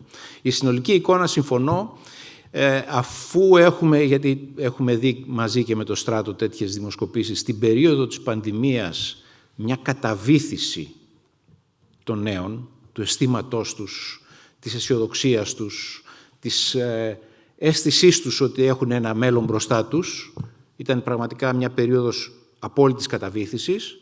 Φαίνεται να υπάρχει μια επιστροφή σε μια πιο φυσική για ένα νέο κατάσταση, όπου έχει μεγαλύτερη αισιοδοξία για τη ζωή, μεγαλύτερη εμπιστοσύνη στις δυνάμεις του, μεγαλύτερη διάθεση να ζήσει και να ανοιχτεί στον κόσμο. Το οποίο είναι μια φυσιολογική, αλλά πολύ ευχάριστο να τη διατυπώνουμε, πορεία ενός εκκρεμούς. Από εκεί και πέρα, είναι πραγματικά εντυπωσιακά και μερικές φορές ξαφνιάζουν αυτά τα δεδομένα, πρώτον για την πολιτική ταυτότητα των νέων, μάλλον την κυρίαρχη πολιτική ταυτότητα, γιατί φαντάζομαι ότι υπάρχουν τόσες πολιτικές ταυτότητες όσοι και οι νέοι στην Ελλάδα, αλλά η κυρίαρχη πολιτική ταυτότητα νομίζω τοποθετεί τους ανθρώπους αυτούς, στις ηλικίες αυτές, θα έλεγα σε έναν χώρο κέντρο-αριστερά, στο αριστερά του κέντρου. Ούτε στο δεξιό, ούτε στο αριστερό άκρο, στο κέντρο, αλλά πιο πολύ στο κέντρο με μία κλίση αριστερά, που επίσης το βρίσκω πολύ φυσιολογικό για αυτές τις ηλικίες και πολύ ενθαρρυντικό κιόλας για την ατμόσφαιρα της πολιτικής ζωής. Δεύτερη παρατήρηση είναι σε ό,τι αφορά τον τρόπο που προσλαμβάνουν τον κόσμο οι νεότερες γενιές, που και αυτό το βρίσκω πολύ αισιόδοξο και πολύ ενθαρρυντικό. Ιστορικά, δεν μπαίνω στα χωράφια σου Λουκά, αλλά ιστορικά υπήρξε μια περίοδος, την περίοδο που το εθνικό αίσθημα ήταν το κυρίαρχο, όπου ο εθνικισμός ήταν μια προοδευτική δύναμη που δημιουργούσε κράτη, ήταν οι νέοι που κυρίως ένιωθαν το εθνικό αίσθημα και το υπερασπίζονταν και με το αίμα τους ακόμα. Σε χώρες όπως η Ελλάδα αυτό ήταν αληθινό μέχρι και πολύ μετά το Δεύτερο Παγκόσμιο Πόλεμο. Δηλαδή στις διαδηλώσεις για το Κυπριακό δεν πήγαινε κανένας μεγάλος, οι φοιτητές πήγαιναν και συγκρούονταν με την αστυνομία για την ανεξαρτησία ή για την ένωση με την Κύπρο. Ζούμε μια ιστορική αντιστροφή και είναι ενδεχομένως κάποιος θα μπορούσε να σκεφτεί, να βγάλει κάποια συμπεράσματα για το πού βρισκόμαστε συνολικά ως κοινωνία, όπου τώρα το ριζοσπαστικό, το προοδευτικό, το επαναστατικό δεν είναι το εθνικό, είναι το ευρωπαϊκό. Έχουμε μια πολύ ισχυρή εθνική ταυτότητα και οι νέοι, αλλά ταυτόχρονα έχουμε μια πολύ ισχυρή, πολύ ισχυρότερη από ό,τι οι μεγαλύτερες ηλικίες ευρωπαϊκή ταυτότητα. Δηλαδή οι νεότερες γενιές θέλουν να βλέπουν τον εαυτό τους ως Ευρωπαίους Έλληνες ή Έλληνες Ευρωπαίους, όχι ως Έλληνες μόνο. Προφανώς ούτε ως Ευρωπαίους μόνο θα ήταν υπερβολικό. Πολύ δηλαδή συμβατό με αυτή τη διαπίστωση είναι και αυτό το πραγματικά εντυπωσιακό γεγονός, το ότι στη στάση απέναντι στην Τουρκία οι νέοι είναι αρκετά μακρύτερα από την επίσημη πολιτική θέση όντως του συνόλου του ελληνικού πολιτικού κόσμου. Δηλαδή είναι πολύ συμβατό με έναν άνθρωπο ο οποίος νιώθει τον εαυτό του ως Έλληνα-Ευρωπαίο, Ευρωπαίο-Έλληνα, να θεωρεί ότι με τον γείτονα που μας έτυχε να ζούμε πρέπει να κουβεντιάζουμε. Και πρέπει να κουβεντιάζουμε για όλα, όχι μόνο για αυτά που εμείς θεωρούμε προβλήματα, αλλά ενδεχομένως και για κάποια που εμείς δεν τα θεωρούμε προβλήματα, αλλά τα θεωρεί εκείνος. Νομίζω ότι είναι συμβατό με την συνολική, ας πούμε, εικόνα ενός νέου ή μιας νέας που έχει αυτή την αίσθηση για τον εαυτό του και αυτή την αίσθηση για τη θέση του στον κόσμο. Από εκεί και πέρα, τελευταία παρατήρηση είναι αυτό που υπόθηκε πάλι ήδη, ότι αυτή η εικόνα που έχουμε, νέοι οι οποίοι ζουν μόνοι τους, αλλά ζουν μόνοι τους λίγοι, είναι πολλοί εκείνοι που δεν ζουν μόνοι τους, που συνεχίζουν να ζουν στο παιδικό τους δωμάτιο μετά τα 30 τους, το οποίο είναι μια κατάσταση όχι πολύ υγιής. Όσοι πάλι ζουν μόνοι τους είτε γιατί η οικογένεια έχει ένα σπίτι που τους παραχώρησε, είτε γιατί η οικογένεια πληρώνει τον νίκη. Οι ανισότητες στις οποίες αναφερθήκαμε, σε όλη την Ευρώπη, όχι μόνο στην Ελλάδα, έχουν μια έντονη διαγενειακή διάσταση, δηλαδή οι ανισότητες είναι πολύ εντονότερες και πολύ πιο δύσκολα βιώσιμες όσο κατεβαίνεις στην ηλικιακή κλίμακα. Εγώ κρατάω αυτή τη βαριά αιχμή του Παύλου για το Πασόκ. Μας είπε ότι οι νέοι είναι κεντροαριστεροί. Οι νέοι είναι κεντροαριστεροί, δεν είναι Πασόκ. Διότι η ταύτισή τους με τα υπάρχοντα κομματικά σχήματα είναι, όπως είδες, πολύ χαμηλή. Δεν θα μου το κλέψεις, ό,τι και να κάνεις. Ακούσαμε λοιπόν ότι οι νέοι καταρχήν αυτοτοποθετούνται αριστερά του κέντρου, ένα. Η αλήθεια ωστόσο είναι ότι ο κομματικός φορέας που αυτοτοποθετείται ακριβώς αριστερά του κέντρου, που είναι κατεξοχήν το Πασόκ, δεν έχει καθόλου νέους ψηφοφόρους. Άρα έχουμε μία αναντιστοιχία μεταξύ προσφοράς και ζήτησης, όπως λέμε εμείς στην πολιτική επιστήμη. Ξέρουμε από τις δημοσκοπήσεις και από τις έρευνες, αλλά και από τα exit polls, ότι οι ψηφοφόροι του Πασόκ είναι κατά βάση άνω των 60. For better or worse, δεν κάνω τώρα εγώ αιχμή, εγώ απλώς παραθέτω τα δεδομένα. Τώρα, ως προς τη διαγενειακή, έχω πολλά σημειώσει πάρα πολύ ενδιαφέροντα, δεν θέλω να φάμε το χρόνο. Διαγενειακή αδικία, η Ελλάδα είναι η χώρα μαζί με την Ιταλία με τη μεγαλύτερη ίσως διαγενειακή αδικία στην Ευρώπη. Μια χώρα που πιστεύει πολύ στην οικογένεια, πιστεύει πολύ στα παιδιά, αλλά δεν κάνει τίποτα για αυτά επί της ουσίας από ένα σημείο και μετά. Το 95% της κοινωνικής δαπάνης στην πατρίδα μας αφορά τη στήριξη του συνταξιοδοτικού, δηλαδή της ηλικίας άνω των 60. Παρακαλώ. Υπάρχει μια εξαιρετικά ενδιαφέρουσα αντίφαση. Το πώς συμπεριφέρεται ο Έλληνας ή η Ελληνίδα ως άτομο εντός της οικογένειας και πώς συμπεριφέρεται ως πολίτης της χώρας. Δηλαδή είμαστε σε μια χώρα στην οποία η οικογένεια καλύπτει τις ανάγκες των παιδιών μέχρι τα μισογεράματα, ενώ ως πολίτες της χώρας επιβεβαιώνουν και στηρίζουν πολιτικές που είναι εις βάρος των νεότερων γενιών. Απολύτως. Συστηματικά. Ναι, ναι. Και το κάνει αυτό για δεκαετίες. Ακόμα και... Ναι, να το πω αλλιώς, είμαστε μια χώρα όπου στην οικογένεια το παιδί είναι βασιλιάς και καθ' υπερβολήν πολλές φορές βασιλιάς, και μια χώρα στην οποία βασιλιάς είναι ο συνταξιούχος γιατί πάει και ψηφίζει. Ναι, ναι. Άρα η πολιτική ενδιαφέρεται πρώτα για αυτόν και τριτευόντως για όλους τους υπόλοιπους. Πέρα από αυτά που μάθαμε στο σχολείο και τα πολύ ωραία που διδαχθήκαμε και από τον Λουκά, η αλήθεια είναι, το έχω διαπιστώσει τα τελευταία 3 χρόνια, στην ζώσα μαχόμενη πολιτική, ότι η πολιτική είναι κουκιά. Και αυτός που έχει τα κουκιά, και έρχομαι τώρα στο πρόβλημα με τους νέους, αυτός κανονίζει. Και στην Ελλάδα, κατά ψέματα, η πλειοψηφία των ψηφοφόρων είναι οι συνταξιούχοι. Αυτό για 2 λόγους. Πρώτον, γιατί έχουμε πολλούς συνταξιούχους, 3 εκατομμύρια, σε έναν ενήλικο πληθυσμό 8 εκατομμυρίων. και επειδή οι συνταξιούχοι ψηφίζουν, έχουν πολύ μεγάλο ποσοστό συμμετοχής, κοντά στο 90% σε σχέση με το γενικό πληθυσμό. Άρα, στα 5 εκατομμύρια που ήταν οι ψήφοι λίγο πολύ στις τελευταίες εκλογές, γιατί έχουν πολύ μεγάλη αποχή από το 2009 και μετά, να θυμίσουμε ότι μας λείπουν περίπου 2-2,5 εκατομμύρια ψηφοφόροι σε σχέση με αυτά που ξέραμε μέχρι το 2009, οι συνταξιούχοι έχουν ένα υπέρμετρο, πώς να το πούμε, παρουσία. Και στην Νέα Δημοκρατία ακόμα περισσότερο αυτό. Άρα είναι αυτοί που καθορίζουν την ατζέντα. Και η ατζέντα είναι, γι' αυτό και κυριαρχείται, μην μιλήσω τώρα για συναδέλφους του Παύλου που έχουν κάνει καριέρα στα κανάλια με το συνταξιοδοτικό, κυριαρχείται από αυτά τα ζητήματα. Όταν πεις, εγώ, επειδή είμαι πολύ στα κανάλια και μάλιστα πρόσφατα έχω μαλώσει κιόλας, όταν πεις ότι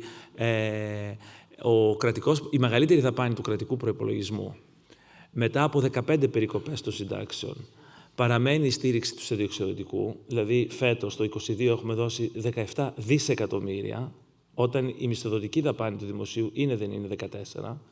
Δηλαδή όλο το δημόσιο μας κοστίζει για τα νοσοκομεία, το στρατό, τα σχολεία, τα πανεπιστήμια, τους αστυνομικούς, μπουρουμπουρου, 14 δις. Η στήριξη που δίνουμε εξτρά από τις ασφαλιστικές εισφορές είναι 17. Εάν δεν είχαν γίνει περικοπές θα ήταν 60. Για να έχουμε τάξη μεγέθους του τι συζητάμε. Λοιπόν, 17 δισεκατομμύρια. Η δαπάνη κοινωνική για τους νέους είναι ελάχιστη. Μιλάμε, είναι αστεία. Και η πολλή φτώχεια στην Ελλάδα, αν υπάρχει πολλή φτώχεια συγκεντρωμένη, είναι σε νέα άνεργα ζευγάρια με παιδιά και όχι στις μεγαλύτερες ηλικίες. Παρ' όλα αυτά, σε μια σειρά από πράγματα τώρα που ελπίζω να μην ηχογραφούμεθα και βρεθούμε με πρόβλημα, συνεχίζουμε να επικεντρωνόμαστε μόνο στις μεγαλύτερες ηλικίες. Με έναν τρόπο, ο οποίος είναι και έχει ενδιαφέρον. Δηλαδή, κλείσαμε τα σχολεία για 2 χρόνια.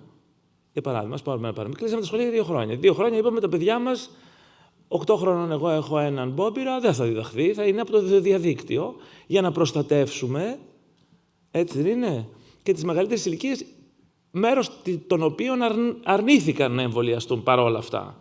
Που είχαν και την προτεραιότητα να εμβολιαστούν, τους δώσαμε πρώτα, εμείς όλοι κτλ. Έχει πολύ ενδιαφέρον αυτό για τις προτεραιότητες της ελληνικής κοινωνίας σε αυτό το επίπεδο. Είμαστε μια κοινωνία διαγενειακής αδικίας, δεν υπάρχει εμβολία. Τώρα, ο λόγος είναι από ένα σημείο και μετά, επειδή είμαστε σε μια δημοκρατική χώρα, ότι οι νέοι είναι πολύ λίγοι ψηφοφόροι. Μην το ξεχνάμε αυτό, ότι όλα αυτά που συζητάμε τώρα είναι λίγοι. Είναι λίγοι γιατί αυτές οι ηλικίες τώρα, ειδικά μετά το 80, είναι αποδεκατισμένες, έχουν τη μισή γονιμότητα, οι μισές γεννήσεις σε σχέση με το πριν το 80, ένα το κρατούμενο, και 2 γιατί οι μισοί αυτών των μισών έχουν φύγει στο εξωτερικό. Άρα έχουμε τους μισούς των μισών. Και αυτοί που έχουν απομείνει έχουν και το χαμηλότερο ποσοστό συμμετοχής. Δηλαδή δεν έχουν το 90% συμμετοχή. Παρακαλώ.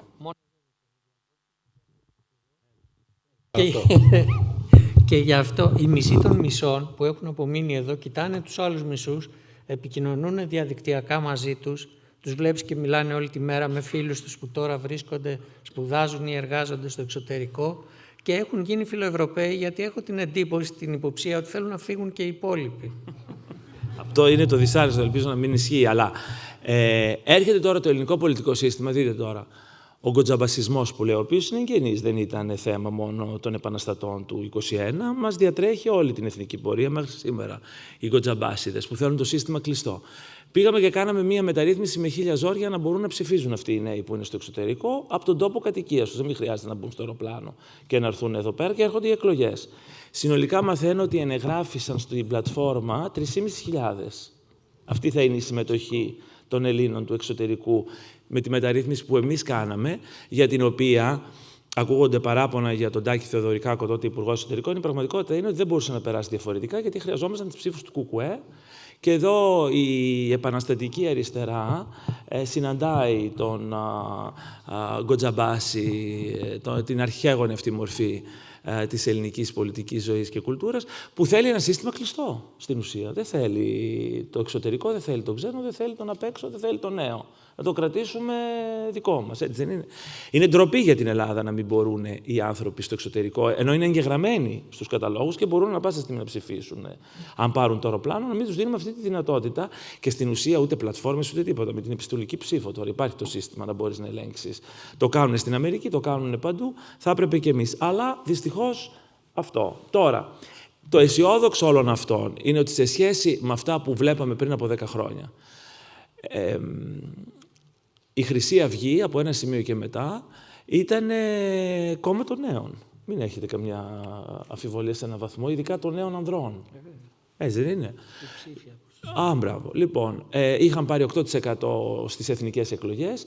Στους νέους άντρες, κάτι εκεί συμβαίνει με τη τεστοστερόνη φαίνεται, 18 με 30 νέοι άντρες έφτανε το 25%. Τριπλάσιο του εθνικού μέσου όρου, έτσι.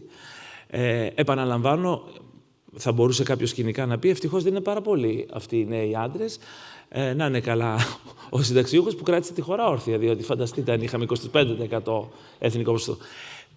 Από εκείνα τα χρόνια του 12, της οργισμένης γενιάς, της θυμωμένης γενιάς, βλέπουμε μία μετάλλαξη τώρα 10 χρόνια μετά, μια γενιά η οποία έχει οριμάσει μέσα στην κρίση, στην πυράκτωση της κρίσης, η οποία είναι πολύ πιο σοβαρή, πολύ πιο συνειδητοποιημένη, πολύ πιο ευρωπαϊκή, φιλελεύθερη, κοσμοπολίτικη, λιγότερο αποζητά την ασφάλεια της δημοσίου υπαλληλείας, όπως κάποτε λέγαμε the Greek dream. Θυμάμαι, έμπαινα στην αίθουσα και ρωτούσα τι θέλετε να γίνετε.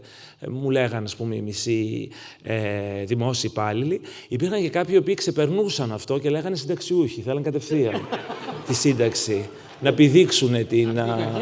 Ήτανε το απόλυτο Greek dream. Διότι όταν γινώσουν συνταξιούχος στα 33, με 15 ετία, στα 33 χρόνια, και είχα φοιτητές συνταξιούχους. Εγώ έχω... 35 χρόνων συνταξιούχους. Αυτό λέω, 33 και 34. Προφανώς και ο άλλος που είναι 22 σου λέει, φτάνω, γιατί να μην. Λοιπόν, αυτό δεν υπάρχει εδώ και αυτό νομίζω είναι πάρα πολύ σημαντικό. Το άλλο είναι το μεταελλιστικό. Διότι όλη μας η πολιτική ζωή ακόμα, έτσι, έχει ένα ρέτρο στοιχείο δεκαετίας του 70, μαρξίζον, ειλιστικό, δηλαδή τα λεφτά, το οικονομικό, που είναι προφανώς πάρα πολύ σημαντικό, ειδικά σε μια χώρα στην Ελλάδα, αλλά υπάρχει και το ζήτημα των δικαιωμάτων, υπάρχει το ζήτημα του περιβάλλοντος και της κλιματικής αλλαγής, που αφορά πολύ περισσότερο τους νέους από ότι τις μεγαλύτερες ηλικίες, και εδώ όλα τα κόμματα, και τα μαρξίζοντα και τα αντιμαρξίζοντα, τα οποία όμως όλα έχουν δουλέψει λίγο πολύ στο ειλιστικό μοντέλο, θα πρέπει να... Μαρξίζοντα ποιο βάζεις? Εννοώ την αριστερά, βέβαια, παιδί μου, η οποία έχει μια... Εντάξει, ξέρω, έχετε όλοι έχετε αποστασιοποιηθεί από τα νιάτα σας, γιατί εδώ ξέρετε, έχω μετανοημένες Μαγδαλίνες στα αριστερά μου. Αλλά μου είναι ότι ο Μάρξ με το...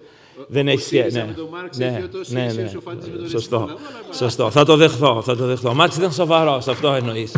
Αλλά σε κάθε περίπτωση τα κόμματα πρέπει να το καταλάβουν αυτό. Τώρα, το γεγονός της μη κομματικής ταύτισης είναι παγκόσμιο φαινόμενο. Είναι και πανευρωπαϊκό, είναι και αμερικανικό. Στην Αμερική έχουμε ξαφνικά μεγαλύτερο κόμμα στην Αμερική, είναι το Independence, το οποίο δεν υπήρχε στο παρελθόν, οι ανεξάρτητοι.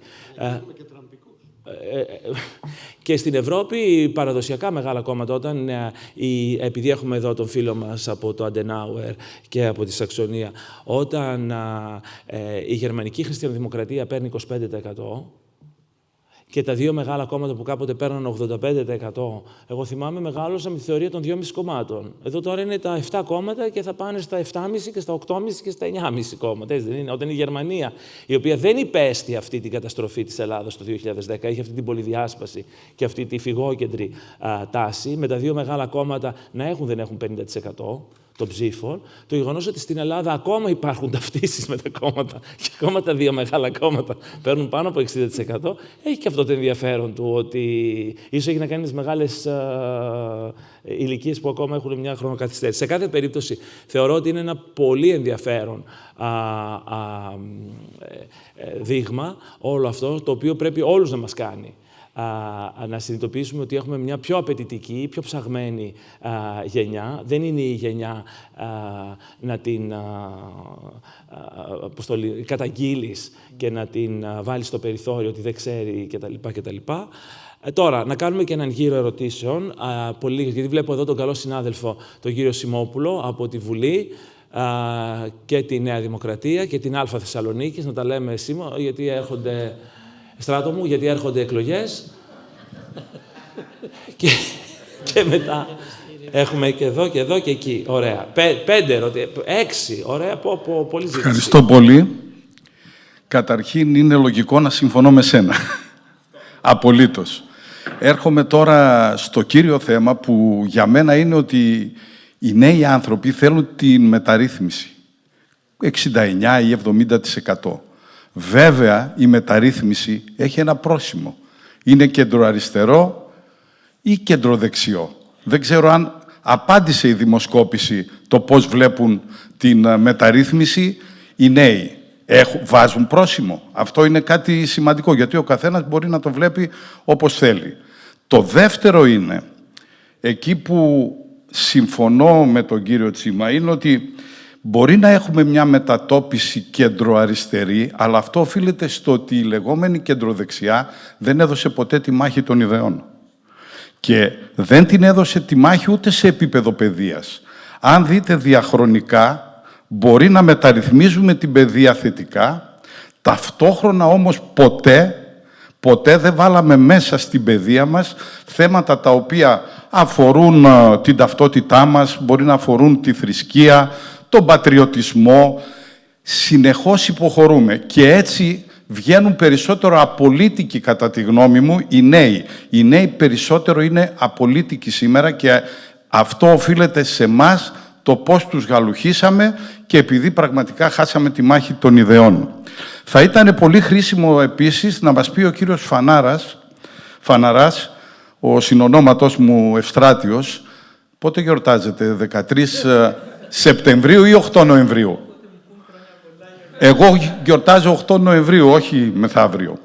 Να μας πει αν αύριο γινόταν εκλογές στα 100 ψηφοδέλτια της Νέας Δημοκρατίας, τι ποσοστό θα ήταν στην ηλικία κάτω από 35, τι ποσοστό από 35 έως 55 και τι ποσοστό πάνω από 55. Και το ίδιο και για το ΣΥΡΙΖΑ.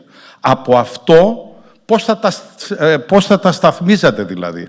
Από αυτό μπορούμε να βγάλουμε πολιτικά παραδείγματα. Και επίσης θεωρώ ότι οι νέοι ψηφίζουν, αλλά δεν ταυτίζονται με κόμματα. Σήμερα μπορεί να ψηφίσει κάτι άλλο, αύριο κάτι άλλο, μετά κάποιον άλλον αρχηγό. Όχι ότι δεν ψηφίζουν. Θα ήθελα το τελευταίο και για προσωπικούς λόγους. Ευχαριστώ πολύ. Κρατάς, Στράτο μου, και συνεχίζουμε γρήγορα εδώ. Πού έχουμε μικρόφωνα? Ποιος έχει? Μίλα. Ναι. Λοιπόν, επειδή δεν ήμουν στην αρχή της παρουσίασης, θα πω κάτι διαδικαστικό, θα μου πείτε αν το έχετε αναφέρει. Θέλετε να πλησιάσουμε τους νέους.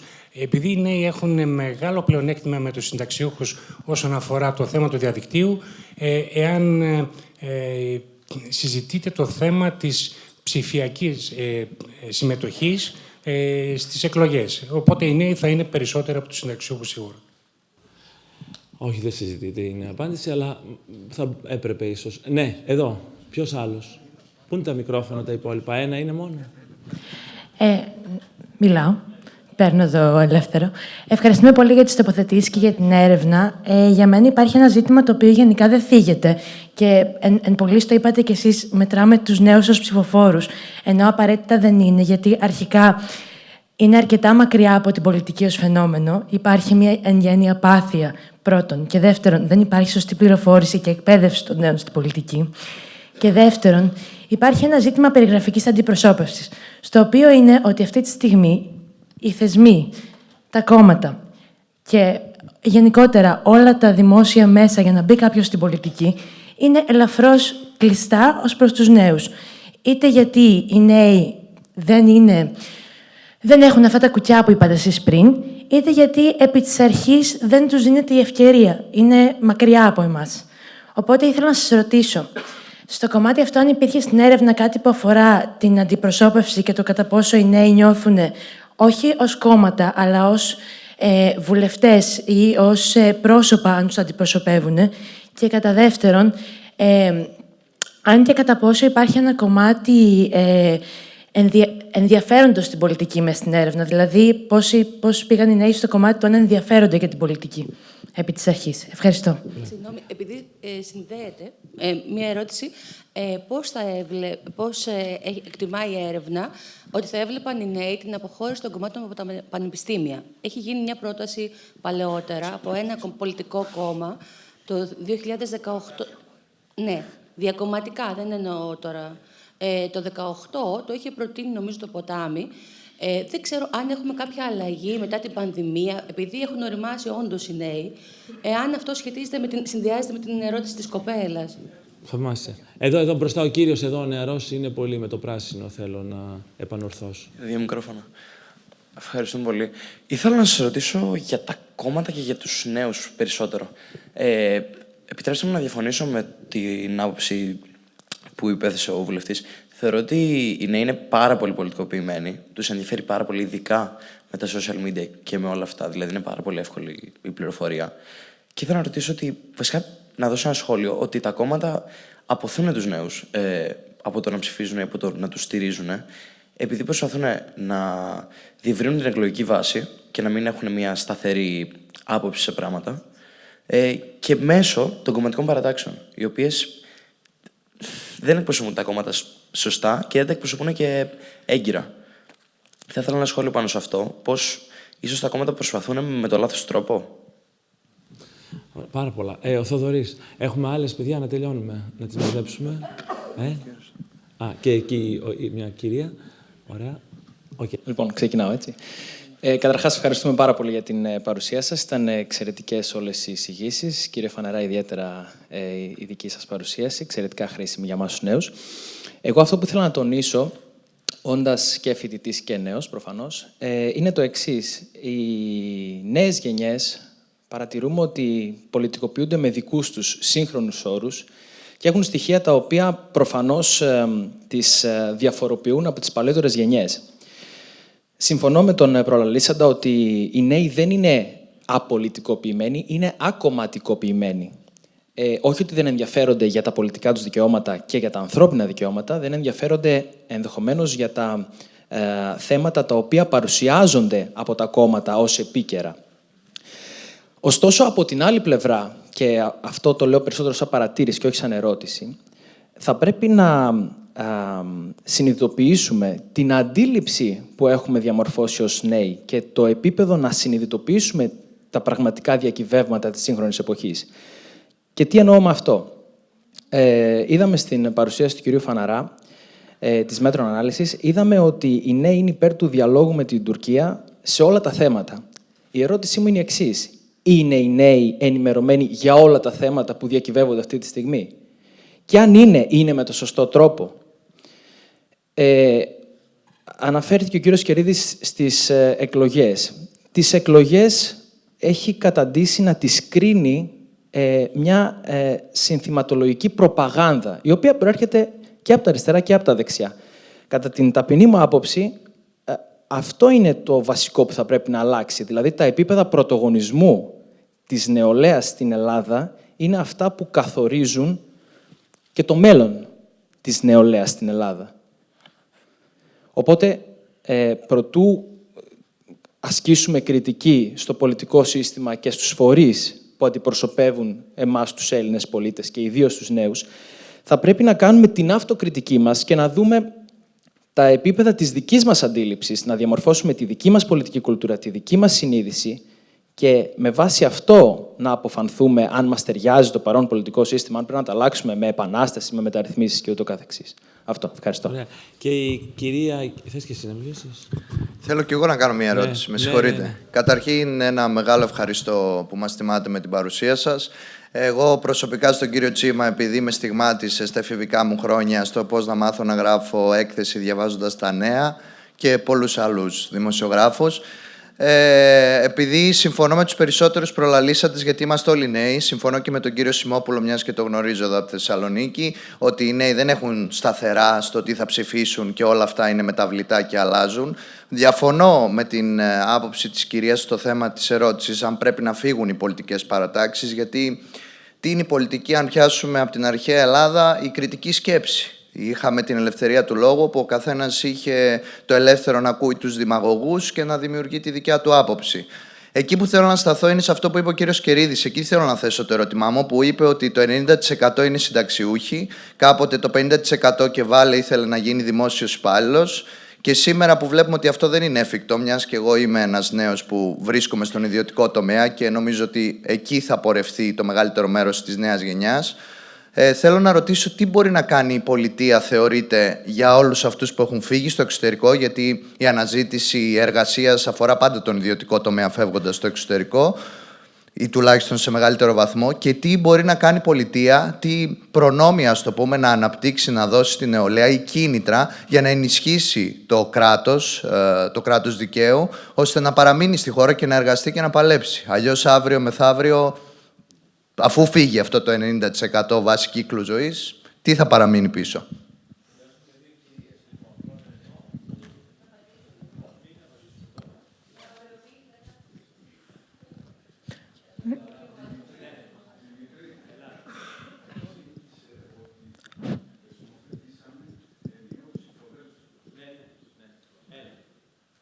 Γεια σας.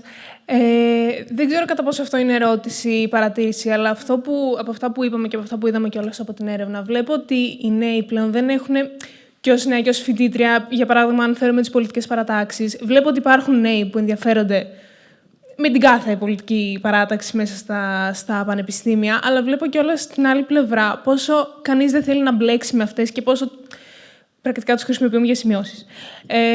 Αλλά από αυτά που είπαμε βλέπω ότι δεν υπάρχει πολιτική εκπροσώπηση από τους νέους. Δηλαδή και στις εκλογές, για παράδειγμα, που θα έρθουν, εγώ δεν ξέρω τι θα ψηφίσω.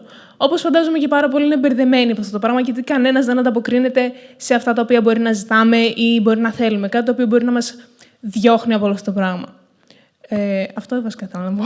Ωραία. Υπάρχει κάποια ερώτηση? Έλα, εδώ, ναι, κάνει την ερώτησή σου.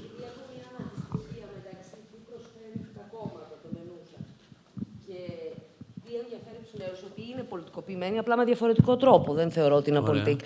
Νομίζω κάτι δεν υπήρχε στην έρευνα κάποια ερώτηση ως προς το πώς μπορούν οι νέοι να συμμετέχουν στα κοινά και να προωθούν τις δράσεις τους και τις πολιτικές τους απόψεις. Μήπως αυτό να μας πείτε, κύριε Φαναρά? Ωραία, πολύ ωραία. Λοιπόν, ολοκληρώσαμε τον κύκλο των ερωτήσεων. Ήταν πάρα πολλές, μπορούμε να κάνουμε πολύ μεγάλη την κουβέντα. Θέλω ο Στράτος να έχει τον τελευταίο.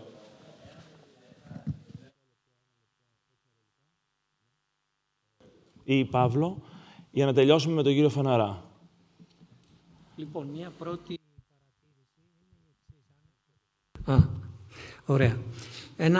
Αν ήθελα να βάλω ένα τίτλο στην έρευνα, θα έλεγα μέσα από την ερευνητική μου εμπειρία, θα έβαζα τον εξής τίτλο. Από τις γενιές της παραίτησης στις γενιές της διεκδίκησης. Αυτό είναι το πολύ διαφορετικό που εισπράττω εγώ από τα στοιχεία. Τώρα, πάω σε ερωτήσεις όσες μπορώ να απαντήσω από αυτές που σημείωσα. Καταρχήν στον κύριο Σιμόπουλο. Το πρόσημο της μεταρρύθμισης δεν είναι ούτε κεντροαριστερό ούτε κεντροδεξιό, διότι πολλές φορές η κεντροαριστερά και τούμπαλιν ταυτίζονται με συντηρητικές πολιτικές επιλογές, άρα θα έλεγα ότι ένα σχήμα προοδευτικό, συντηρητικό, ίσως να είναι πιο κοντά στα πράγματα, και σαφέστατα το πρόσημο της μεταρρύθμισης είναι πάντα προοδευτικό. Τώρα, το προοδευτικό δεν ταυτίζεται πάντα με το σχήμα αριστερά-δεξιά. Ψήφους αναγενιά, το δεύτερο που θέσατε. Στην τελευταία έρευνα που κάναμε, πανελλαδική πρόθεση ψήφου, κάθισα και μέτρησα, υπήρχε στην πρόθεση ψήφου μια διαφορά 8 μονάδων ανάμεσα στη Νέα Δημοκρατία και το ΣΥΡΙΖΑ. Οι 5,5 μονάδες από αυτές προέρχονται από τους συνταξιούχους και τις νοικοκυρές, και όλο το υπόλοιπο εκλογικό σώμα δίνει ένα προβάδισμα 2,5 με 3 μονάδες στη Νέα Δημοκρατία, οπότε δεν θα μπω σε αναλυτικότερη συζήτηση. Τρίτον, απόσταση γράφω και ενδιαφέρον για την πολιτική. Συμφωνώ με ορισμένους που είπαν ότι είναι άλλο πράγμα η πολιτικοποίηση και άλλο η κομματικοποίηση. Αυτό είναι σαφέστατο, έτσι. Νομίζω ότι δεν έχει νόημα να το συζητήσουμε περαιτέρω. Για το αν είναι ενημερωμένοι για τα ελληνοτουρκικά, προσέξτε, είναι άλλη η έννοια του διαλόγου και άλλη η έννοια της διαπραγμάτευσης. Όταν κάθονται δηλαδή 60 φορές και συναντιόνται σε επίπεδο task force, δεν ξέρω πώς τα λένε ο κ. Τσουκάλης, διερευνητικών. Εκεί άραγε τι συζητάνε? 60 φορές συναντήθηκαν να συζητάνε για την υφαλοκρηπίδα? Προφανώς όχι.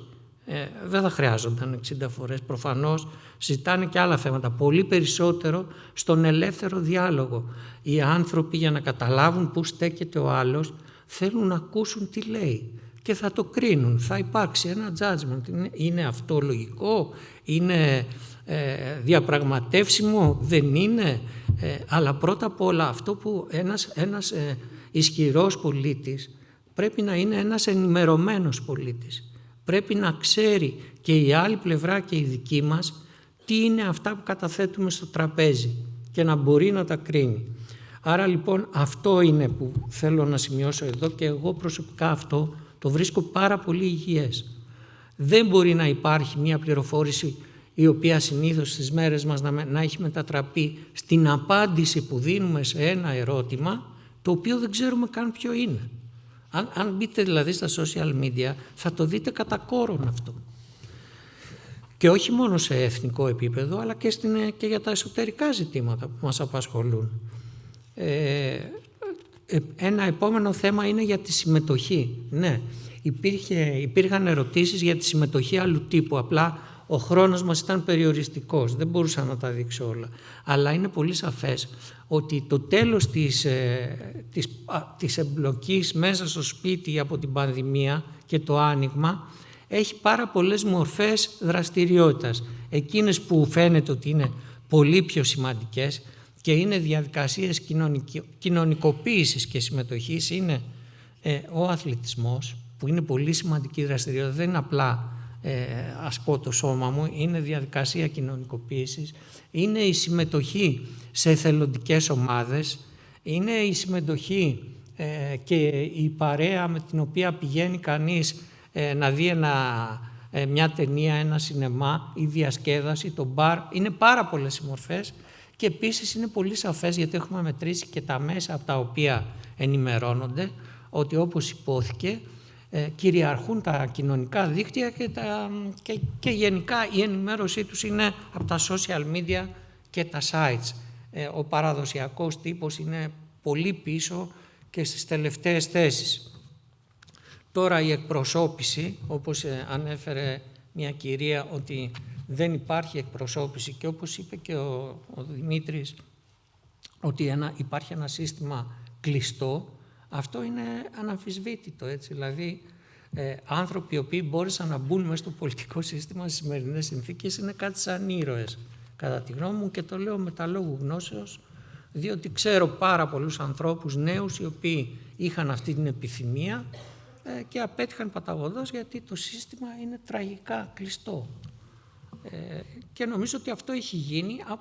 Εγώ δεν υιοθετώ τον όρο πολιτική τάξη, αλλά όταν συζητάμε για αυτό το ζήτημα το συγκεκριμένο, το πόσο ανοιχτό είναι δηλαδή το πολιτικό σύστημα, πιστεύω ότι πράγματι λειτουργήσε διαχρονικά μια πολιτική τάξη για να αποκλείσει ανθρώπους από τη δυνατότητά τους να μπουν και να προσφέρουν. Αν κάτι δεν μπόρεσα να απαντήσω ή το ξέχασα... Θα το αφήσουμε για το 11ο Συμπόσιο. Είναι μια πολύ μεγάλη αυτή κουβέντα. Απλώς τελείως έτσι επιγραμματικά, ενημερωτικά να σας πω ότι υπάρχει μια μεγάλη συζήτηση και στην Ευρώπη. Κάποιες χώρες έχουν υποχρεώσει κάθε νομοσχέδιο όταν ψηφίζεται, εκτός από την έκθεση του Γενικού Λογιστηρίου του κράτους για τις δημοσιονομικές επιπτώσεις, να έχει και έκθεση για τις επιπτώσεις στη νέα γενιά και στην αγέννητη γενιά, προκειμένου προκειμένου να εκπροσωπείται με κάποιον τρόπο οι επόμενες γενιές. Κλασικό παράδειγμα, η κλιματική αλλαγή, η οποία δεν αφορά καθόλου τους μεγάλους, με την οποία θα ζήσουν οι νεότεροι και είναι προτεραιότητά τους, αλλά έχουμε ένα πολιτικό σύστημα το οποίο βασίζεται στους μεγάλους και άρα δεν μπορεί να αντιμετωπίσει το υπαρξιακό πρόβλημα της ανθρωπότητας. Σε κάποιες χώρες η συζήτηση έχει πάει πολύ παραπέρα. Για να σας το δώσω έτσι και για να σας πικάρω να το ψάξετε, υπάρχουν ακόμα και προτάσεις που ακούγονται πολύ αμφιλεγόμενες προφανώς, ότι οι νεότεροι θα πρέπει να έχουν μεγαλύτερη στάθμιση ψήφος τους με βάση έναν αλγόριθμο ηλικίας ή νέοι γονείς με παιδιά, με κάποιον τρόπο ένας νέος γονιός με 3 παιδιά να έχει μεγαλύτερο βάρος στην κάλπη από έναν υπερήλικα 90 χρονών, ο οποίος σύντομα θα αποχαιρετούσε τα πολιτικά πράγματα του μάταιου του κόσμου. Είναι μια ενδιαφέρουσα κουβέντα η οποία γίνεται. Για πρόσθεση. Σ' αρέσουν αυτά τα Δεν μ' αρέσουν αυτά. Έχουμε ένα πάρα πολύ ενδιαφέρον παράδειγμα διαγενειακής διαφοράς που καθόρισε σε μεγάλο βαθμό το μέλλον μιας χώρας. Και αυτό είναι το Brexit στη Μεγάλη Βρετανία. Έτσι. Στη Μεγάλη Βρετανία η διαφορά στην ψήφο μεταξύ των νεότερων και των μεγαλύτερων γενεών ήταν τεράστια. Το οποίο σημαίνει τι?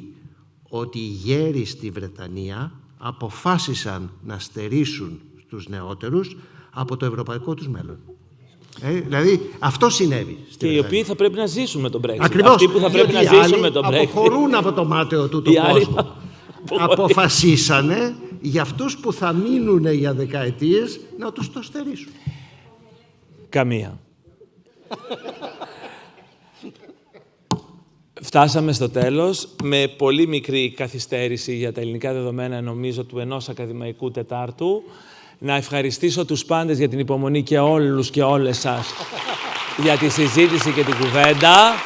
Τα νέα φρέσκα παιδιά μας εδώ κοντά στο Συμπόσιο της Πολιτιστικής. Να ευχαριστήσω πάρα πολύ τους ομιλητές όλους που ήρθαν από το εξωτερικό, από την Ελλάδα, από την Αθήνα και να ευχηθώ στο επανειδήν σίγουρα του χρόνου το φθινόπωρο, του 23, με ακόμα έτσι καλύτερη, εύχομαι, αισιόδοξη πορεία. Να είστε όλοι πάρα πολύ καλά. Καλές γιορτές, καλά Χριστούγεννα και θα ανεβούν όλα στην ιστοσελίδα με φωτογραφίες, με το βίντεο, όλα αναρτημένα για να μπορείτε να τα βρείτε και αναλυτικά. Στράτο, Παύλο, Λουκά.